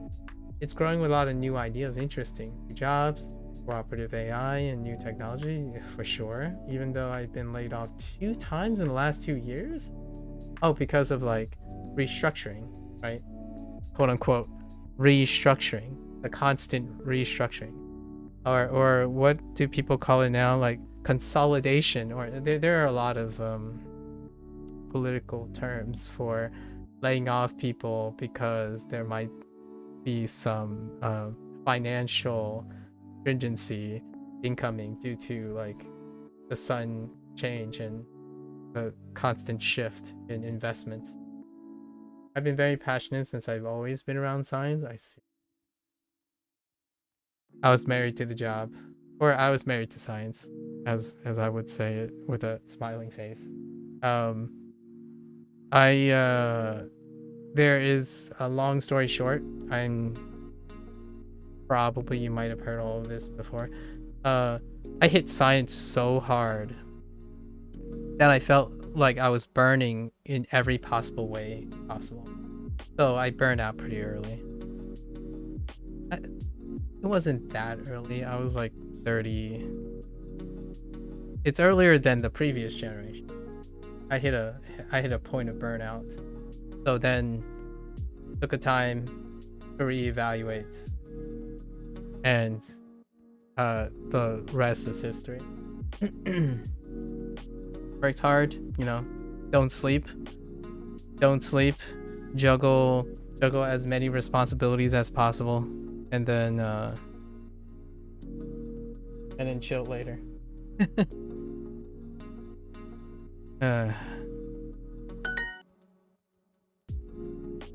So Duolingo. How's your Duolingo experience? 到 I actually kind of want to hear any like deeper cuts. What are your deep cuts about Duolingo? 路 I haven't met someone who isn't someone who had a background in linguistics and like language learning or something, but still has a background in an analytical science. Speaking of LLMs and like AI models, my next stage in trying to tackle the conversational question and construction question is actually using ChatGPT. In fact, Duolingo is testing that this very moment. They are training language models for the next stage in construction. So you could actually tackle that out of social interest in the future. Or, you know, if you just so happen to find yourself crossing paths with me again in another 100 to 150 days, you might see me tackling that very social experiment.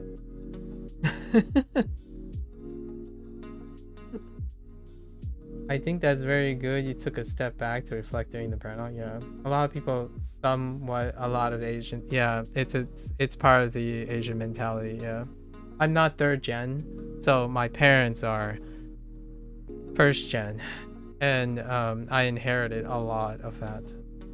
I don't think there might have been one or two moments in my life in my first like 34 years of life where I actually had some semblance of taking a break. To say it lightly. Yeah. I didn't become a doctor though, so there you have it. I don't know if you did you get plugged for a doctor, and if you didn't make it, did they suggest being a pharmacist? Before you decided on joining biotech? Because that's what I got. A good old which, by the way, are you second gen by any chance? I imagine perhaps you make it sound, your perspective makes it sound like you might be second gen, as in like your parents are the immigrants, and you probably carried a lot of those expectations with you. My first idea is print it out and highlight the characters I'm having trouble immediately recognizing. Oh, for Tadoku. Yeah, for the hiragana. Interesting, player. Did you read the beginning of the Tadoku books? You didn't break out anything, did you? At the end, once you finish reading the book, I would definitely, that sounds like a very great way to engage in it. During it, the idea, I don't know if you read the front. The idea is you go through the whole thing and see how you feel, and then, you know, like what you can gather, and then retroactively, which is great. Printing out the book, highlighting. Very hands-on, Blair. I'm actually a big Duolingo fan. They made language learning really great for people who have busy schedules. That I have not heard in a while. That's wonderful sentiment. It's really easy and effective to continue the streak system. Yeah, even when I'm at a bar at 11 p.m. I always make sure I do go before the night ends. Fair enough. Yes, I did. That's why I'm not doing it immediately. Yeah, Blair. Yep. That's how grade readers are supposed to work. Or like that's the theory behind grade reading, Blair. You try to take it in because you have to be comfortable. I like the way grade readers go about it because it's trying to make you feel comfortable in saying, okay, just gather whatever you can from the book. It's supposed to be appropriate where you have enough to gather, and then you can plug all the tiny holes together. So afterwards, you're going to have like little tiny holes here, and you fill them in because you have all the context of other foundational knowledge. And that's the principle behind graded readers, which is a very big method that is supported by a particular very notable people second language acquisition. At least that's what I read cursorily. I'm not an expert. I think I'm second gen or 1.5. Your parents came here from Filipino 90s. Oh yes, I didn't want to be a nurse like every Filipino. Oh yeah, that's right. Are you familiar with this viral Filipino who does stand-up now, but he also has experience as a nurse? Do you know who I'm talking about? I really like his skits. I think it's really funny. Now he actually does stand-up, but I don't know if he still does nurse things. But it's pretty funny. Is it Joe Coy? Wait. Hold up.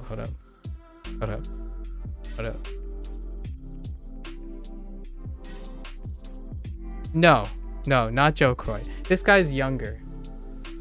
He might be on TikTok, and he always does the skit where, you know, left and right, he puts on a mask, and he's like startlingly, oh, he might not even be Filipino actually, but he is a nurse. He might not be Filipino, but I think he is.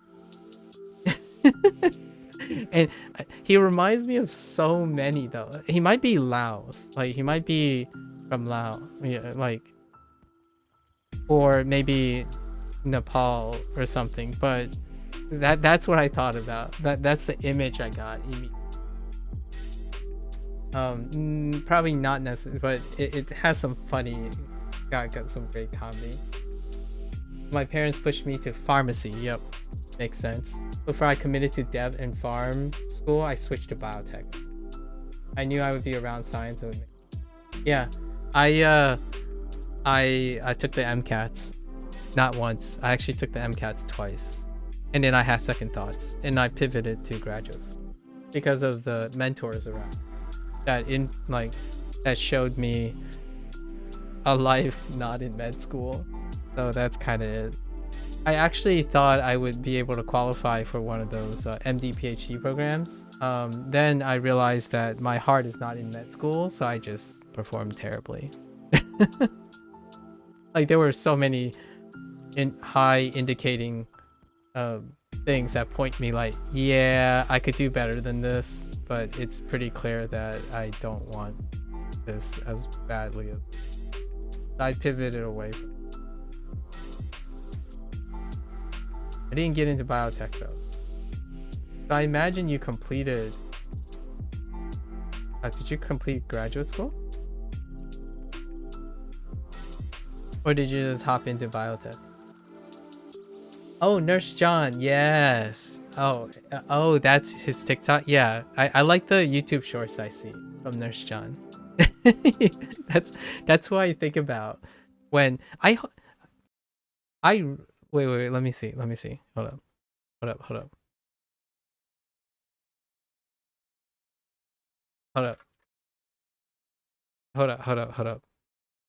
Oh no. Wait. No, maybe it... Yeah. No, it's actually a different person. Oh, hold up. I'll have to come back to you with that, man. Oh, that guy looks really funny too. There's a lot of these people. There's also one that's a doctor. I think he's a surgeon, maybe. And he does that too. So, no, wow. Anyways, there are quite a lot of them. Let me see if I can find who I'm talking about. Oh, this is totally worth the investment. Hold up.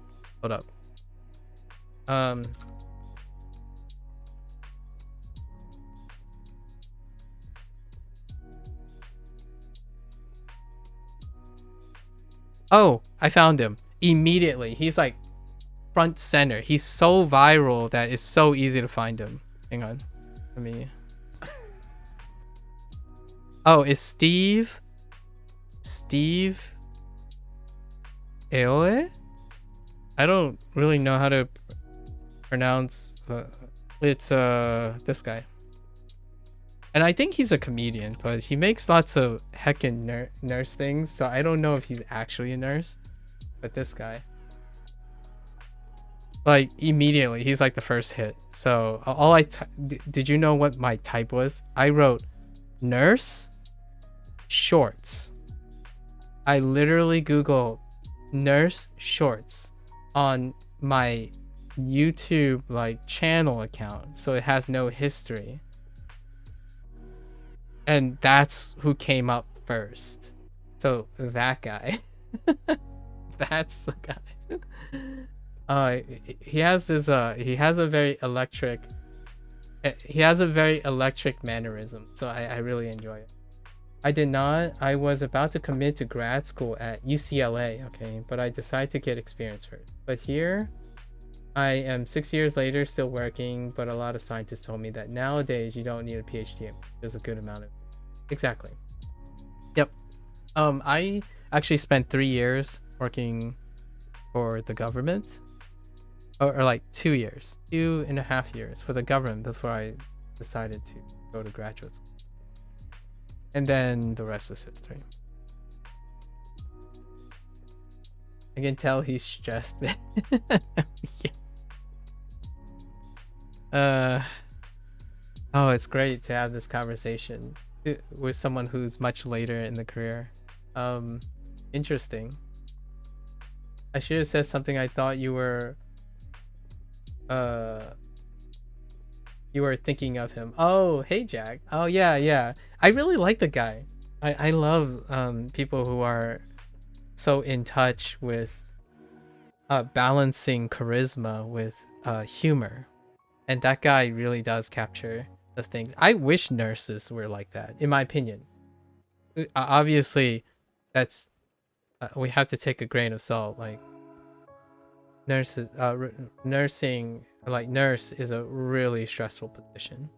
I mean, the reason why I pivoted away from medical school is I did some like time just standing, like volunteer work in a hospital, and it only took me a couple like weeks straight standing in like specific places in the hospital, especially the ER room, to come to realize that I do not have the fortitude to do that for the rest of my life.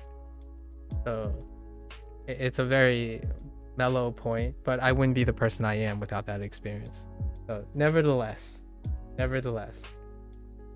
I chose science because at least if I can't answer the question, I wouldn't feel the utter disappointment in failing to save someone's life. So I say this with a very smiling heart, that if I can help people make great decisions in their lives, that's enough. But at least I'm not equipped to occupy a position in which that person's life is dependent on me, literally. So I pivoted away from the medical field because of that. I probably just screwed my YouTube algorithm. I was doing so good with J-pop songs. I'm sorry. One of my nurses had a habit of telling our patients, "I hate that for you," or "I hate that for them." I picked up sarcastic. Oh, those quotes are pretty good. Yeah, those quotes are pretty good. 路 That sounds like a nurse with a lot of experience. Yeah. Oh, we digressed so hard today. Having a blast. Thank you guys. I always appreciate the discussions.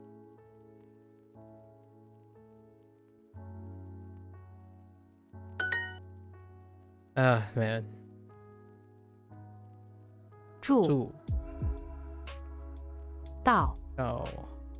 I gotta make sure I don't mix up Dao and Lu again. 国路 医院 Ian. Speaking of 路 Lu, 路 Dao, 道 路 Lu. 路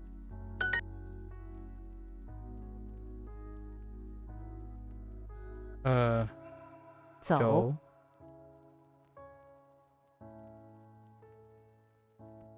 道 Dao.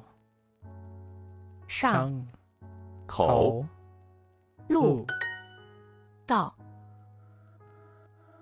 Likewise, really good. Yeah. That life works out so wonderful. I honestly think it's so serendipitous. Yeah, we yap a lot in this. I mean, I get the whole language learning thing, and this might trigger quite a lot of people in the future upon retrospection. If you're learning a language to get closer to people and to bring people together, wouldn't this qualify as one of those reasons? Right, our interest in the Japanese language brought us together. Oh, and without saying too much, if there's any underlying principle, if there's any underlying principle that I emphasize for most people, is people are worth investing. Occasional bad actors, occasional opportunists cannot supplant how much of a luxury, how much of a rare resource these days to have access to investing in. So that's kind of my 2 cents about in the day of digital ages, automation, and very, very highly hyper objectified metrics for humans, right? I measure it's tough. Sometimes I feel like people just don't trust anyone. Like, what are you selling, Tom Nook? I mean, what are you selling, not Tom Nook? Are you hustling something right now? Come on, tell me. Are you gonna sell me a timeshare in the Keys? Sorry. The not Tom Nook thing is really funny. Wait. I gotta do my plug about my miracle cure. For a low price of low price of your time, you might actually feel the warm embrace of someone who might care about you. How's that for a plug? No, I'm just kidding, but no obligations, obviously. But sometimes I feel if you're losing enthusiasm, if you're losing vitality, having a warm, once in a while, lifetime discussion with just a stranger who maybe just cares a little bit more every once in a while can be just that enough to give a pep in someone's step. In my opinion, I think regardless of what your age is, it's always kind of nice to boost someone's spirit every once in a while. It's free. You can always do it, right? You gotta boost their spirit. I actually jumped into Japanese language learning channels to sell Japan shares, which is ironically something Tom Nook would do. Oh no. Oh, that's something. That is something. I haven't ever sold anything in my life, so here's me trying, I suppose. I actually am an incredibly poor salesman, so I don't usually get caught up in the stuff. I know that it is a reality that one must contend if you're trying to expand and try to reach try to make a larger impact I talk about business a lot though, like from a psychological perspective. However, I haven't ever operated my own business. I think it would tear me apart, without a doubt. My parents are Chinese and they're Fujianese, so if there's any cultural normative traditionalism in the Fujianese culture, is they all operate businesses and very successful businesses. That's how roots are established, and I am a product, or I am a offspring, a second gen who has been influenced by other things, and business would probably tear me apart. Like, what I mean is I would tear myself apart, not that people would tear me apart. It would probably destroy my well-mannered mindset and discipline nowadays. Is the language learning community more active at different times, I wonder? I only ever see like 5 channels online doing stuff. Twitch doesn't have a language learning community, unfortunately, there. It also here's the irony here. The only Twitch related language learning channel is Duolingo. And ironically, most of the streamers don't actually use the ones that carry influence, that come on every once in a while, list themselves under Duolingo because it's the only language relating thing, but they're not people who use Duolingo. In fact, a lot of them laugh and dislike Duolingo. If you're curious, because I do check if there's anything related to language learning, and it is a desert 24/7. Language learning isn't that high octane gameplay thing. Twitch is not a place of learning. I still do it though. How long have I been doing learning things? I play video games, but I teach learning. Like, I use video games as a learning vehicle. I've been doing it for over 5 years. Right? Wait, let me do the math. I calculate everything. That 2,109 days divided by 365. It's almost 6 years. It's 5.78 years. Including today, 5.7, 5.6, 5.78 years. It hasn't changed. I tried doing sales at one point in my life. Tried selling pipette tips. I only lasted a month. I felt like I was forcing myself to smile every day. Yeah, you want to get out of here. Yeah, that's fantastic that you notice it soon. There's I feel like there's something to be said about the difference between knowing when to walk away versus quitting, right? Some people might say in that situation, oh, but you're just a quitter, right? It's like, well, no, actually you knew you realized that you're obligating yourself to do something that's not sustainable. So yeah, walking away, that's a month, pretty quick. Yeah, selling pipette tips. I remember encountering a sales rep recruitment before, and it was for sequencers. Someone needed a sell rep for a sequencer, Illumina and stuff, because I happen to have used things like I've used high throughput sequencing. Like, it was part of the research. We had to have access to sequencers. So the idea is, well, you could hire someone who has experience in sequencing, who happens to be graduating soon, that kind of thing. And I'm like, obviously it didn't happen. Otherwise, I wouldn't be here. 到，到，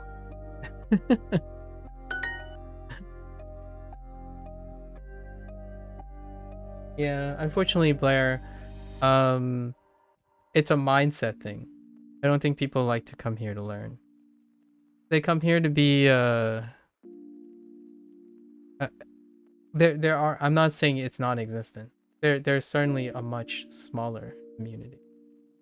I don't think learning and pleasure and chilling and vegeting are separable. Like, what I mean is, I don't think they have to be separated. You can veg while also learning to how to appreciate what you can learn. You can veg and learn at the same time. It's quite, it takes a while to get started, but it becomes effortless later. Like, you can't help but engage in learning a lot of times. Like, oh yeah, you know, I'm just sitting here. You know, I kind of want to learn about the tree I'm staring at. Let's go learn something about the trees. And you're just chilling, soaking it in. I think that's something that makes one young, or keeps one young. I don't know if I appear or sound a little bit younger than most people, but generally I'm quite. You guys seen Vsauce, right? I want to be like him when I'm his age. I actually don't know if Vsauce, how old Vsauce is. He might be like 10 years, maybe 10 or 15 years older than me. I want to be like him still in 10 or 15 years. Yeah, it's marketing. And gaming is requiring a mindset. And that mindset isn't education or learning. You're gonna head out for the night? Yeah, no worries. Thank you. Yeah, thank you for asking. Oh yeah, no worries. I would love to know that good things are happening for you. And like, I would love to challenge you to do a more critical, like, find, if you have time, do a more critical assessment of the stuff that you try out, like Wanikani or something. Because I would love to hear it from like a critical assessment in a way as a point of motivation, but at the same time, also from a place where someone isn't having a background in linguistics. Like I haven't had that opportunity.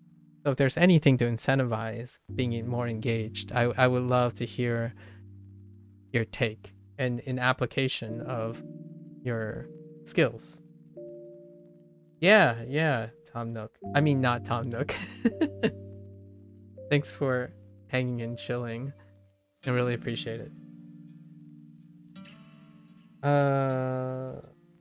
Actually, probably how most people even found out about Twitch. Agreed, Jack.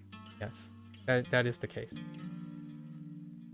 I actually found out about Twitch through gaming as well. My source of like really hitting Twitch, when I was like really hitting Twitch hard, was probably Hearthstone. Hearthstone is probably when I hit Twitch really hard. 走，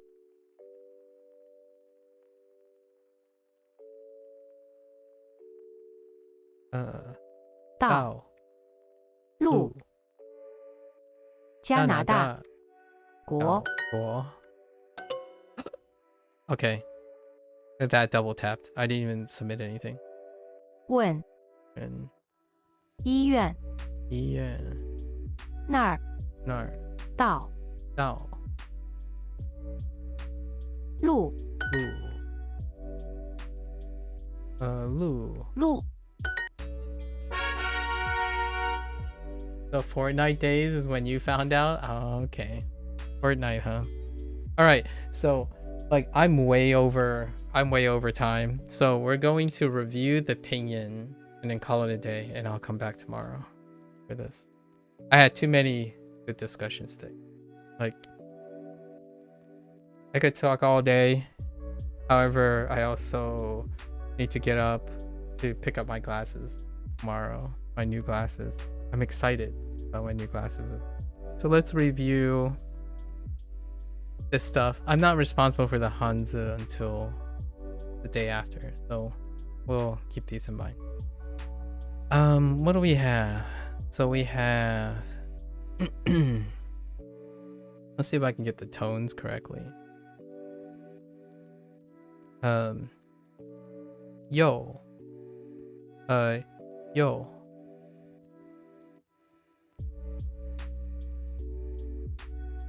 We're gonna keep it neutral. Bien. For that one. Bien. Yo, bien.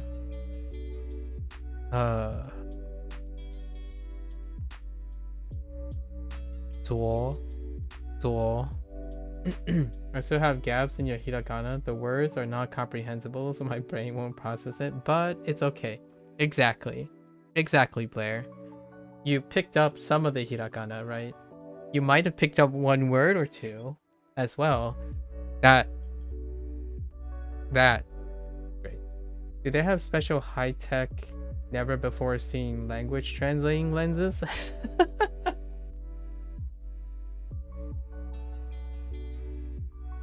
That would be kind of nice. Actually, if you have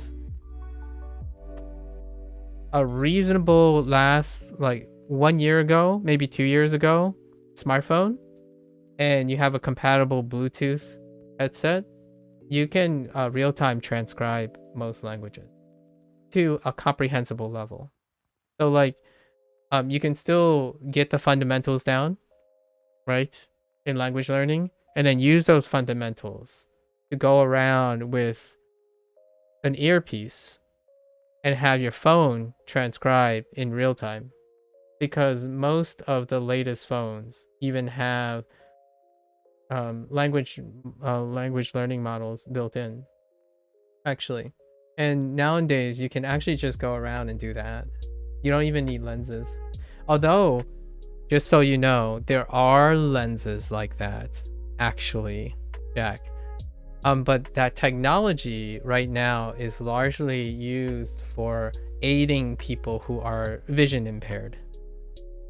In my opinion, I think the best application of that type of thing is vision impairment. So like things like where you have to like enhance certain things, and it captures, like it's a camera attached to the side, right? We have some smart glasses here and there that uses like assistant integrated things, but more or less the service is that your phone is going to handle the thing. So you can actually do that. There are a few clips of things that, in terms of Chinese, there are some astonishingly well live transcribable things where the demonstrations work really well. It's two-sided conversation, two different languages, and the people with the earpieces have instant, like near instant. It's kind of slightly delayed, but ongoing contextual conversations with each other. So I'm not saying that that's a replacement for language learning. If you enjoy language learning, I enjoy language learning. However, if you're not into language learning, it's actually very pocketable right now on comprehensible language translation. Now the question is, if it can be accessibly deployed into like tourist areas or like commerce, then it might de-emphasize language learning. However, it also provides a gigantic leap in convenience for those who are not interested, right? Meanwhile, I do have to insist, language learning provides other types of nuance of learning. So if not for anything, while technology is fantastic, we wouldn't have this discussion if we weren't, or like if language learning wasn't, right? However, it's not even high, it's not necessarily high tech anymore. It's very it's expensive to implement, I would say. The technology that you're talking about, it's very expensive for like any restaurant or any convenience store. Maybe like large franchises may implement something like that for like international reasons, but generally speaking, the the technology exists. The investment maybe not, because it would be very difficult to imagine like a smaller chain finding commercial returns on having language translated. But for you, yeah, you can actually own a pair of smart glasses that will tell you what's on, like when you stare at a sign, and it will use the cores in your smartphone to translate it for you into an earpiece. So if you go around and you look, actually the partnership between Ray-Ban and I guess Facebook or something, there are quite a few lens integrated. Usually it's on the hinge. Oh yeah, you're not far from it, Jack. It's actually quite interesting. When I went to pick up my glasses, like, or like went to pick up a frame, they did have one of those Ray-Ban glasses. I think it's called Aberration. Is what? No, it might be Oakley's brand. Let me see. Aberration. Yes. Apparition or something. I think it's supposed to have some sort of, or maybe not. No. Maybe. I know Ray-Ban is doing it. I don't know what Ray-Ban's thing is called. Hold up. Don't quote me on this, but I know Ray-Ban has a pair of smart glasses.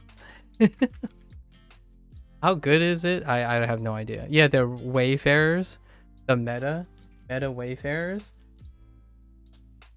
It's integrated. It's a Facebook lab. So future. Real talk. Okay. All right. Also $340, which isn't that much cheaper. Much more expensive than the frames I'm picking up tomorrow. Let's see.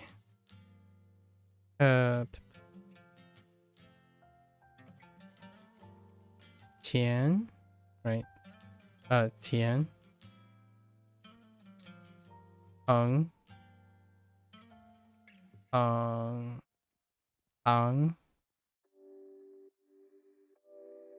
Xiao. Lu. Dao.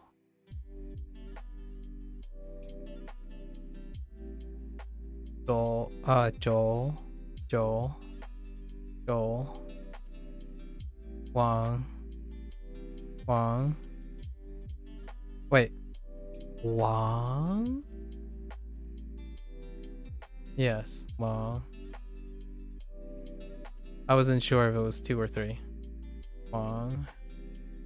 Mie. Mie.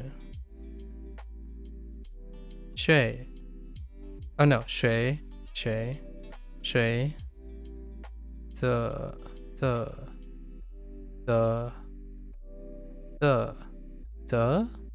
Zema. I think it's 2. Son of a. Okay, I gotta remember. 3. Zema.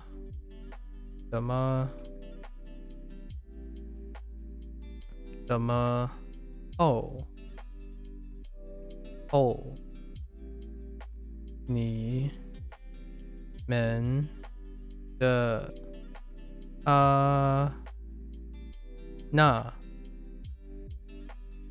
li de na. Okay, it's not too bad, but we've already got this locked down for a while now, so I was like slacking off. I'm sorry guys, I was slacking off. I just got so caught up in discussion. Oh, what were we talking about the whole time? Oh, we talked about Duolingo. Oh yeah, all of this is related to Duolingo anyway. Oh yeah, a lot of this is related to language. I don't have to. It's fine. It was relevant. I can plug these all together. Yeah, I'll be able to plug all these. Yeah, no chance. I did get occasionally when I'm not paying attention, I get these two mixed up because I'm still not familiar with the writing yet. So tomorrow I'll double down on writing. I'll try to stay a wee bit more focused. We want to clear this out tomorrow and then write all the characters. Right. All right, folks. That's a wrap today. Absolutely love it. Getting late. Let's just love meeting new people, especially people that are so wonderfully candid. Oh, I hope you guys have good news all the time. You gotta tell me how you're seizing life. Okay, so what is the closing remark for today? We talked about a lot of things. Generally speaking, though, what are some take-homes? Take-homes are sometimes big perspective, in my opinion, like bigger perspective. That context can really ground a lot of concerns and maybe even there's times when, you know, if there's a balance between nihilistic thought and being very intimately involved with a smaller perspective, right? So what I mean by that is sometimes when you're thinking really, really big, nihilism knocks at the door, right? All this stuff's like, oh yeah, we have to consider all this stuff. Why even bother trying, right? That's the one thing that I want to not suggest, right? Our conversation about what if Duolingo did an advanced version of Duolingo. While I stepped back and talked about how all the things they have to consider while doing this, at the same time, it doesn't diminish the idea that there's probably a way to do it, in my opinion. Where there's a will, there's a way. This is intellectual construction, right? So I didn't want to make it sound like, oh, don't do it. I feel like it's nice when you know what they're up against and also still continue to do it, right? And that's also kind of like that's basically the theme when it comes to like pivoting in careers. You have this bigger perspective. Maybe your goal is really far away, so it requires a big perspective, and that big perspective can be incredibly daunting. It can create nihilism, like why even bother, it's so far off, like something like that. So then I would push the person back down to the present, right? Like I would try to push their goals closer and have a smaller perspective. Meanwhile, that smaller perspective can also benefit from stepping back a little and getting a bigger perspective. The idea, in my opinion, that really fuels discussion is being able to go back and forth and tweaking that. So I personally think that would be, and learning a language can totally benefit from that, in my opinion. When things get a little grindy, when things get a little like repetitious, or you're observing yourself, right? You're living in the moment. You're observing yourself. It's like, oh yeah, I totally didn't even read half the sentence and I already knew the answer. So like, I'm not paying attention to half the sentence. That is awesome. That is like living in the present. I can't tell you, like Blair gave a great example of like not feeling like they're going to learn the words because they can see themselves being clever, like intuitively clever at skipping and doing shortcuts, right? That is, in my opinion, far more informative than someone who goes through the ropes expecting an outcome when in reality they might have superseded that outcome. That's kind of like someone who's looking at a goalpost. We kind of talked about this yesterday too. Looking at a goalpost, it's like, oh yeah, I need to get to know 2,000 kanji within 2 years. And the goalpost is that you just need to know. You need some affirmation that you have cleared 2000 kanji. Is that the same as realizing and understanding 2000 kanji in the moment? I would beg to differ most of the time that knowing something after rudimentarily relying on a singular strategy for a really long time might be an overestimate of how much it was salient, like how much of those 2000 kanji is salient in your memory, because oftentimes a hyper focus on numbers and like the aspect of finding the minimal amount of effort, as in minimal input of energy and greatest output, that's increasing efficiency, right? Where sometimes the sight at the target really far loses sight of the details that are happening. And oftentimes if someone is really far looking, I try to ask them about what they are looking at now, like in the present. Have you noticed, like, how are you measuring your engagement? How are you measuring your retention? Are you practicing recall, which that's what's brought up as well with the conversation with Kat. So are you practicing recall to adequately see that you're not deviating away from something, like not measuring something? And I have noticed this personally every month or so. So when I go hard, like when I go at it for a month, I try to switch it up a little. What that helps me with is it reinforces the engagement. Then I go back, then I go forward a little bit. Like you're not effectively restructuring everything. The idea is you're aiming to offset that idea that, oh yeah, now it just feels like routine. You're going through a routine. Am I remembering what my routine is doing for me, or have I become complacent and now that routine has been producing less and less results? And one of the things that I have a concern about when it comes to input all the time is that if you're inputting all the time, you have a fantastic and admirable commitment to trusting that you do not fall victim to complacency, right? Think about it this way, in my opinion.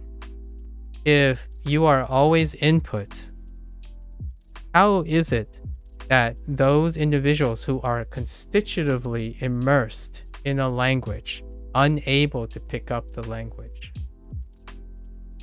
I can speak for that. Like what I mean is, personally, I did not pick up all the elements of many languages that I spent nearly my entire life surrounded in, right? Even the nuances of English did not get acquired in that way, right? So I don't say that it's not useful. It takes time, but how much time do you want? And then when you get hyper focused on certain things, you don't notice these things anymore. Like, for example, imagine a professional athlete, right? They have coaches. Coaches are detached from that athlete.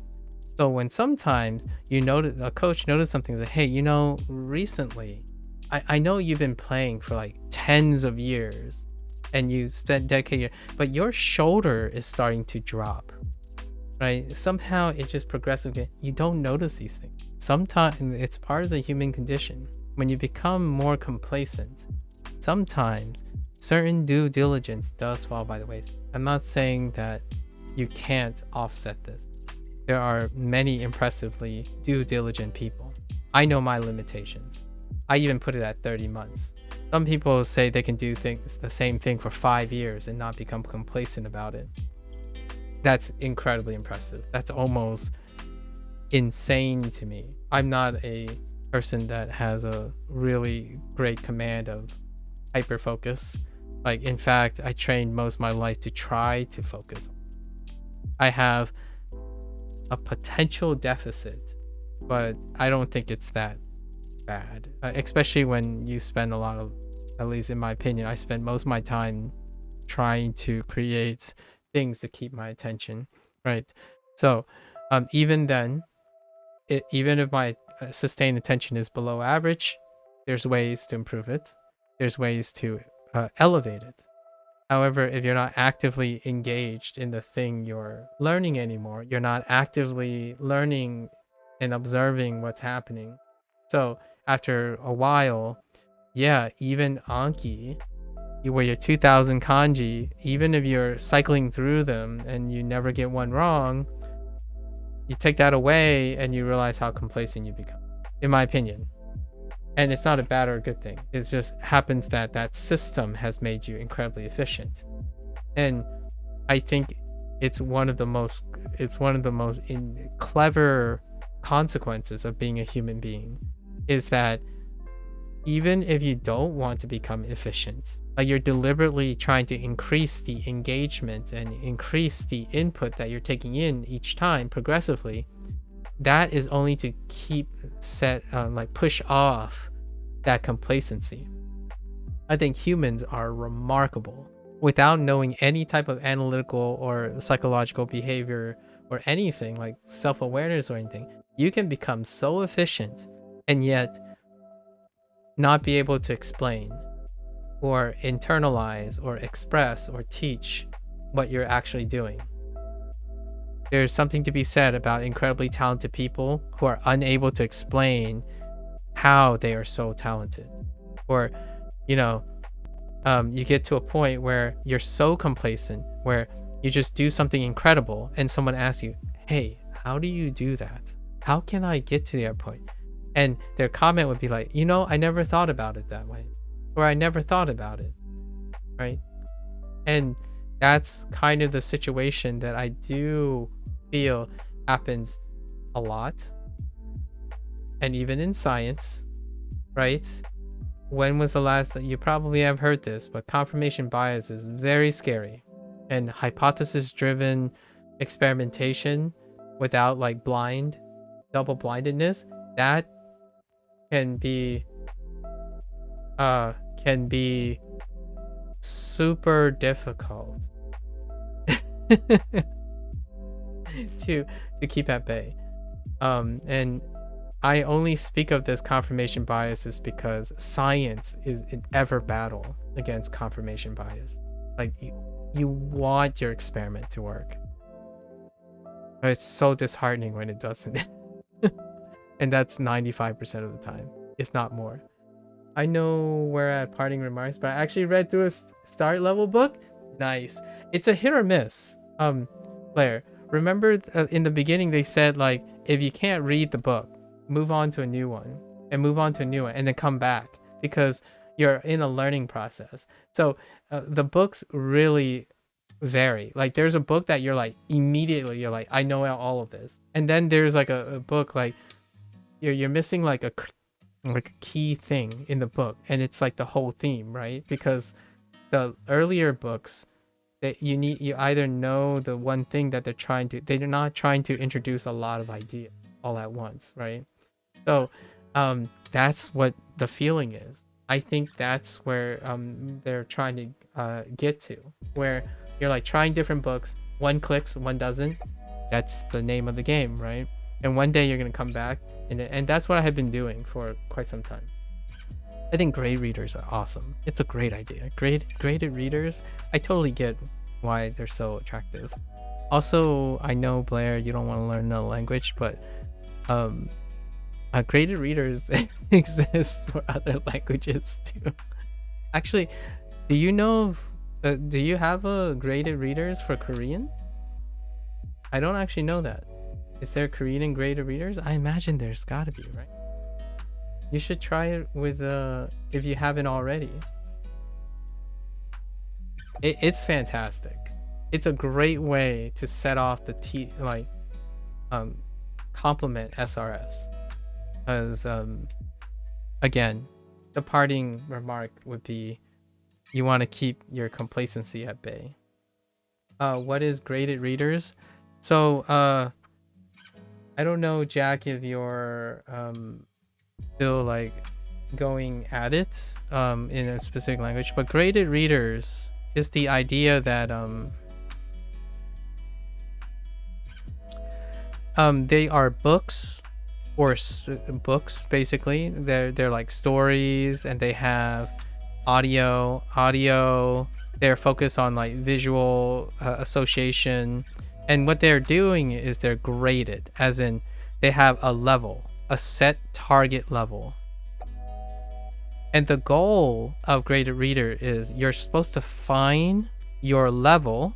So somehow you got to get an idea of what your level is, right? What your level is by output or some sort of metric. And then you find the level, your level, and it should be like almost comprehensible. Like almost all of it should be comprehensible, like 80%. Like that, 80% of it, or maybe even 70, enough to comprehend it. So it's comprehensible input. It's a comprehensible input. So it has to be just comprehensible enough. So it does require you to understand where your level is. And then what happens is you learn the other 20% through context. No dictionaries, no nothing. You learn naturally, you infer and discover what the other 20% is. And then you continue moving up. Then you'll eventually level up. So then you'll get to a higher level and a higher level. And that is, this is a very popular approach, and it's called comprehensible. And that's what vloggers and podcasters try to do as well when they're vlogging it. They're vlogging stuff. So for grade readers, it helps with people who like reading and like listening in that manner, like combining reading and listening. And then for like vlogs and podcasts, there are other visual inputs. But generally, when they say easy listening, they're talking about. So these are what graded readers are. And Japanese, Blair is using a free resource provided by Tadoku, who has done this for various levels. And I really like the concept. And it's available in other languages, as far as I remember. Like in Chinese, there are some services that have them. I'm not sure about free services. In Japanese, Tadoku is one of the earlier great resource for free reading. So if you're ever interested, that's kind of where that is. That's the concept. You you start at a level that is comprehensible. If you haven't reached a level that's comprehensible, like their lowest level, if it's not necessarily comprehensible, work on some foundations.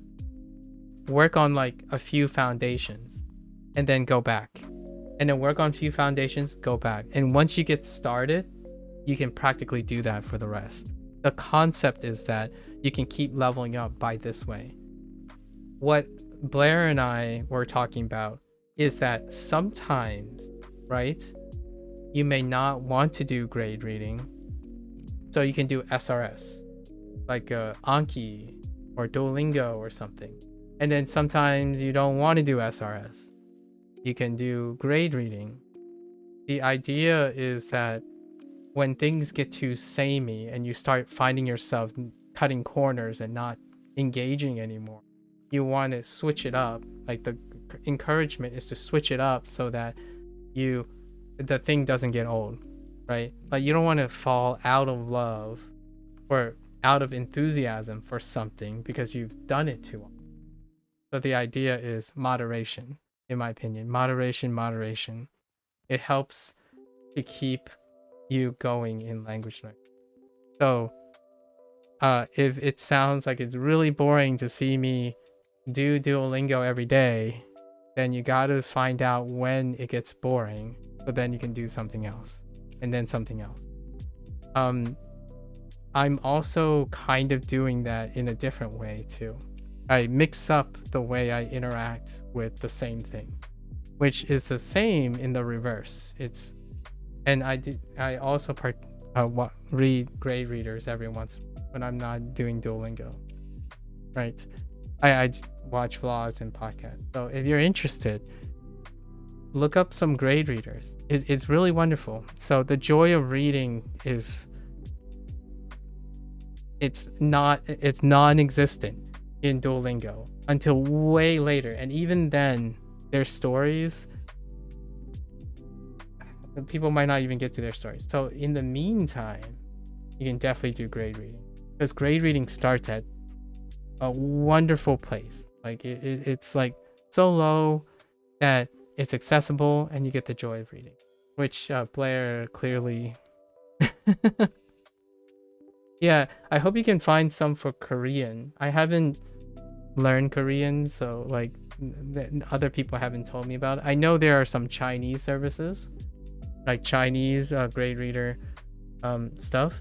I haven't found a nice resource for like accessibly free ones to try yet for Chinese. I might start looking in the future. But Japanese, Tadoku is such a wonderful, shout outs to the people who do that. You know, I think they're crowdfunded or something, maybe Patreon. I don't know how they fund themselves, but it's such a great resource. So I share that resource to allow other people to enjoy it, and then maybe they'll get something in response, right? If there's anything, people who use their resource will probably support at some point, right? And that's it. Yeah. So far, I'm finding very little, but I'll continue looking. Yeah. That's the thing about when I talk to other Chinese learners and like Korean learners and whatnot. Japanese is, there's just so much, like Japanese is really trendy, and for better or for worse or something like that. But Japanese has a lot, like the when we talk about language community at large, I think I understand how serious and hardcore the Japanese learning community can be as an extension, but it also comes with perks. You see what I mean? Like we also, I can't just talk negatively about passion. Like I think Kate kind of got this thing about Anki, but lots of the Anki users are Japanese language learners, and they're kind of hardcore. But the nice thing about having a hardcore community is there's a lot of motivation to create resources, right? And I mean, we can't discount the Japanese work ethic, because the Hadoku is probably like organized and produced by the by Japanese people, which, work ethic aside, there's just so many resources for Japanese when it compares to like Chinese and Korean, at least even in my cursory look. And obviously we also have to take into account the whole political landscape between like China and the United, all that stuff. And that's kind of like the unspoken given thing. So take home message, guys. I love having discussions while having language learning. It contextualizes what it's like to be a language learner. It's always awesome. Also, try not to become complacent. I stream Duolingo, but that doesn't mean I only use Duolingo. I wouldn't be able to say all the things that I say if I, about alternatives and all that stuff. And complementary. I guess that's the other take-home message. It's great to envision, or it's acceptable to envision a perfect product, or a product that can have the cake and eat it. However, fundamentally, there are things at odds with each other. If you want a place to encourage people to start something, it is not simultaneously a place that would cater to the advanced learner, right? So in that way, there are different spheres and avenues of learning. Take it all. You're the end user. At least I hope, you do not become complacent and plateau and all that stuff. You do not become complacent in the sense that you stop paying attention to yourself. Stop observing your outputs and your inputs, right? So then you can transition naturally between things. You can take it all in, discard things, refine things, right?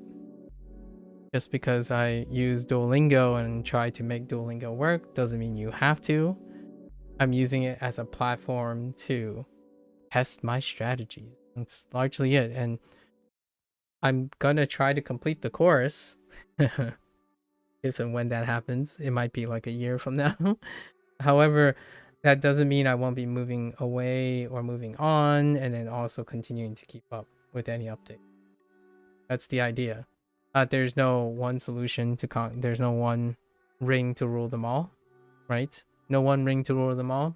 However, if you have multiple rings, you can use rings whenever you want for each occasion, right? And that's kind of the idea. So, if something gets old, walk away from it for a bit. Don't like grind your way through it, because in my opinion, once you grind it, it's going to be hard to come back.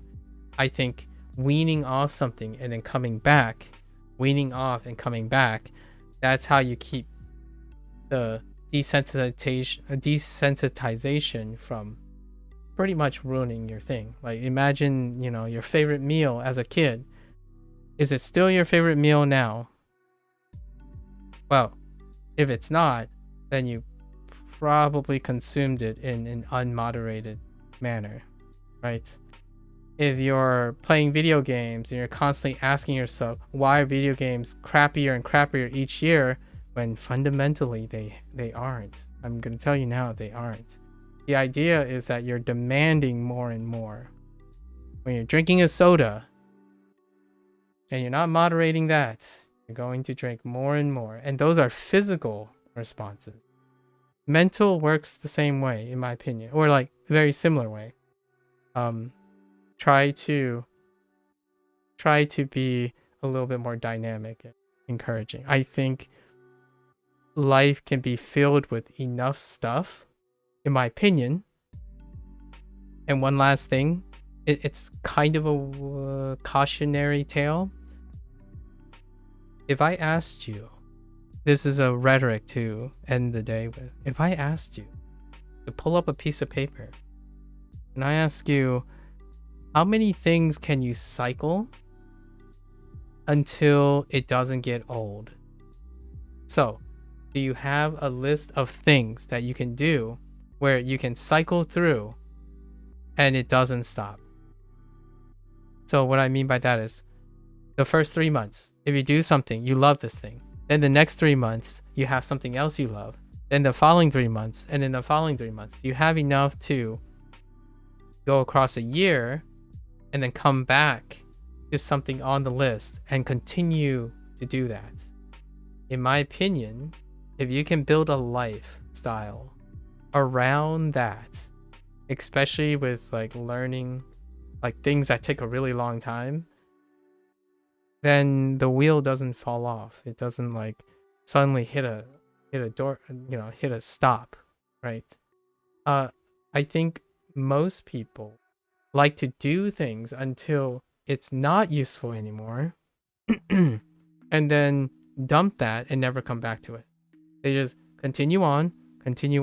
So you're going to go through a cycle of, yeah, I'm getting accustomed to a new thing. I like it. Then it stops working. Now you go through that process again. That works, by the way. It does work for those who are very adept at starting and stopping new things. Personally, that's kind of what I did for a long time.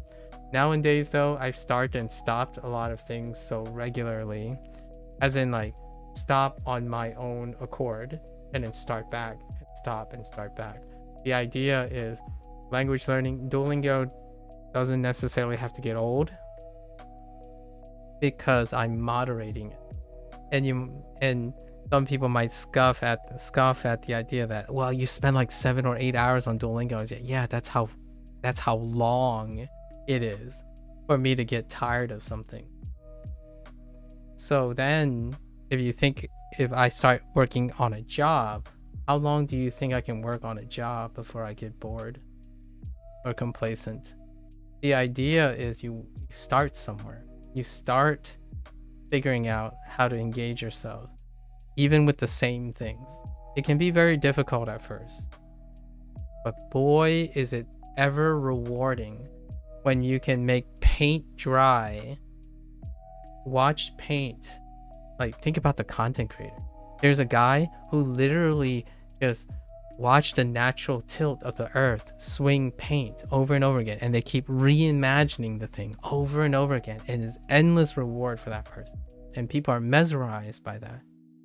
That, my friends, is something that you can do, in my honest opinion, with some time, effort, and practice.